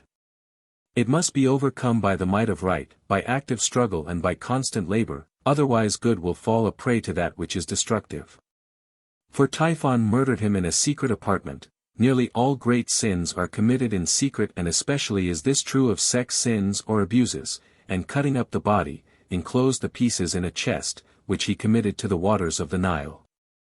Isis, representative of the mother principle and the soul or that part of man which seeks his spiritual good and elevation, searching for the body, found it and entrusted it to the care of the priests, those who can teach man how he may regenerate the physical or body and elevate the sex forces for the attainment of illumination, which in the mysteries, is termed life or the light. Establishing at the same time the mysteries, the plan and method for the complete regeneration of man and his soul, in commemoration of the foul deed. One piece of the body, however, she could not find, the membrum virile, without which, or if degraded or so weakened by abuses that generation is no longer possible, illumination or salvation of soul, is impossible. For this she substituted a fictitious representation. The founders of the formal church never had this secret, consequently, in place of the word, which is the life. They substituted a doctrine of faith and vicarious atonement, which she consecrated and which, under the name of phallus, is to be found as the emblem of fecundity in all the ancient mysteries, on Christian churches as steeples and in the churches as the columns, altars, and the cross. This legend, in one sense, was purely astronomical. Osiris, then, was the sun, Isis the moon. Typhon was the symbol of winter, which destroys the fecundating and fertilizing powers of the sun, thus, as it were, depriving him of life. This was the catastrophe celebrated in the mysteries, and the aspirant, in these outer or symbolic ceremonies, was made to pass fictitiously through the sufferings and the death of Osiris. Mackey, Lexicon of Freemasonry. The idea of the existence of an enlightened people who lived at a remote era and came from the East, was a very prevalent notion among the ancient traditions. Ezekiel tells us, chapter 43, verse 2, that, the glory of the God Israel came from the way of the East. Adam Clarke says, all knowledge, all religion and all arts and sciences have traveled according to the course of the sun from east to west. Bazet tells us in his Manuel du Franc-Maçon, page 154, that, the veneration which Masons entertain for the East confirms an opinion previously announced. That the religious system of Masonry came from the East and has reference to the primitive religion, whose first occupation was the worship of the sun, but only as a representation of the divine light which is in man and which originally was part of God, the creator of the visible sun and visible or physical man. Pearson, Tradition of Freemasonry. Among the Egyptians, the chief deity, Osiris, was but another name for the sun, while his archenemy and destroyer, Typhon, was the typification of the night or darkness, or cold, always an emblem of death, which destroys and prevents fertilization. And lastly, among the Hindu, the three manifestations of their supreme deity, Brahma, Shiva and Vishnu, were symbols of the rising, meridian and setting sun. This early and very general prevalence of the sentiment of sun worship, among the masses and not in the circles of initiate priests, is worthy of a special attention on account of the influence that it exercised over the spurious Freemasonry of antiquity. Many, indeed nearly all of the Masonic symbols of the present day can be thoroughly understood and properly appreciated only by this reference to sun worship. One thing, at least, is incapable of refutation, and that is, that we are indebted to the Tyrian Masons for the introduction of the symbol of Hiram Abiff. The idea of the symbol, although modified by the Jewish Masons, is not Jewish in its inception. It was evidently borrowed from the pagan mysteries, where Bacchus, Adonis, Proserpine, and a host of other apotheosized beings play the same role that Hiram does in the Masonic, and Jesus, in the Christian, mysteries. Mackey, Symbolism of Freemasonry. In every country under heaven the initiations were performed in caverns, either natural or artificial, and darkness was honored with peculiar marks of veneration, by reason of its supposed priority of existence. Without matter there can be no form, without form the soul can find no habitation, without a vehicle it cannot experience and therefore is unable to attain consciousness. And God said, "Let there be light," and there was light. Light was an emblem of life, and is now an emblem of life, light and immortality, and darkness of death, and death was a prelude to resurrection, the bringing forth of light. It at once will be seen, therefore, in what manner the doctrine of the resurrection was inculcated and exemplified in these remarkable institutions of the ancients, and the priesthood of the initiates of the present. Pearson, Traditions of Freemasonry. In all the ancient systems of initiation, the candidate was shrouded in darkness, emblematical of sin and the flesh, as a preparation for the reception of light, the transmutation of the flesh and the bringing forth of the spirit, the soul light which is illumination. The duration varied in the different rites, and with each individual aspirant under training. In the Celtic mysteries of Druidism, the period in which the aspirant was immersed in darkness was 9 days and nights. Among the Greeks, at Eleusis, it was 3 times as long. And in the still severer rites of Mithras, in Persia, 50 days of darkness, solitude and fasting were imposed upon the adventurous neophyte who, by these excessive trials, was at length entitled to the full communication of the light of knowledge, of the exoteric part of the initiation. Darkness, like death, is the symbol of initiation, the resurrection, or coming into the light. It was for this reason that all the ancient initiations were performed at night. The same custom prevails in Freemasonry and the explanation is the same. Death and resurrection were taught in the mysteries, as they are in Freemasonry. The initiation was the lesson of death. The full fruition or autopsy, the reception of light, was the lesson of regeneration or resurrection. Light is, therefore, a fundamental symbol in Freemasonry. It is, in fact, the first important symbol that is presented to the neophyte in his instructions and contains within itself the very essence of speculative Masonry, which is nothing more than the contemplation of intellectual light or truth. In the real initiation it is the light of the soul which ultimately results from the constructive application of the light of the intellect. Mackey, Symbolism of Freemasonry. A laudable thirst after knowledge prompted the youth of all ranks to aspire to the ambition of deciphering the meaning and illustrations of those obscure symbols, which were said to have been communicated to the priests by the revelation from the celestial deities. Initiation was the only means of acquiring this knowledge, and it is therefore no wonder that initiation was so much in request. There was also another quality of the mind which served to recommend the mysteries, that strange attachment to the marvelous by which every grade of human nature is swayed. To excite this sentiment in all its sublimity of horror, the initiations were performed at the dead of night. No severity of probation could deter the bold and determined aspirant from encountering terrors and actual dangers which led to the gratification of his curiosity. These statements deal exclusively with the exoteric initiation and have either no knowledge of or no reference to the great work of renunciation, transmutation and regeneration through which aspirants to the priesthood had to pass. And the shades of darkness imparted vigor to the passion which looked forward to a recompense of such an exalted nature. Oliver, History of Initiation. In the old lectures it is said, "He that is truly square, well polished and uprightly fixed, is qualified to be a member of our most honorable society. He that trusteth such a person with any engagement is freed from all trouble and anxiety about the performance of it, for he is faithful to his trust, his words are the breathings of his heart and he is an utter stranger to deceit." In the mysteries of India, the aspirant was invested with a consecrated sash or girdle, which he was directed to wear next his skin. It was manufactured with many mysterious ceremonies and said to possess the power of preserving the wearer from personal danger. It consisted of a cord composed of 3 times 3 threads twisted together and fastened at the end with a knot, and was called zener. Hence comes our cable tow. It was an emblem of their triune deity, the remembrance of whom we preserve in many of our symbols. Pearson, Traditions of Freemasonry. The rite of discalciation, or uncovering the feet on approaching holy ground, is derived from the Latin word discalciare, to pluck off one's shoes. The usage has the prestige of antiquity and universality in its favor. It symbolizes the great truths which all sincere aspirants should ever have in mind: the soul coming before God, its own light and records, cannot possibly hide under any subterfuge or covering but is naked, easily seen through. And that therefore the first essential is to throw aside all that is superficial and which can deceive, and become as little children before the Lord.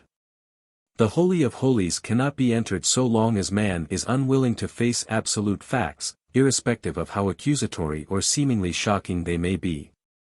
Take off thy shoes, that is, come forward without an attempt to hide anything, naked and unashamed, willingness to look the truth in the face and to accept the verdict. That it not only very generally prevailed but that its symbolic signification was well understood in the days of Moses, we learn from that passage of Exodus where the angel of the Lord, at the burning bush, exclaims to the patriarch, "Draw not nigh hither. Put off thy shoes from off thy feet, for the place whereon thou standest is holy ground." Clarke thinks it is from this command that the Eastern nations have derived the custom of performing all their acts of religious worship with bare feet. But it is much more probable that the ceremony was in use long anterior to the circumstance of the burning bush, and that the Jewish lawgiver at once recognized it as a well-known sign of reverence, in the great rite. A sign of purity of motive and honest worship at the fount of life as well as a profession of true love. Bishop Patrick entertains this opinion and thinks that the custom was derived from the ancient patriarchs and transmitted by a general tradition to succeeding times. The direction of Pythagoras to his disciples was in these words, "Offer sacrifices and worship with thy shoes off. Do not worship, do not practice the rite of elevation, unless it is in purity, with shoes off, that is, uncovered, free from lustful or ulterior or selfish motive, for to enter the Holy of Holies, the inner sanctuary. The temple where life begins and ends, without this purity of heart, is to degrade and thereby become doubly degraded." The Mohammedans, when about to perform their devotions, always leave their slippers at the door of the mosque, emblematical of the true worship of the soul and of the spirit of creation and recreation. The Druids practiced the same custom whenever they celebrated their sacred rites, and the ancient Peruvians are said always to have left their shoes at the porch when they entered the magnificent temple consecrated to the worship of the sun, all symbolizing exoterically the spirit of the mysteries. The rite of discalciation is, therefore, a symbol of reverence, and rendered by God's first creation to him in recognition of the nobility and purity of the act of creation when uncontaminated by the lusts of the flesh. It symbolizes, in the language of symbolism, that the spot which is about to be approached, or entered, in this humble and reverential manner is consecrated to some holy purpose.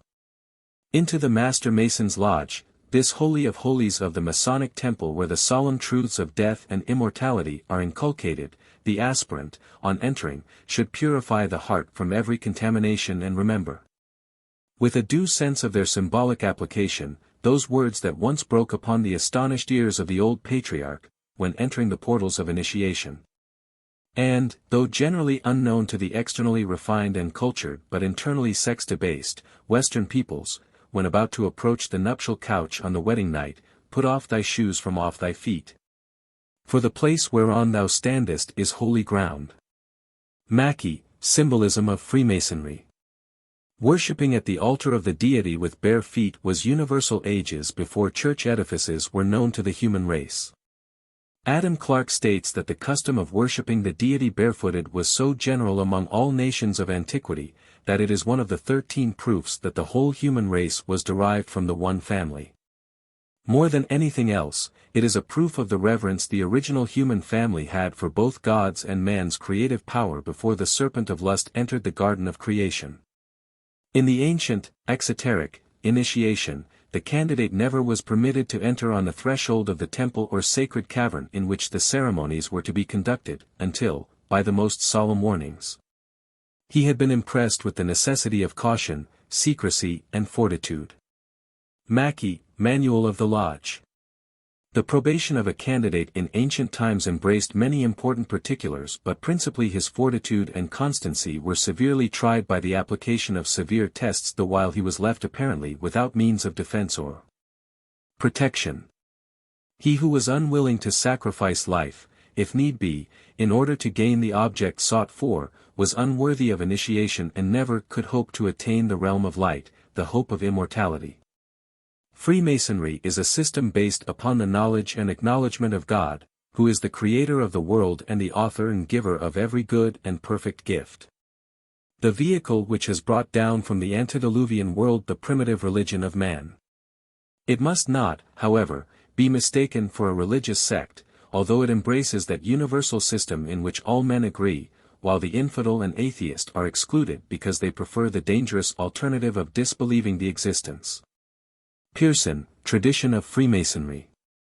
The successful probationer, the aspirant under training, at the expiration of his novitiate, when he had attained a certain degree of illumination, was brought forth into the cavern, for external or exoteric symbolization of all that he had passed through, of initiation, where he entered on the point of a sword presented to his naked left breast, by which he was slightly wounded, symbolization of the mystic doctrine that God does not hold the child responsible until after puberty. The age of responsibility beginning at the moment the powers of reproduction are fully developed and capable of misuse, and that wisdom, the actual knowledge of life, begins with the experience, wounding or bleeding, of the sex life. And then he was ritually prepared for the approaching ceremony. He was crowned with olive, anointed with oil of ban and armed with enchanted armor, by his guide, who was the representative of Simorg, a monstrous griffin and an important agent in the machinery of Persian mythology. And furnished with talismans that he might be ready to encounter all the hideous monsters raised up by the dives, passions, to impede his progress to perfection. Induced into an inner apartment he was purified with fire and water and solemnly put through the 7 stages of initiation. From the precipice where he stood, he beheld a deep and dangerous vault into which a single false step might precipitate him down to the throne of dreadful necessity, which was an emblem of those infernal regions through which he was about to pass. Threading the circuitous mazes of the gloomy cavern, he was soon awakened from his trance of thought, by seeing the sacred fire flash, at intervals, through its recesses to illuminate his path, sometimes bursting from beneath his feet, sometimes descending on his head in a broad sheet of white and shadowy flame. Amidst the admiration thus inspired, his terror was excited by the distant yelling of ravenous beasts, the roaring of lions, the howling of wolves, the fierce and threatening bark of dogs, etc. Oliver, History of Initiation. Circumambulation among the pagan nations referred to the great doctrine of Symbolism or sun worship. Freemasonry alone has preserved the primitive meaning, which was a symbolic allusion to the sun, as the source of light and the most wonderful work of the grand architect of the universe. The lodge represents the world. The 3 principal officers represent the sun in his 3 principal positions, at rising, at meridian and at setting. The circumambulation, therefore, alludes to the apparent course of the solar orb, through these points around the world. Mackey, Manual of the Lodge. In the rite of circumambulation we find another ceremony borrowed from the ancient ceremonies practiced in the mysteries. In ancient Greece, when the priests were engaged in the rite of sacrifice, they and the people always walked 3 times around the altar while singing a sacred hymn. In making this procession, great care was taken to move in imitation of the course of the sun. For this purpose they commenced at the east and passing on by the way of the south to the west, and thence to the north, the house of death, they arrived at the east, resurrection, again. By this means, as it will be observed, the right hand was always nearest the altar. Among the Romans the ceremony of circumambulation was always used in the rite of sacrifice, of expiation and of purification, both in the esoteric and exoteric rites. Thus Virgil describes Coryns as purifying his companions, an outer form, at the funeral of Maecenas, by passing 3 times around them while aspersing them with the lustral waters. And to do so conveniently it was necessary that he should have moved with his right hand toward them. Among the Hindus the same rite of circumambulation always was practiced. As an instance, we may cite the ceremonies which are required to be performed by a Brahmin upon first rising from bed in the morning. The priest, having first adored the sun, while directing his face to the east, then walks toward the west by the way of the south, saying at the same time, I follow the course of the sun. Which he thus explains, to the profane, as the sun in his course moves round the world by way of the south, so do I follow that luminary. To obtain the benefit arising from a journey round the earth by way of the south, symbolizing man's journey and experiences on earth. Pearson, Tradition of Freemasonry. Among the ancients, silence and secrecy were considered virtues of the highest order.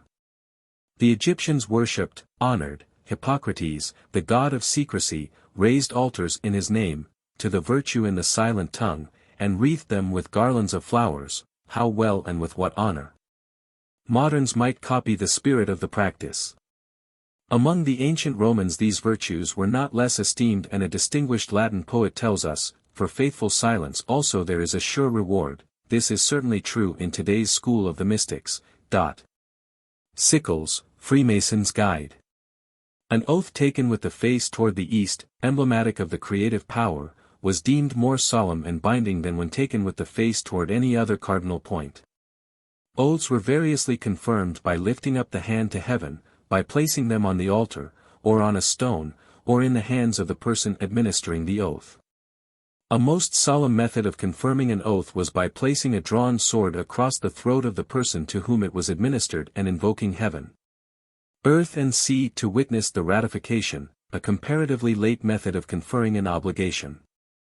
It was the custom to add a solemn imprecation to the oaths, either for the satisfaction of the person by whom the oath was imposed, or to lay a more inviolable obligation on themselves, lest they should at any time repent of their purpose and take contrary measures to what they then resolved upon.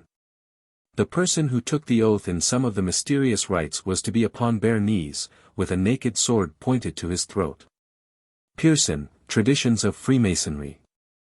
The right hand in all ages has been deemed an emblem of fidelity, and the ancients worshipped deity under the name Fides, gave high honor to the virtue of fidelity and recognized it as one of the highest attributes of the Godhead, and the true occult fraternities of today do likewise, or fidelity, which was sometimes represented by two right hands joined and sometimes by two human figures holding each other by the right hand.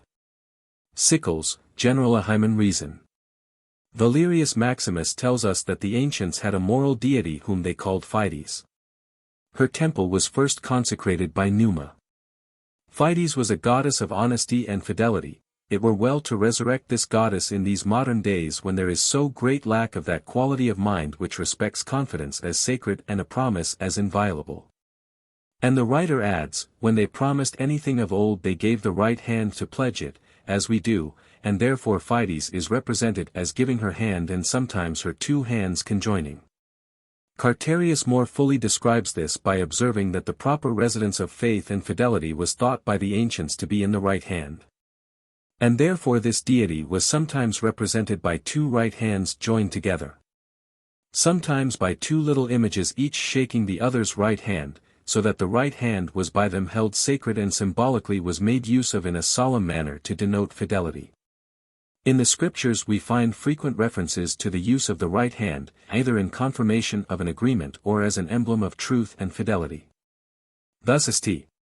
Paul says, when James, Cephas and John, who seemed to be pillars, perceived the grace that was given me, they gave me and Barnabas the right hands of fellowship, that we should go unto the heathen, and they unto the circumcision.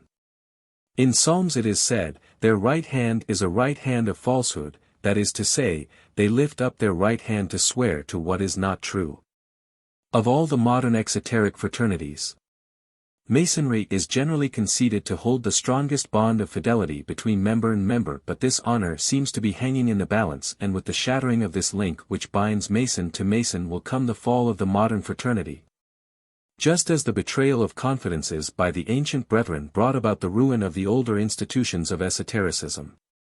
The vow of one Mason to another should be sacred and is so held by the true Mason. The honest Mason would no more use his insignia of membership to bring about loss or dishonor to a fellow brother than would a priest of the Church of Rome betray the confidence of the confessor. Yet great shame has been brought upon Masonry in that while there is not on record an instance of any priest committing this unforgivable offense, condemned, damned, by God and all true-hearted men, we have just witnessed the despicable performance of a high Mason, 32nd and Shriner, who used the insignia of the shrine wherewith to lure a fellow Shriner into committing an offense against the 18th Amendment. The instance cited occurred in the city of Allentown, Pennsylvania. When one Austin, later found to be a sergeant in the state police system, by means of his Shriner insignia, ingratiated himself with a fellow member and through the friendship, God protect the term, the most sacred known, to the tongues of men, obtained, or claimed to have obtained, alcoholic liquor from his fellow Shriner and thereupon brought about his arrest.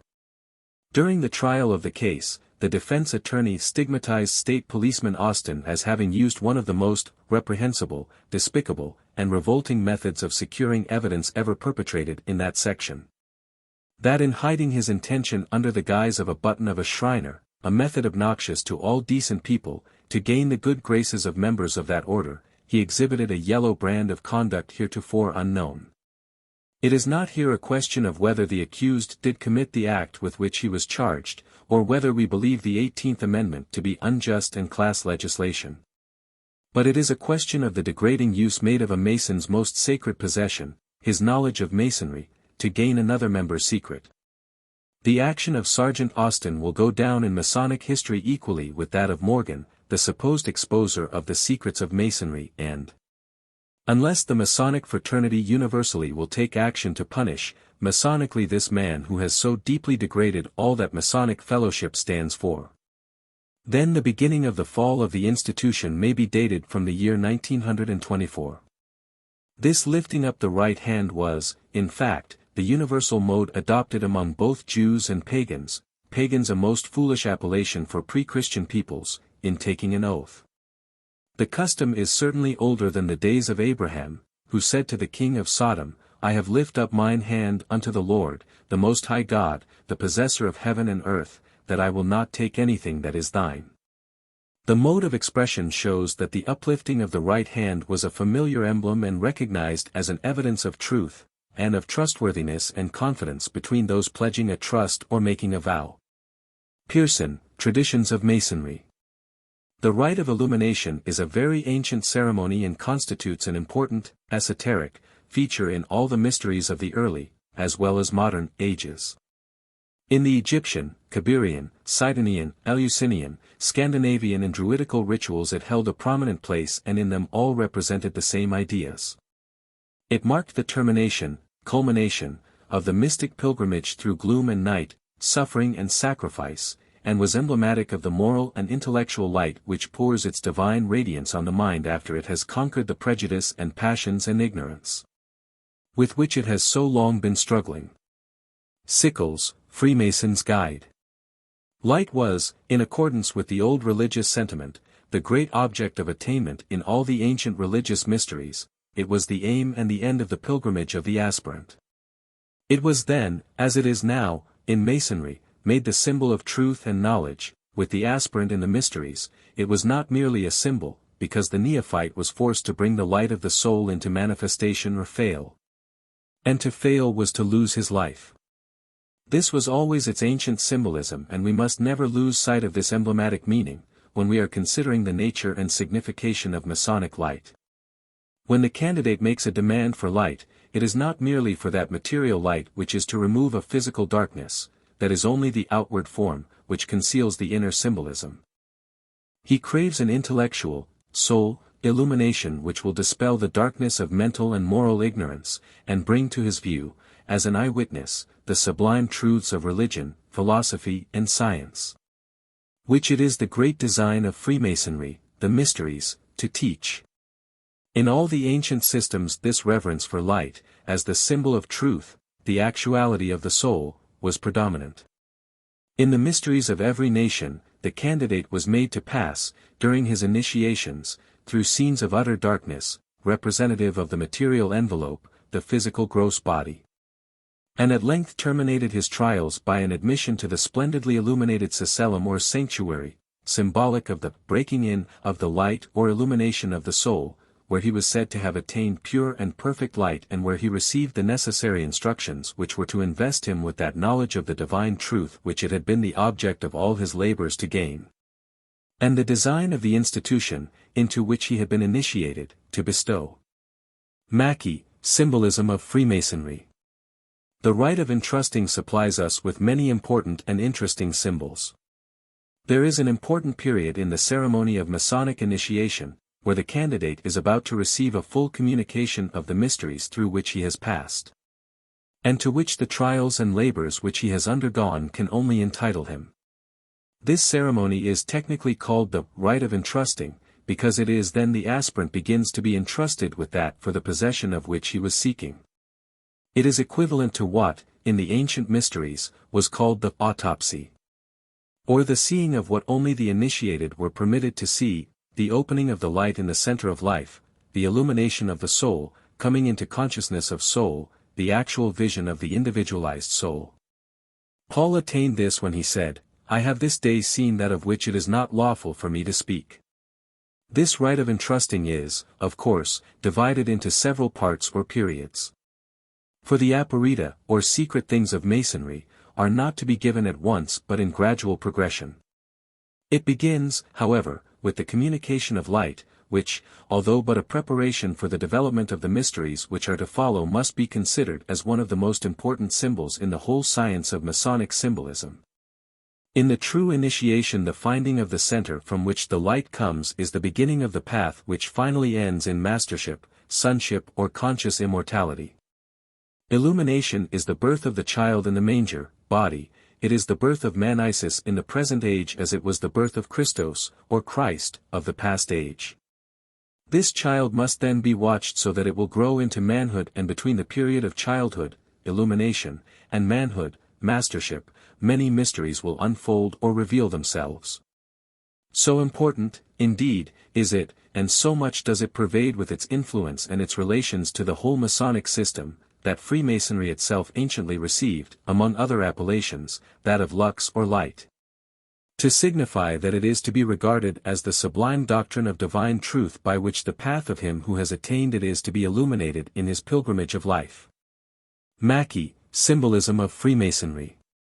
Turning from the scenes of woe, the candidate was passed through some other dark caverns and passages, until, having successfully trod the labyrinth, consisting of 6 spacious vaults connected by winding galleries, each opening with a narrow portal and the scene of some perilous adventure, and having, by the exercise of fortitude and perseverance, been borne triumphantly through this accumulated mass of difficulty and danger, the doors of the 7th vault, or Cecellum, were thrown open, and his darkness was changed into light. He was admitted into the spacious and lofty cavern already described, which was denominated the Sacred Grotto of Elysium. This consecrated place was brilliantly illuminated and sparkled with gold and precious stones. A splendid sun and starry system emitted their dazzling radiance and moved in order to the symphonies of heavenly music. Here sat the Archimagus in the east, elevated on a throne of burnished gold, crowned with a rich diadem decorated with myrtle boughs and habited in a flowing tunic of a bright cerulean tincture. Round him were arranged in solemn order the presules and dispensers of the mysteries, forming altogether a reverend assembly which covered the awestruck aspirant with a profound feeling of veneration, and an involuntary impulse frequently produced an act of worship.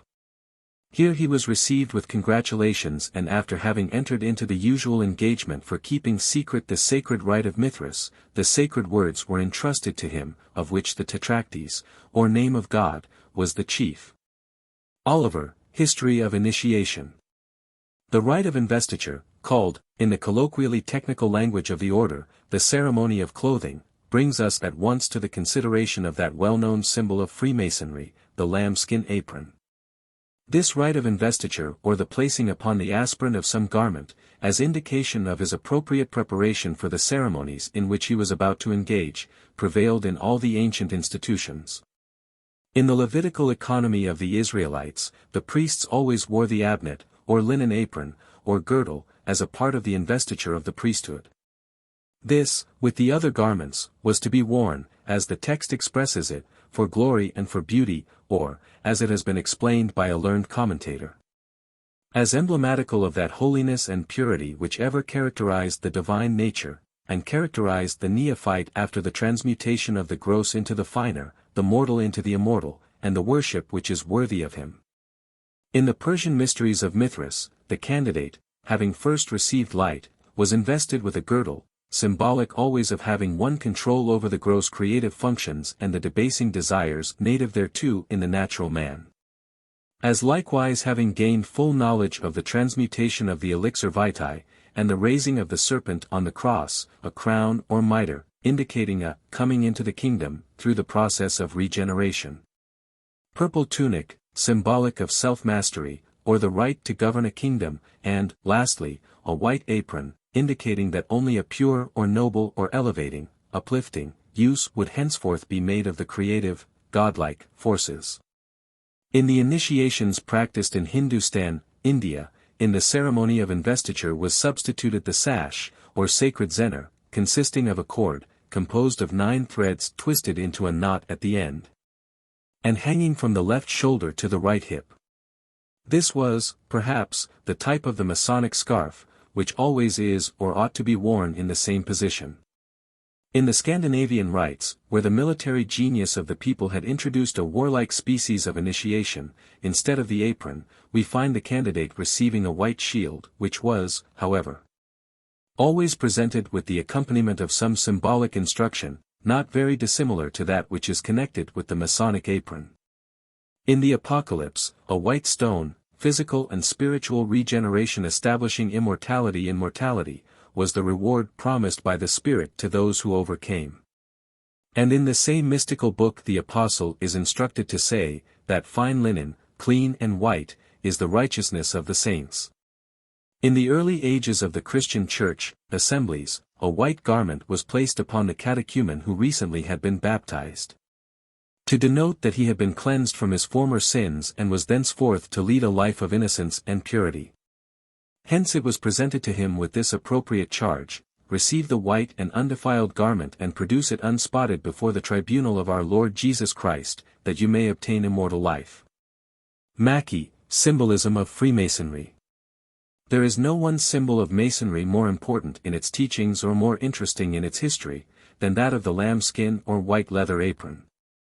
It is impressed upon the Mason's memory as the first gift he receives, the first symbol that is explained to him, and the first tangible evidence which he possesses of his admission into the fraternity, as purification of mind and body was the first requisite of the aspirant upon entering the secret fraternities in search of initiation.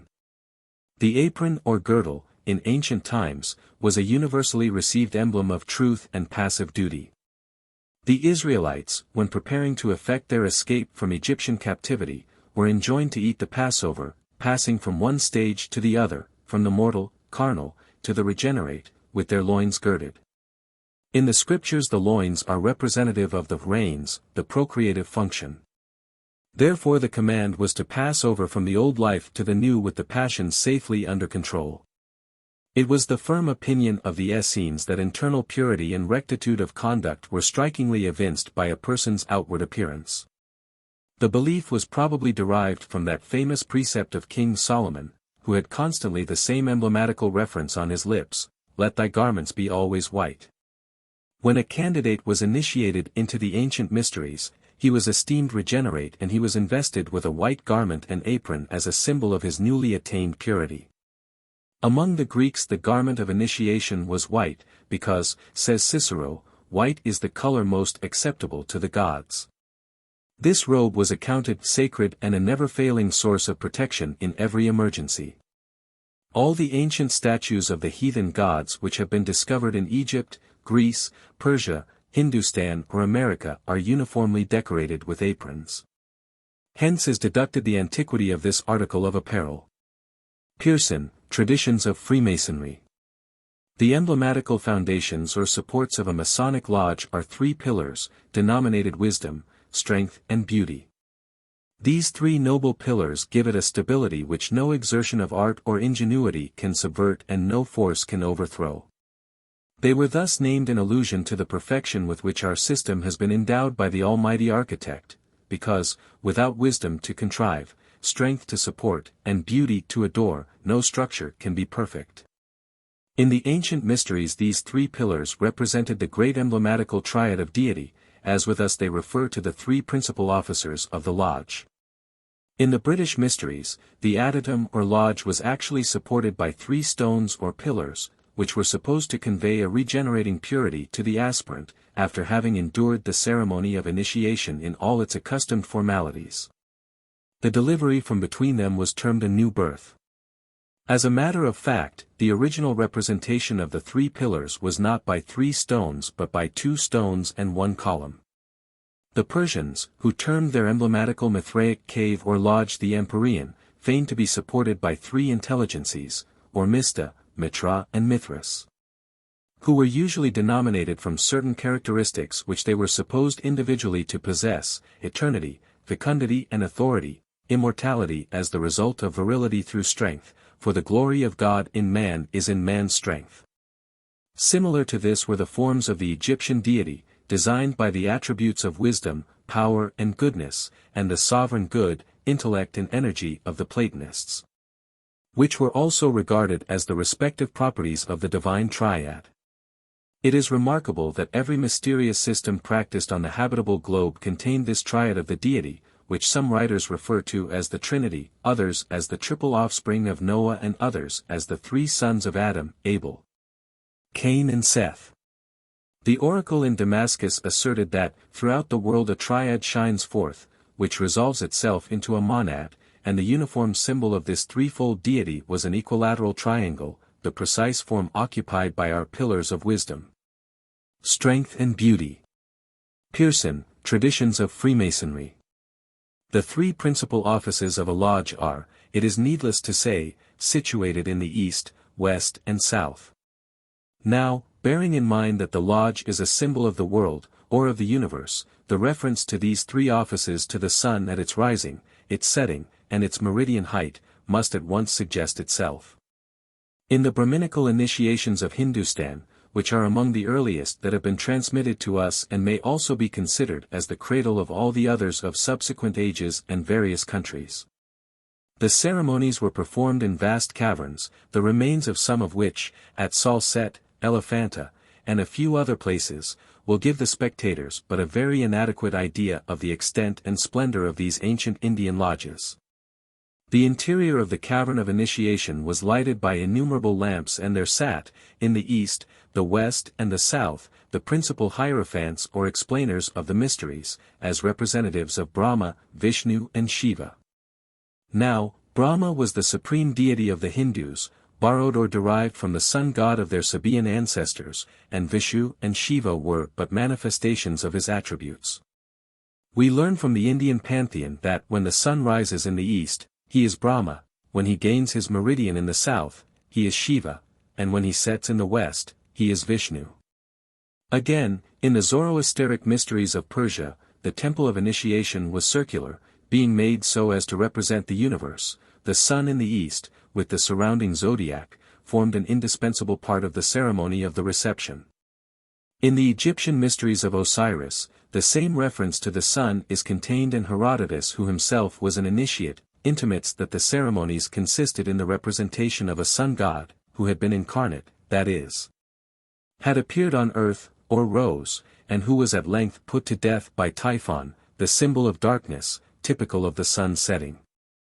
In the great mysteries of Eleusis, which were celebrated at Athens, we learn from St.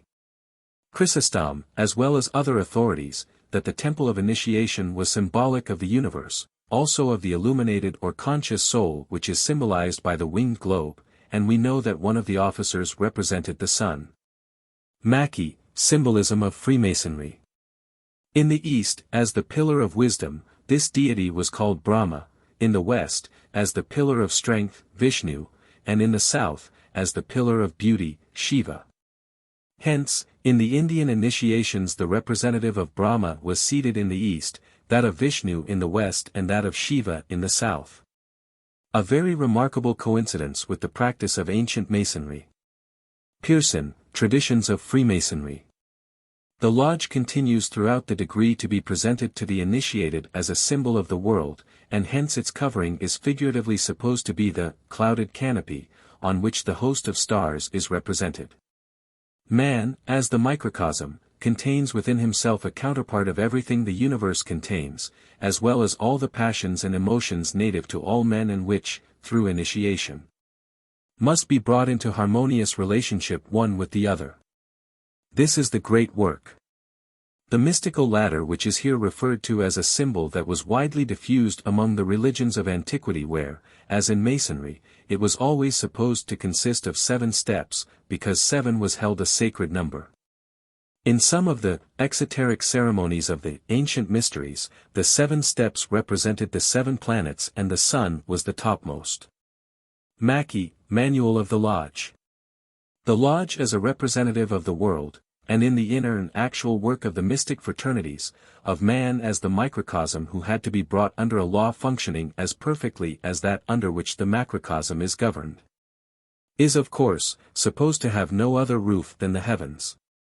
And it would scarcely be necessary to enter into any discussion on the subject, were it not that another symbol, the theological ladder, is so intimately connected with it, that the one naturally suggests the other.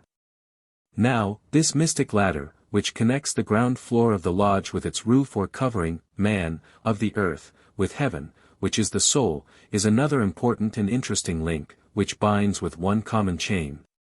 The symbolism and rites of the ancient initiation. This mystical ladder, which in Masonry is referred to as the theological ladder, which Jacob in his vision saw, reaching from earth to heaven, was widely dispersed among the religions of antiquity, where it was always supposed to consist of 7 rungs or steps. Man, since his fall from the heavenly, undefiled, state, is of the earth, earthly. His beginning toward heaven, upward, must naturally commence on or with the earth, the physical, but his desires must be ever upwards. Consequently, when he enters the mysteries he must at once raise a ladder, hopes and desires. If he is sincere, then gradually and laboriously, with many denials, sacrifices, missteps, he climbs, builds, step by step, until at last the final rung, which is symbolized by the mystic number 7, is taken. And his ladder, his spiritual or soul self, reaches to heaven, that is to say, he has attained the spiritual state termed conscious immortality, illumination of the soul, his spiritual birthright, if earned. There is an anomaly in giving to the mystical ladder of Masonry only 3 rungs. It is an anomaly, however, with which Masonry has nothing to do. The error arose from the ignorance of those inventors who first engraved the Masonic symbols for our monitors. This is a mistake on the part of the learned writer. Masonry, originally, had only the 3 degrees known as the Blue Lodge, and therefore the ladder of Masonry had but 3 rungs. All the ancient orders represented, and rightly so, the ladder with as many rungs as they had degrees, whether this was but 3 or 93. The last rung was naturally the completion of the work. This is correct usage. The ladder of Masonry, like the equipollent ladder of its kindred institutions, always had 7 steps, although in modern times the 3 principal or upper ones are alone alluded to. These rungs, beginning at the lowest, are temperance, fortitude, prudence, justice, faith, hope and charity. These are virtues. The rungs of the ladder, esoterically represent, or symbolize, degrees of development. Virtues are noble and necessary in the process of development, but in the work of development, the stage attained is far more important to the soul than the virtue underlying the stage of development. Charity therefore, takes the same place in the ladder of Masonic virtues as the sun does in the ladder or planets. If charity is equivalent to divine love, and divine love is represented by the sun and, lastly, if charity be the topmost rung of the Masonic ladder, then again we arrive, as the result of our researches, at the symbol so often already repeated. Of the solar orb. The natural sun or the spiritual sun, the sun either as the vivifying principle of animated nature, and therefore the special object of adoration, or as the most prominent instrument of the Creator's benevolence, was ever a leading idea in the symbolism of antiquity. Mackey, Symbolism of Freemasonry. There is a tradition of St. John the Baptist which has collateral evidence to sustain it. His father and mother died during his minority and he was adopted by the Essenes, modernly known as Rosicrucians, living with them in the wilderness and, when of proper age, he was initiated in the mysteries and finally arrived at the chief dignity of the order. His diet and manner of living were perfectly conformable to the rules of the Essenes. They lived in the country, so did he. They dwelt near the river Jordan and baptized their disciples, as a symbolization of the inner, spiritual, or soul baptism which is the illumination. John did the same, and thus acquired the cognomen of the Baptist. The Essenes fed on dates and other fruits, and in many other respects agree with the character of John, as we find him in his Gospels. The fact that each, St. John the Baptist and St. John the Evangelist, were eminent Essenes, is a sufficient reason why, in later times, Masons should dedicate their lodges to them without looking for or assigning any others, although doubtless our ancient brethren had other reasons. The Masonic Monitor says, and since there, St. John the Baptist and St.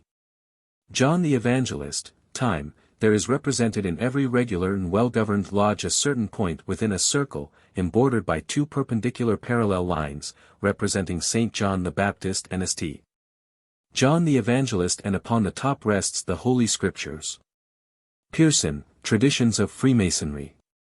Esoterically, we have here one of the greatest and most important of the mysteries, and one which every aspirant must ultimately come to spiritually understand and weave into his life and action. One of the perpendicular parallel lines represents the physical man, the other is symbolic of the spiritual or soul man. The great work lies between the two, establishing harmony between them and in transmuting the material into the soul. This work is accomplished through obedience to and the application of the divine law, and this divine law is represented or symbolized by the Holy Scriptures. Now when the two lines, or the physical and spiritual, have been finally equilibrated, harmonized, by the application of the divine law, then results the point within a circle, the illuminated, conscious, individualized soul, which is always represented as a point, a unit, self-existing, or a circle, life without end, or the winged globe, life eternal and existing without the selfish self. The two parallel lines which in the modern lectures are said to represent St. John the Baptist and St. John the Evangelist, really allude, in the astronomical mysteries which were exoteric in their nature, to particular periods in the sun's annual course. At two particular points in this course the sun is found in the zodiacal signs, Cancer and Capricorn, which are distinguished as the summer and winter solstices. When the sun is in these points, he has reached his greatest northern or southern limits. These points, if we suppose the circle to represent the sun's annual course, will be indicated by the points where the parallel lines touch the circle. Mackey, Manual of the Lodge. The mysteries among the Chinese and Japanese came from India and had similar rites. The equilateral triangle was one of their symbols, and so was the mystical Y.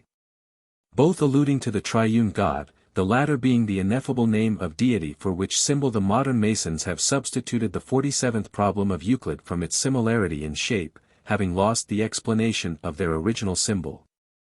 A ring supported by two serpents, the symbolization of bringing forth a perfect soul through the medium of the double drill between the male and female, and representative of the raising of the two serpents, sex forces of the two actors, to the plane of heaven, or spirituality, was emblematical of the world protected by the power and wisdom of the Creator. And this is, in only one sense, the origin of the two parallel lines that support the circle of our lodges.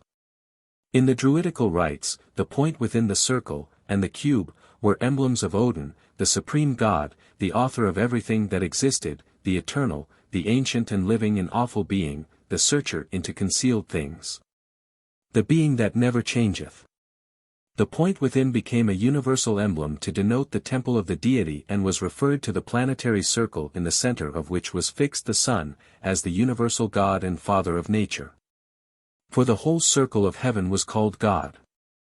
It was believed that the center of a temple was the peculiar residence of the deity. This was symbolized by the Holy of Holies of Solomon's temple, which Temple of Solomon, was in turn, and correctly so, a symbolization of, man.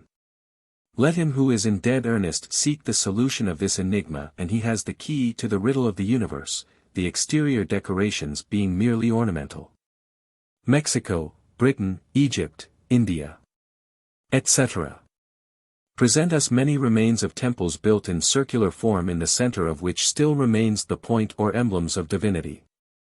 All nations recognize as an object of worship a great supreme deity by whom all that was made. Another idea was that nothing possessing life could be created without the junction of the active, male, and passive, female, powers. And as God created all life, he must necessarily possess within himself each of these powers, and hence the phallic worship, universally misunderstood by the impure intellects of the moderns, so common among the ancient nations. The symbol of which was the emblem that we have been considering, and which is found in this connection in the monuments of antiquity everywhere. Pearson, Traditions of Freemasonry. The point within a circle is derived from the ancient sun worship and is in reality of phallic origin. It is a symbol of the universe, the sun being represented by the point, while the circumference is the universe. We must always have in mind the fact that as the universe is the macrocosm, so is man the microcosm, the little world, and that which is lawful to the universe is likewise lawful to man. Mackey, Symbolism of Freemasonry. The point within a circle is an interesting and important symbol in Freemasonry, but it has been so debased in the interpretation of it in the modern lectures that the sooner that interpretation is forgotten by the Masonic student, the better will it be. The symbol is really a beautiful but somewhat abstruse allusion to the old sun worship, and introduces us for the first time to that modification of it known among the ancients as the worship of Phallus. Mackey, Manual of the Lodge. Perfectly to understand this symbol, I must refer, as a preliminary matter, to the worship of the phallus, symbolic of God's and nature's life-giving vivifying forces, a peculiar modification of sun worship, which prevailed to a great extent among the nations of antiquity. The phallus was a sculptured representation of the membrum virile, and the worship of it is said to have originated in Egypt, where, after the murder of Osiris by Typhon, which is symbolically to be explained as the destruction or deprivation of the sun's light by night, Isis, his wife, or the symbol of nature, in search for his mutilated body, is said to have found all the parts except the organs of generation. Which myth is simply, astrologically, symbolic of the fact, that the sun having set, its fecundating power had ceased. The phallus, therefore, as the symbol of the male generative principle, was very universally venerated among the ancients, and that religious rite, because only through the elevation, transmutation, of the seed of souls, the raising of the serpent, could conscious individualization, initiation, that which the Church has termed salvation, take place, without the slightest reference to any impure or lascivious application. He is supposed, by some commentators, to be the god mentioned under the name of Baal-Peor, in the Book of Numbers, as having been worshipped by the idolatrous Moabites. Among the eastern nations of India, the same symbol was prevalent under the name of lingam. But the phallus or lingam was a representation of the male principle only. To perfect the circle of generation it is necessary to advance one step farther. Accordingly we find in the ties of the Greeks, and the yoni of the Indians, a symbol of the female generative principle, of co-extensive prevalence with the phallus. The ties was a circular and concave pedestal or receptacle, on which the phallus or column rested, and from the center of which it sprang. The union of the phallus and ties, or the lingam and yoni, in one compound figure, as an object of adoration, pointing the way to a complete, illuminated, soul, was the most usual mode of representation. This was in strict accordance with the whole system of ancient mythology, which was founded upon a worship of the prolific powers of nature. All the deities of pagan antiquity, however numerous they may be, always can be reduced to the two different forms of the generative principle, the active or male, and the passive or female. Hence the gods were always arranged in pairs, as Jupiter and Juno, Bacchus and Venus, Osiris and Isis, Jesus and Mary. Mackey, Symbolism of Freemasonry. A certain clique of the ancients who had lost the mystery, but believed that the procreative and productive powers of nature might be conceived to exist in the same individual, made the older of their deities hermaphrodite, and used the term man, virgin, an anomaly in nature and despised by God because it is an imperfection, to denote the union of the two sexes in the same divine person. This hermaphroditism of the supreme divinity was again supposed to be represented by the sun, which was the male generative energy, and by nature, or the universe, which was the female prolific principle. This doctrine of hermaphroditism and its destructiveness had its culmination in the cult of Sapphoism in Greece. It was from this real pagan idea that the early Orthodox, or dogmatic, Church, conceived its idea of the virgin or immaculate conception, merely reversing the male virgin doctrine. So far, then, we arrive at the true interpretation of the Masonic symbolism of the point within the circle. It is the same thing, but under different form, as the master and the warden, circle between two perpendicular parallel lines, are symbols of the sun, the lodge of the universe, or the world, just as the point is the symbol of the same sun, and the surrounding circle of the universe. Mackey, Symbolism of Freemasonry. A New Zealand myth says we have two primeval ancestors, a father and a mother. They are Rengi and Papa, heaven and earth. Truest interpretation known to man, the soul from the heavens, the body from the earth. The earth, out of which all things are produced, is our mother, the protecting and overruling heaven is our Father. It is thus evident that the doctrine of the reciprocal principles of nature, or nature active and passive, receptive, male and female, was recognized in nearly all the primitive religious systems of the Old as well as of the New World. And none more clearly than in those of Central America, thus proving not only the wide extent of the doctrine but also a separate and independent origin. Springing from those innate principles which are common to human nature, when yet in its pristine purity undefiled by absolutely and absurdly false notions of what is pure and noble and what is impure and ignoble, in all climes and races. Hence the almost universal reverence paid to the images of the sexual parts, because of their absolute necessity for the entrance of souls to the world of action, which entrance, if undefiled, makes of them divine avenues, as they were regarded as symbols and types of the generative and productive principles in nature, and of those gods and goddesses who were the representatives of the same principles. The first doctrine to be taught man would have relation to their being, because that was the first prime necessity to the soul which sought immortality and the recognition of the Godhead. The existence of a creator could be illustrated by a potter at the wheel. But there was a much more expressive form familiar to them, indicative of cause and effect in the production of births in the tribe or in nature. In this was the phallus become the exponent of creative power and, though to the modern, which, because of an all-around unnatural existence sees as, through a glass, darkly, vulgar and indecent, bore no improper meaning to the simple, and undefiled in thought or desire, ancient worshipper. Bonwick, Egyptian Belief, page 257. The phallus and the ties, the lingam and the yoni, the special parts contributing to generation and reproduction, elevated, to regeneration and immortalization, becoming thus symbols of those active and passive causes, could not fail to become objects of reverence and worship. The union of the two symbolized the creative energy of all nature, for almost all primitive religion consisted, in the outer form, in the reverence and worship paid to nature and its operation. In those early days, all operations of nature were consecrated to some divinity from whom they were supposed to emanate, thus sowing of the seed was presided over by Ceres. Havia, writes General Furlong, is equivalent to Zoe, life, from the Greek to live. Thus what is called the fall, ascribed to Eva, or Havia, the female, and Adam, the male, becomes in reality the acts connected with generation, conception and production, and the destruction of virginity. Adam fell from listening to Eve, and she from the serpent, desire, both physical and maternal, tempting her, details which merely assure us that we have procreative acts in all stories regarding Hawa, in Hindustani lust, wind, air, Juno, and Chava or Eve, or as the Arabs call it, Hayat, life or creation. Eating forbidden fruit was simply a figurative mode of expressing the performance of the act necessary for the perpetuation of the human race, and through which man may come to know, experience, as the gods. This sacred festival does not astonish me, said Dr. Goodman.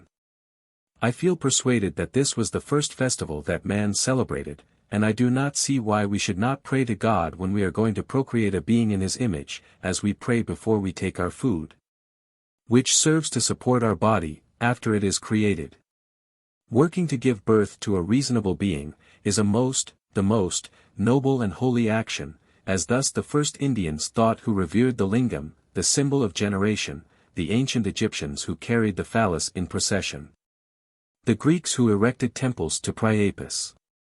The reverence as well as worship paid to the phallus, in early primitive days, had nothing in it which partook of indecency. All ideas connected with it were of a reverential and religious kind. When Abraham, as mentioned in Genesis, in asking his servant to make a solemn oath, makes him lay his hand on his parts of generation, in the common, mutilated, version, under his thigh, it was that he required, as a token of his sincerity, his placing his hand on the most revered part of his body. As at the present day a man would place his hand on his heart in order to evince his sincerity. Jacob, when dying, makes his son Joseph perform the same act. These were all blessed of God and therefore could not perform a vulgar, indecent or impure act. A similar custom is still retained among the Arabs at the present day. An Arab, in taking a solemn oath, will place his hand on his virile member, in attestation of sincerity, and strength, for the glory of man is in his nobility, strength. The indecent ideas attached to the representation of phallus were, though it seems paradoxical to say so, the result of a more advanced civilization, a term mostly used to designate a people who have gained knowledge through experience. Much of which is refining to the exterior, but degrading to the interior, verging towards its decline, as we have evidence at Rome and Pompeii. Our ideas of propriety lead us to suppose that a ceremony which appears to us infamous could only be invented by licentiousness. But it is impossible to believe that licentiousness and depravity of manners would ever have led among any people to the establishment of religious ceremonies. Profligacy may have crept in the lapse of time. The original institution was always innocent and free from it. The early agapes, love feasts, in which boys and girls kissed one another modestly on the mouth, degenerated at last into secret meetings and licentiousness. It is, therefore, probable that this custom was first introduced in times of simplicity, that the first thought was to honor the deity in the symbol of life which it has given us. To sum up, the phallus, in the same manner as statues, plants, animals, objects of worship among nations, was only the outward covering, the receptacle, the vehicle of the deity which was supposed to be contained within it. A deity to which alone religious worship was paid. This outward covering, this receptacle, this vehicle, was varied in an infinity of modes with regard to its form, but it was neither a symbol nor an allegory. Holder M. Westrop, Primitive Symbolism. The mysteries formed an important feature in the system of religion practiced among the Greeks. In the institutions of polytheism, the gods were worshipped openly by prayer and sacrifice, and to these rites the people of every rank were admitted without distinction.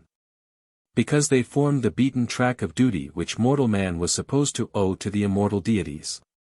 But the highest ceremonies of religion were of a nature too sublime to be exposed to public view and were, therefore, only celebrated in the presence of that distinguished portion of the community which had bound themselves by voluntary vows to preserve the solemn rites inviolably secret from the rest of the world.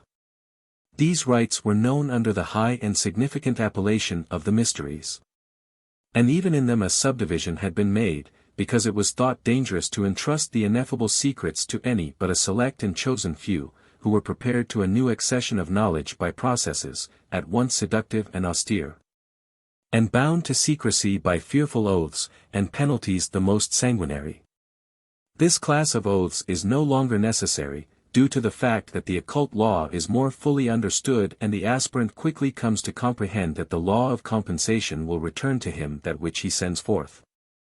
And a broken vow of this nature completes the circle of action by bringing the ruin or death of the one who so far forgets himself as to attempt to annul such an oath. The former were denominated the lesser and these the greater mysteries. Oliver, History of Initiation. Among the ancients, silence and secrecy were considered virtues of the highest order. The Egyptian worshipped Hippocrates, the god of secrecy, raised altars in his name and wreathed them with garlands of flowers. Among the ancient Romans, too, these virtues were not less esteemed, and a distinguished Latin poet tells us, "For faithful silence also there is a sure reward." It must not be presumed that any of the ancient initiates really worshipped the image of the god of secrecy, but as in all else of this nature, they worshipped that which the symbolization of Hippocrates represented. The one thing in which historians make their great and inexplicable mistake is to accept the symbol for the spirit. Few races, even among the heathen, have worshipped idols. They worshipped that which these idols represented. In future centuries the Christians of the present will be accused with equal justice, of worshipping pictures and images of Jesus and the Virgin Mary. We find this secrecy among all the priests of ancient people, and in order that none but really capable and worthy men should be associated with their offices and studies. They instituted forms of probation and examinations upon which followed some kind of initiation. As the oldest writers ascribe such mysteries and initiations to the Egyptian priests, it is very probable that they already existed before the downfall of that people. For we find traces of them in equally ancient nations and perceive from the likeness of their fundamental principles and of the teachings and customs of their priests, that they must have had a common origin and that origin was on the lost Atlantis. Among the Chaldeans, the Magi dwelt on the summit of the mountains, and among the Celtic races, the Druids lived in the quiet solitude of the forests. Among the Indians and Ethiopians, the Brahmins and Gymnosophists had localities specially dedicated to them, and among the Egyptians, the priests had intricate dwelling places far beneath the surface of the earth. All had their symbols and distinctive signs, and owed their fame to the secrecy of their initiation. The secrets of antiquity had a twofold aim. In the first case, religion was chosen as the object of care. The greater the mysteries, the more eternally secret were they to be kept from the people. The aim in the second case was to guard the wisdom of all things. He who would be initiated must be a man of upright character and true mental power. The sacred mysteries fell into decay with the Roman Empire, the flourishing and spread of the Christian religion being the chief cause of this decadence. And the main reason for the spread of the Christian religion was the luxury and licentiousness in which the rich lived and the consequent degradation of the poor, who were quick to accept a religion which promised that the meek should inherit the earth. The initiation into the mysteries of the wisdom was, however, of much longer duration. They changed only from time to time either the name, the inner constitution, the degrees and various kinds of knowledge bound up in these, or even the nature of the union itself.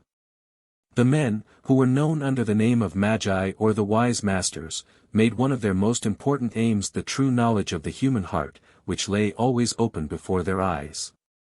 To them alone was entrusted the bringing up of kings and the great on earth, for they alone could understand science as well as art and, careless of all prejudice, taught a simple and natural theology, which based itself upon the worship of a supreme being. Because, however, their method of teaching was symbolic, many errors of which they were entirely incapable were ascribed to them on account of their numerous hieroglyphics.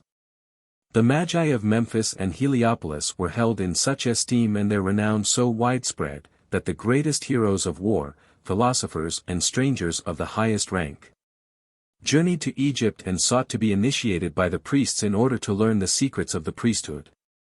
From among these priests, Lycurgus and Solon drew a part of their system of philosophy. Orpheus also was initiated by them and by this means was enabled to introduce into his own land, festivals from which the Greek mythology afterwards arose. Thales also was instructed by them.